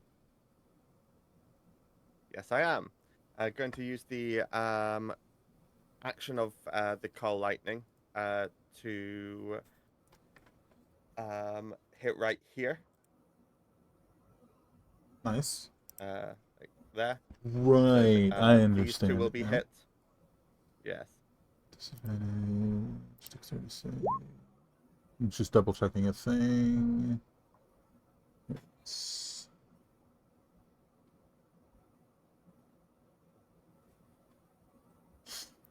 Sweet. Okay. That is. I don't see the damage yet, so just roll the other guy. And 24. 24.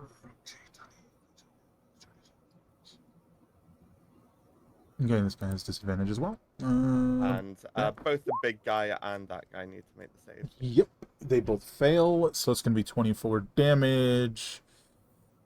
This guy drops. The big guy.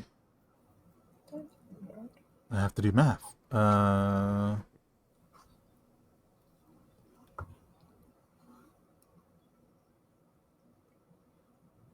Ooh, he's looking real rough. All right, that's it for you. Do you want to move at all? Sorry, Do I I meant want- that's it for that. There, it's now above Yeah, the I'm trying to decide if I. We're this far. Oh. To Yeah, what the hell, It's reiterate, been a long time since I've done this, but I'm going to Archer Star form. cool. And just to clarify, everyone heard Itella say run. Yes. So but just so I everybody can't is use aware. my bonus action to run anyway, so... No, I know. But Helen is next. That's Yeah. why I'm mentioning it. So that she's aware that gotcha, she yeah. heard as well. Yeah. So yeah, everybody heard that for sure. Yeah. Yeah, star form, and then So yeah, star form, and then how much is it? It's so yeah, when you do it, and as it's a bonus action. Attack. It's a Correct. separate attack thing. Yeah, I gotta hop up for just a second. But after you is Helena, so if both of you figure out what you want to do. Be back in a minute.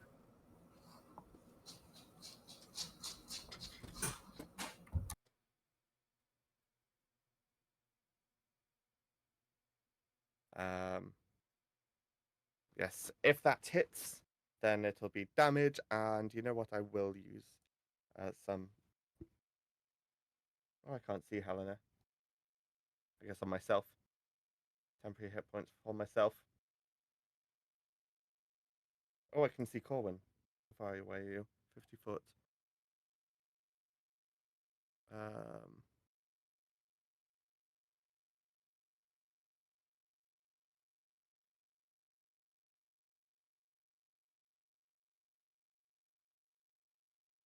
30 foot. Okay. Okie dokie. What did you roll? 19. Does that hit? A 19 does not hit, unfortunately. And heading sort of makes the other bit moot, 30 doesn't foot it? this way.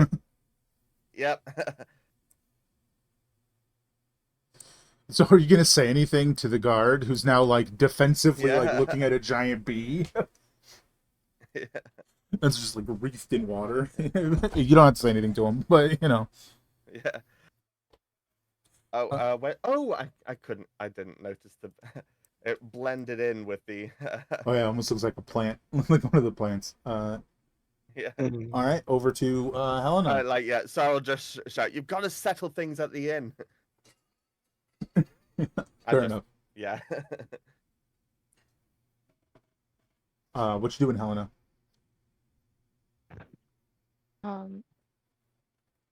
So where is the big guy dead? Does not appear to be, no. Where is he? I have lost him. He realized he could not Oh, reach he's you, just round the so corner. rounded the He's- corner. Yeah. Oh, there he is. Okay. You could run north, shoot him, and then keep running north if you wanted.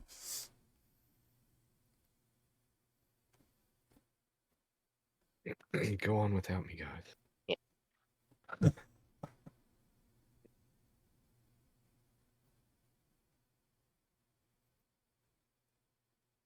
And diagonally is 5.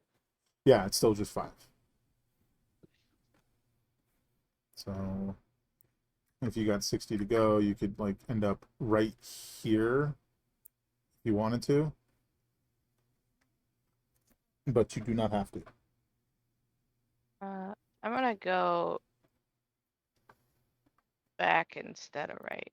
Okay. On that last one. Fair enough. You can see him clearly now. 23 is a hit. That's good damage. You drop him. Oh. You know, this like a huge form. It just like clinks into his like the back of his rib cage and just like plops to the ground, like with just like a heavy thud. So he is dead. There you go. Next up is this marksman who's sort of like looking at this other marksman and is like, "Whoa, shit! What do we do now?" And is just gonna decide to keep shooting at the Corwin target. 1, 2. No. Oh, they both hit. Does the 19 hit even considering the half cover from dribbling? Yeah. That's what my Unfortunately. AC is with it. 13 damage. And then 15, 16, 17, 18, 19 more. So that's like 30. What? No. Yeah, 30 damage. 32, yeah. I just did 32 minus damage. 13 and minus 19, and I'm at 4. Oof.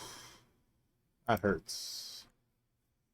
This guy, having had the 2 guys just drop in front of him. It's gonna... Oh my god. Roll 20? Why am I on the other side of the damn map? What did you do? That kept happening to me. He's going to be moving up 25 feet and taking 2 pistol shots at Helena. Is he at disadvantage yet? He is not. Oops, no disadvantage, but still 7. 7's a miss. Second shot, 23 to hit Helena. I think that's going to do it. Yeah. Oh, wait, hold on. He doesn't get his second attack because the first one's a misfire. I gotta stop doing that. Yeah, so his gun jams and he has to clear it. Sucks for him. Alright, the townsfolk are moving. This guy's gonna, sort of continue forward, step away from the bee, closer to Sar. Now he's like standing next to you, and he's like, "What's going on at the end?"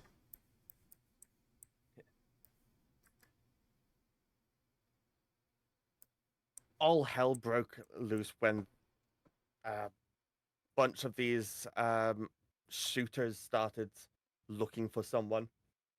Chaos and mayhem. Yeah. Right. Who's the order looking for? Who's the Order of Blacksmoke looking for? It's very like in the Hell moment. if I know. Can you get them to stop shooting me so we can talk?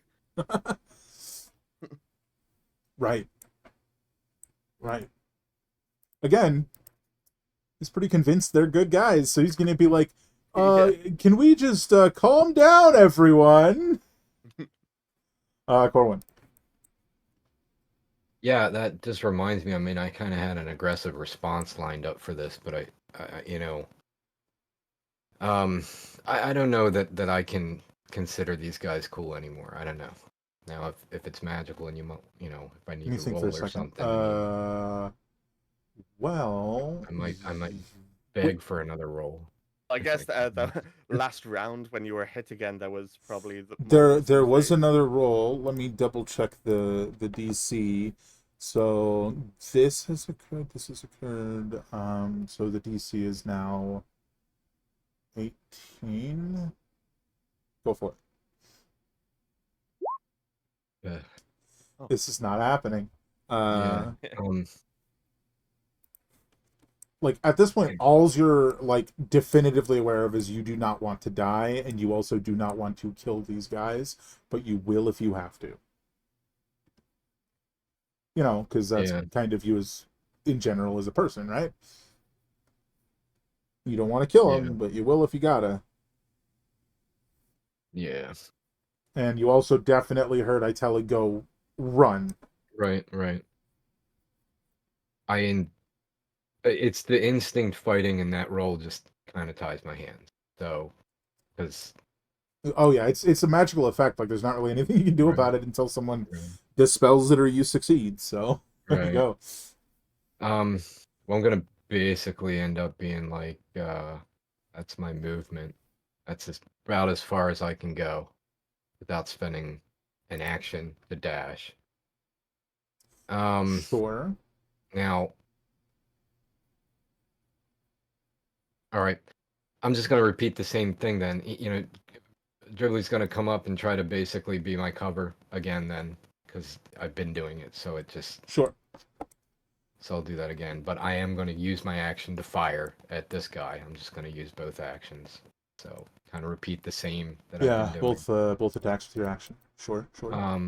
And I guess if I have a bonus, yeah, I will have a bonus. I'll also use my last potion, but we'll go ahead and click this because I was here. So how about a 31 to hit, That'll do. 15 piercing. We'll go ahead and do this now with Dribbly, +2 fire, and 29 to hit for 18 piercing. Oh, the closest guy, and 2d4 +2. Goblin these You and potions. Dribbly. That's all I got. So 7. I mean, that's better than nothing. Nice. And Dribbly's just over me, basically. He's trying to block any more attacks. For sure. He's under my token. He just popped into the grid. That's fair. All right. So, oops. Yeah. I did not mean to skip that marksman. He's moving up. 25 feet. It's gonna. Yeah, unfortunately, he's taking 2 shots at Corwin. That's another reason why I question the whole run. In my mind, like, I can't really run. Well, I guess they both miss. If it's 19, my AC is 19 with partial cover. Yeah, those are both misses. I Itella, felt the wind on the one, and I blew my hair back a little bit. are you gonna continue northward towards the docks? Just full speed.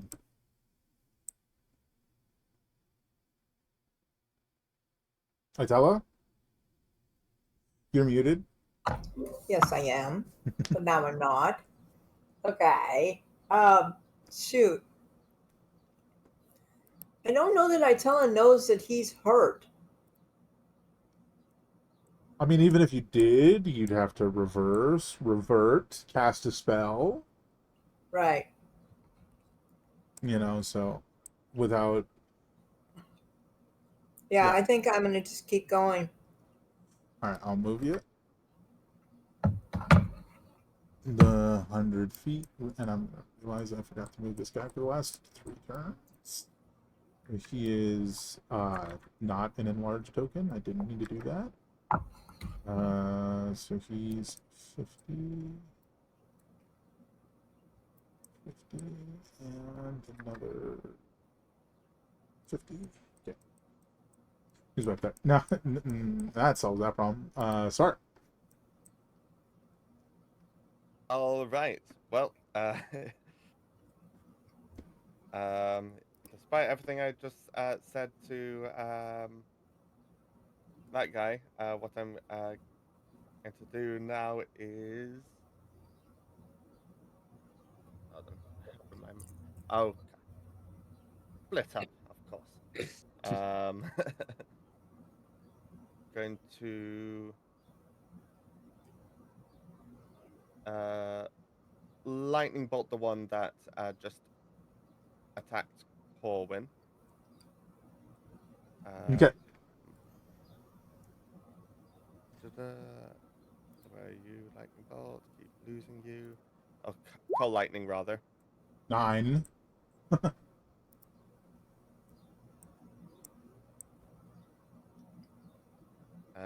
17 damage, and then going to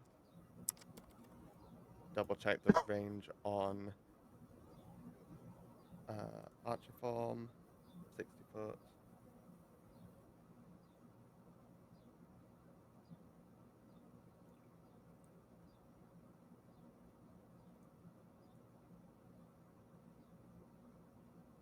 Okay, I think that one will be slightly out of range, so let's make it. Yeah. Going to move here, and on this guy here, going to use the archer form on him, hopefully. Let's see what happens. Nope. Yeah, that's not going to hit, unfortunately.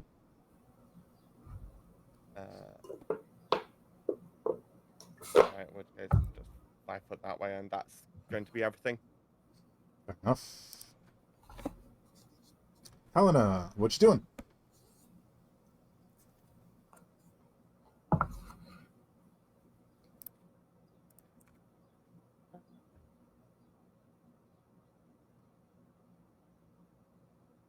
I guess I'm gonna shoot and run, and then can I say something short still? Yeah. Definitely no I'm just problem. gonna be like, would you stop? Who is that directed to? The the enemy guy. Yeah, Got it. just directly asking the guy shooting at us. Yeah, 100% got it. That's a hit. Roll your damage.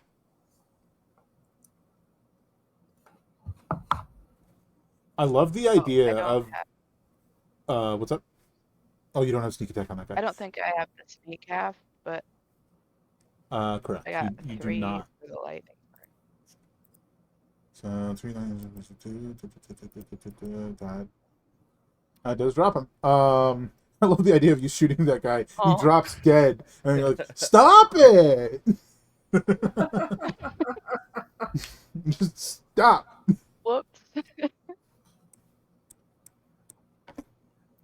Uh, Oh, and then I'm gonna run up if I can figure out.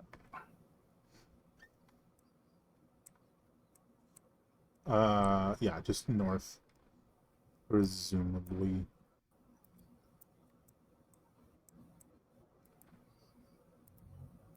Oh, I didn't realize I could do that. And you'd have you movement and then another 30 for your bonus action dash if you felt like using that. Yeah, I did. Awesome. All right. This guy, who is going to zoop, vanish behind the building. Well, that's probably something. All right. Both the guards move forward. The one in the front loudly shouting to stop firing. He's like, okay, everybody stop. And then it's gonna be Corwin's turn momentarily. I found the other SAR token. It just got randomly thrown in the middle of the map. I'm gonna delete that. That's really funny, actually. Oh, 50 feet up. For when. Ultimately, I mean, I'm just looking to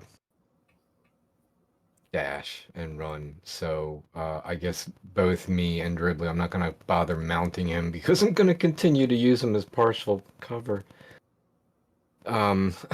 So, but we're both gonna end up moving 80 feet north. Yeah. From a practical mechanical sense, he's using his action to block you. So if he's using his action to dash, he can't also do that. So either you guys run further, Yeah, or you we'll just run both defensively. dash. We'll just Fair both enough. dash. It's gonna use both their actions, and we're gonna end up here. Fair enough. Somebody said run. Yeah. Fantastic. You're both up there. This guy also seems to disappear behind the building. You're really, those of you who can see it, are not sure what that's about. Maybe he's running too. Itella, continuing towards the ship, I assume. Yep. Well, I gotta find it, but yeah. And you are flying, so you can just go up and over the building, but that would put you inside the building because there's no way to get that to work. So you're Yeah. currently on top of the building, Okay. as a giant bee. Sar, what you doing?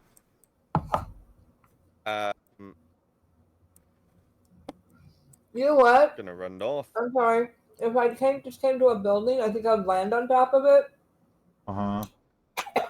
and turn around and make sure they're following me. Oh yeah, it looks like they're following.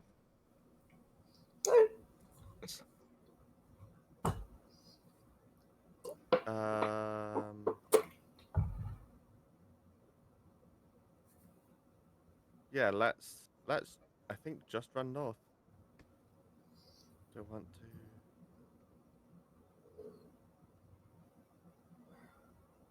Yep, just running. Dash action. I don't have super speed like some people. These guys are all moving forward. I will healing words on Corwin though. That'd be awesome. I also kind of don't really understand. I mean, I don't think Itella could have possibly not known that I was so injured. To be fair, you were over half health when he passed you. Actually, no, I was down to like high 20s, and then I healed myself to get back to 51, and she was within 30 feet during that transition. Or he, excuse me. Yeah, I think he was just focused though, so I wouldn't just. I mean, it's no big deal. I just don't. I don't know why this looks crooked. Anyway, Sar, give me a perception but yeah, that's check. total of 11. Sorry. And what's our roll? Give me a perception check.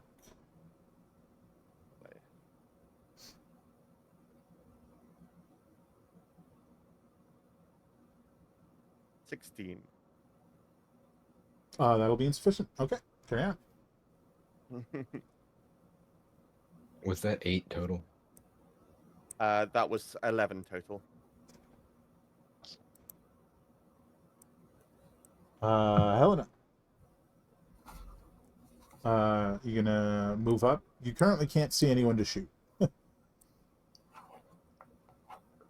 But you can move northward if you'd like.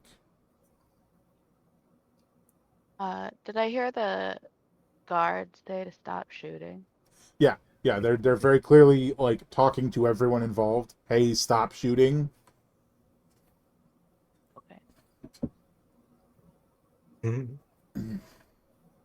Break it up.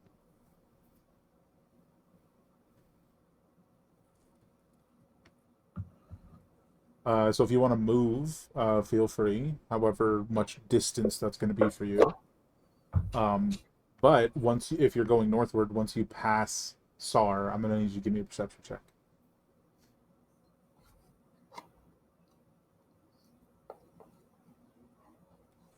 That's perfect, in fact. Yeah, perception check.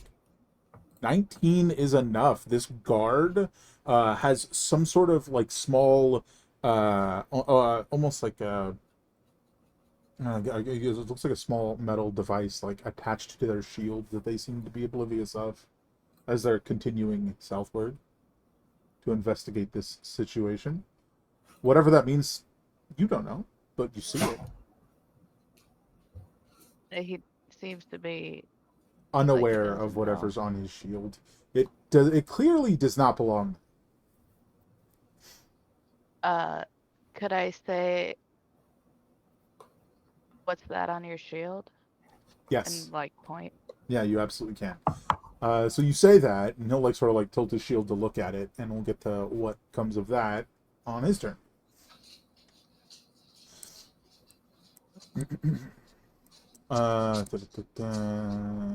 Alrighty. If that's your total movement, we're coming to this guy who's going to be hunkered down. Yep, that's perfect. With your guys' heightened perception, you hear the sound of a window breaking and a gunshot towards Sar. Just one. 24. They're now taking cover in the inn and shooting from the windows. So, yeah, 24 is a hit. For 13 total damage. I've got to do a concentration check. It's fine.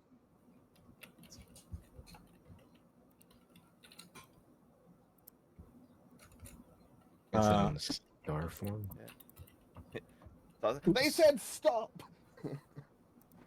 Gosh, that was interesting. I didn't even know you could do that. Accidentally popped out Roll20's rolling thing.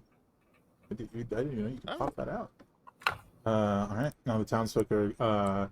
so these two guards are... I'm going to delete your storm cloud. Like, you still have it, but it doesn't need to be there anymore. They're sort of like moving in front of the windows, like, guys, you need to stop. Like, this is unnecessary. It's not working. This guy up here sort of like flips his shield and he's like looking at it, right? And he goes, where did this come from? And he like reaches down and pulls like the short sword out of his sheath and is like trying to pry it off. Helena, you immediately get a very bad feeling about this, just as a spark against his shield causes whatever this this metal device is to explode. Give me a dexterity save. As does this guy. Let me see if I can... 30 foot. This is happening up by Helena? Yep. This is a 30-foot radius. I forgot we could do that thing. This is a circle emanating from this guy. Forgot about that as well, yeah. Yep. So explosion of fire. DC 15 dexterity save. Did he just blow himself up, or like just... I don't think you know. In fact, only Helena knows that he had no idea what this device was, and he tried to remove it, and it exploded. That's unfortunate for a whole lot of people. Helena, it's fire damage. You take half. Even if they succeeded, all of these people here would still be dead. So, that explosion kills this guard. and this unfortunate soul, and the two that have been running the whole time. And this individual here, and this individual here, and this guy. Corwin. Yep. You see this massive explosion, very indiscriminate, and you know full well that Helena can't do that. Give me another wisdom save, DC 14.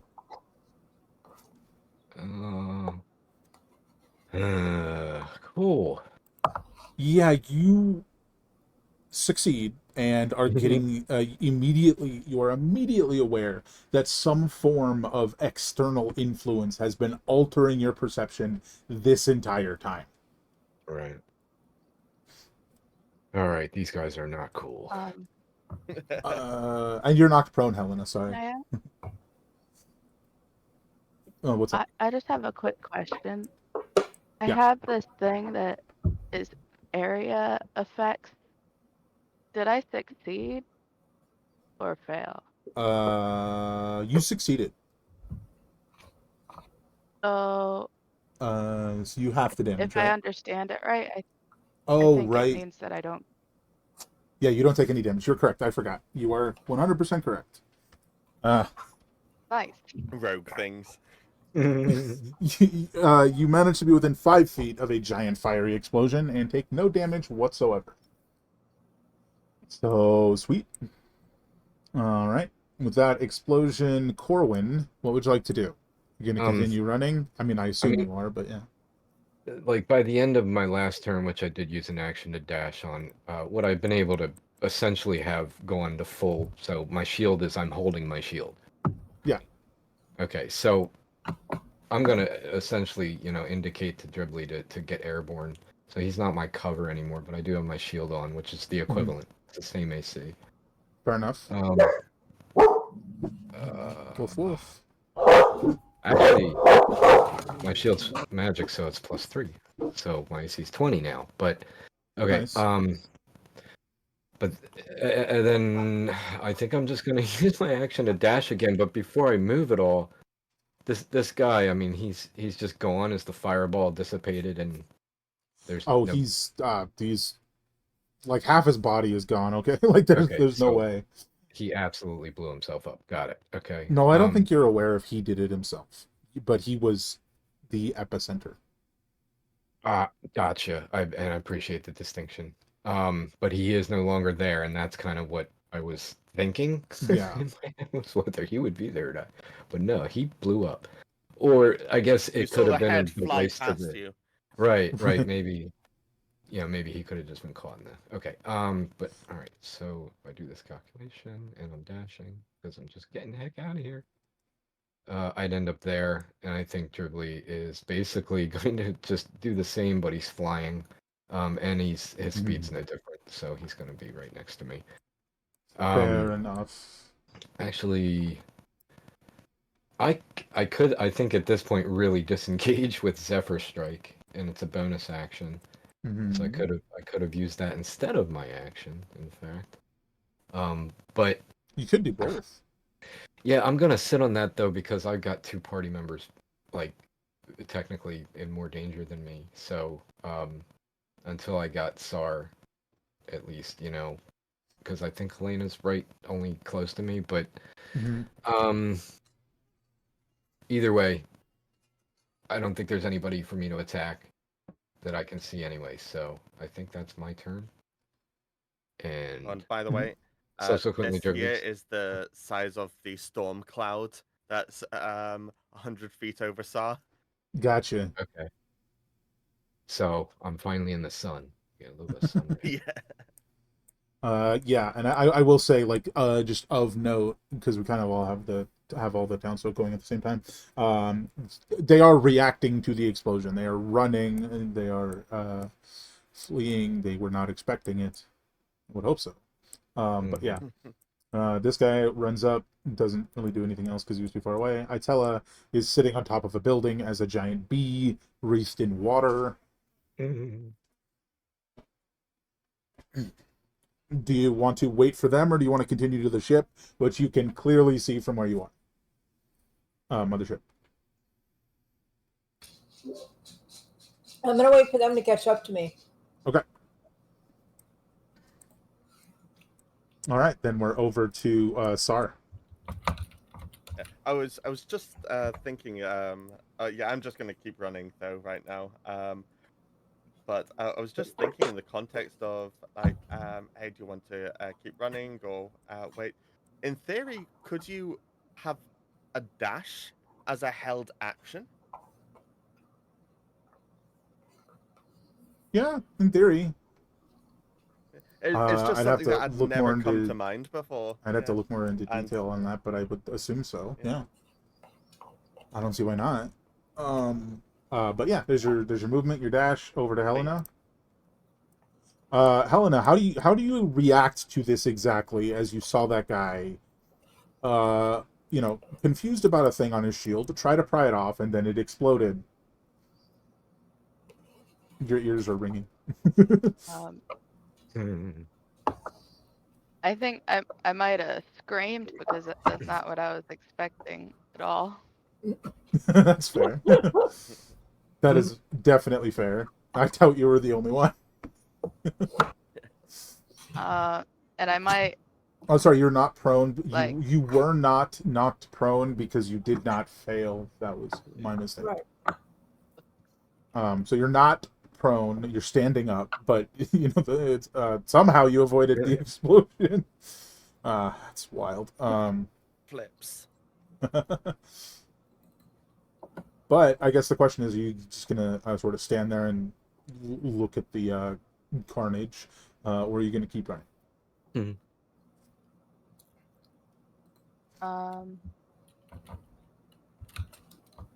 I wanna help some of these people, but I don't know if I can do anything. I mean, you got a passive perception of 20. They're definitely all dead. The people who are not dead are running. Okay. But, the indiscriminate explosion tells you kind of all you need to know. So, yeah, you can do your move, dash, all that jazz. Yep, fair enough. All right, this guy's... you hear more gunshots from the south, as it seems like these two individuals have decided to open fire on the guards. Oh, There's one guard down. that's That's not not- acceptable. That's not... Oh, wow, that's not happening. All right. Yeah. I mean, jeez. Alright, the townsfolk are fleeing. Some are forcing their way into the back room of this open air market to get away. The people that are shooting the guards are inside the inn. Yeah, they broke open the windows and are firing from inside the inn. In other words, if you wanted to shoot back, you would not have. You'd be able to, but you wouldn't have a very good chance of hitting them. This guy's running across the bridge. Corwin, you gonna continue towards the ship, the boat?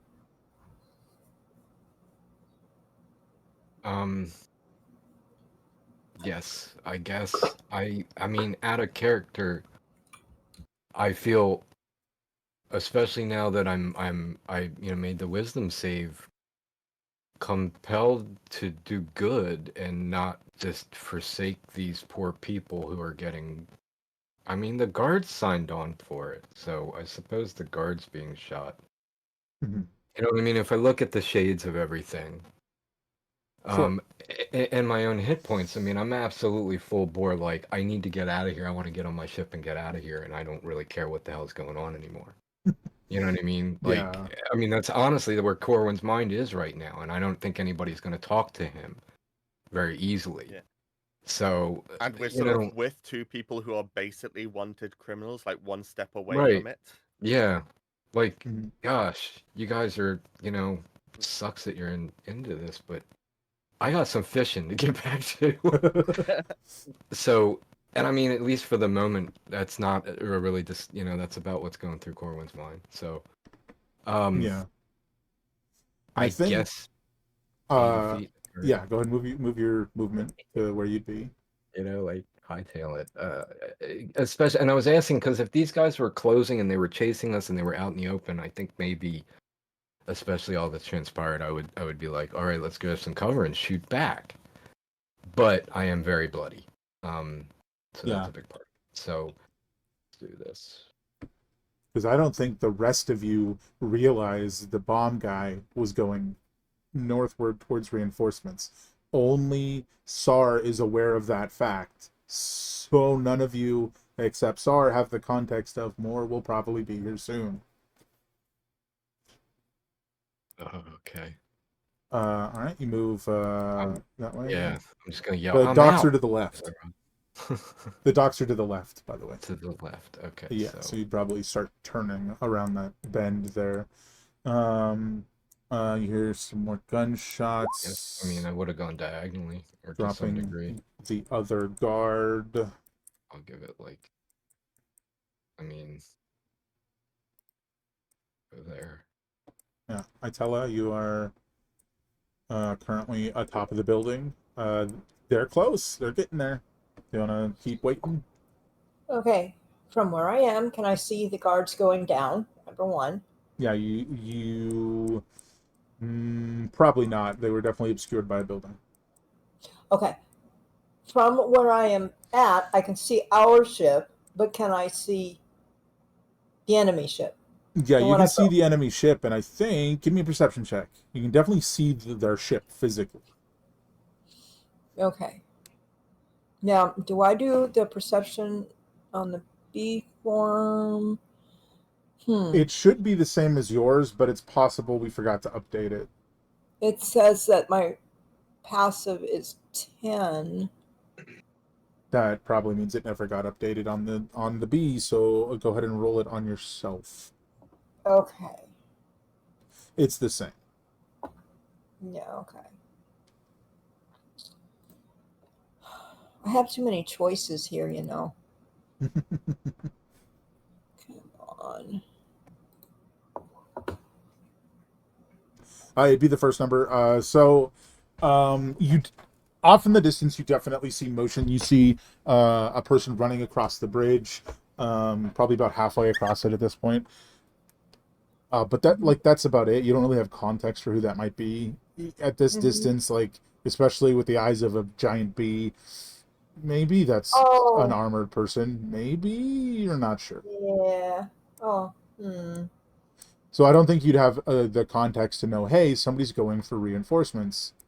Currently. Okay, I'm gonna wait. I'm gonna wait on top of the building one more turn. You're also fast enough that you could just fly over on your next turn anyways, so there's that. Sorry. And if it helps, you can just run over top of this ridge here. You don't have to what run sort of around. direction is the other ship in? Is it? Oh gosh. So your ship is that way, right? Ours It's is that this way, way, yeah. and theirs is that way. Right. The bridge is currently down, if that helps, because it is a drawbridge, and we'll have to raise for a larger ship like that to pass, if that's what you're considering. Yeah. Their ship. Sort of. How far off this shore is it? Off of this shore, Is this a shore? like, Oh, yeah. So the bridge is maybe 20 feet past the edge of the map. And then, the shore is a little bit past the bridge, right? It's sort of built onto the shore a little bit because it's a drawbridge, so it has to have extra weight to raise up on. And then this is one of the widest parts of the river. It's about 100, maybe like 115 feet across. And their ship is like 45 feet wide, so 50 feet away, give or take. 50, 60 feet away. If that helps.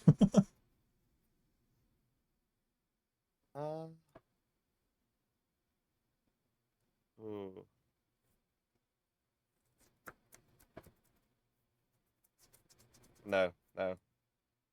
But I'm not fast enough for it to be worth it. Yeah, you're not playing that I character wanted anymore. to see if I could try and blow up bomb guy with my storm, Yeah. but I mean, at this point, not worth it. he's Let's dash literally north, hundreds of and feet away, you actually, know? I'm also going to cancel my concentration and star form Okay, because I'm just drawing attention at this point. for sure. Then we're over to Helena. If you want to keep moving towards the ship.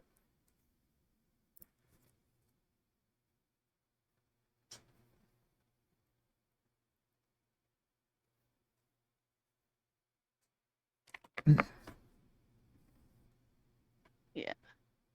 Is it still north or? It's sort of left the way the rest of the party's going, so you guys should be going that way. Yeah, through this way. I mean, you could get like way you get here if you really wanted to. For movement dash, bonus action dash, you could get all the way to there. Oh, okay. Yeah.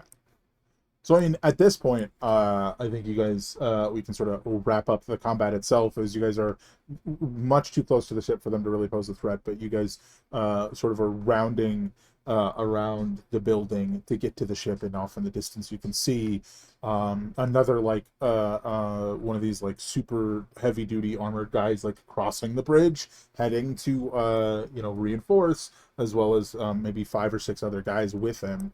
4 other guys with him. And he's like heading towards the inn, like that general direction across the bridge and down the road. But you guys are all going to be at this point. How did I do that? Oh, that was you, Scott. Oh, what did I do? There's just a lingering arrow on my screen. Oh. But you guys all pile onto the ship and start, I imagine, start heading away. On a positive note, there's absolutely no way they're going to be able to follow you quickly because the bridge is down and their rudder's damaged. So it's going to be a while. But I think we're going to come to a close as you guys sort of collapse onto the deck of the ship as Corwin gets it going. And like very much realizing, hey, this is like a big deal. They're messing with people's minds. They don't care about, killing civilians. Yeah. You have no idea what they're doing or how they're doing it. You feel like you're gonna need to find someone to talk to about it. So that is where we'll end, with you guys heading off down river, sort of back where you guys came from, really, because you're not going the other way. We sort of fade out as you guys lie exhausted on the deck of the ship. Okay, as soon as we get on the ship, I change back and start passing out healing potions to those that look injured.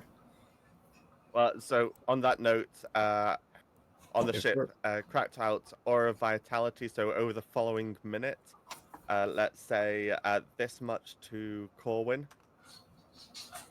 And cool, 29 to Corwin. At least starting with this much to Helena, and then see how everyone's feeling. Am I incorrect in assuming every time that goes off, it gets healing from your sickle? Oh, you are correct. So that's actually 10d6 plus 10d4. Yes. Wow. Plus 5d4. Yeah. 5d4. Because it's 2d6 each time. So yeah. Got it. So okay. Plus another 6. And there's some ones there. and plus another. What is with my word? Okay.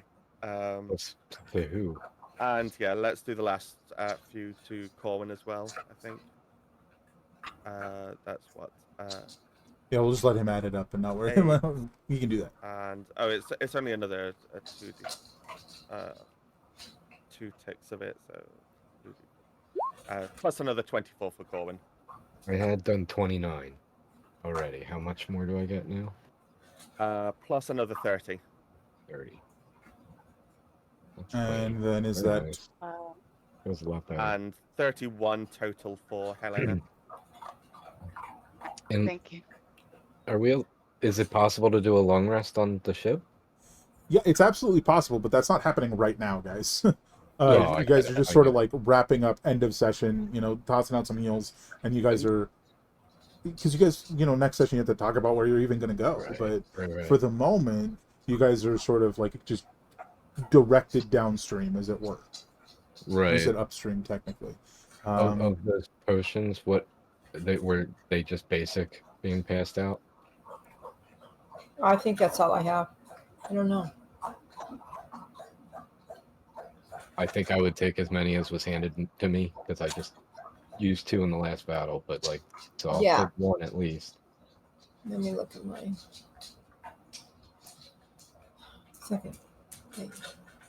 Come on, brain. Second page. Bio. There it is. Brain.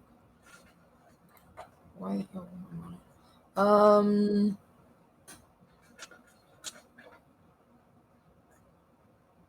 Oh, I'm descriptive. It says I have 8 healing potions. That's all it We'll says. figure that out at another time, guys. It's time to wrap up. Yeah. So you guys are pointed down the river and up the river, and it's time And to. somehow we're not dead yet. It's time to start thinking about who you could talk to or how you Yeah. could figure out what's going on. Because right now, all you know is something is going Right. And on. Yeah. I mean, we have to have a group chat. At Yes. this point, we Basically. haven't. Yeah. I mean, we You guys tried to talk with Helena, but I mean, it was all of about 2 minutes before Yeah. stuff happened. Absolutely. So basically, next session we're probably going to open with you guys having a conversation on the boat, 10 minutes away from the town. So that is where we'll start next time. Yeah. So I think that's it for us, guys. Thank you all so much for coming. This was fun. A little chaotic, but fun. And I look forward to seeing what you guys sort of discuss and figure out next time. In the meantime, I think we're gonna raid. Do you want to raid Debbie Cat? Let's do that. Thank you all so much for coming. I hope you all have an absolutely phenomenal evening, and we will hopefully be back next week with more Chasing Embers Season 2. And we can figure out what the heck is going on. Good night, everyone. Take care, everyone.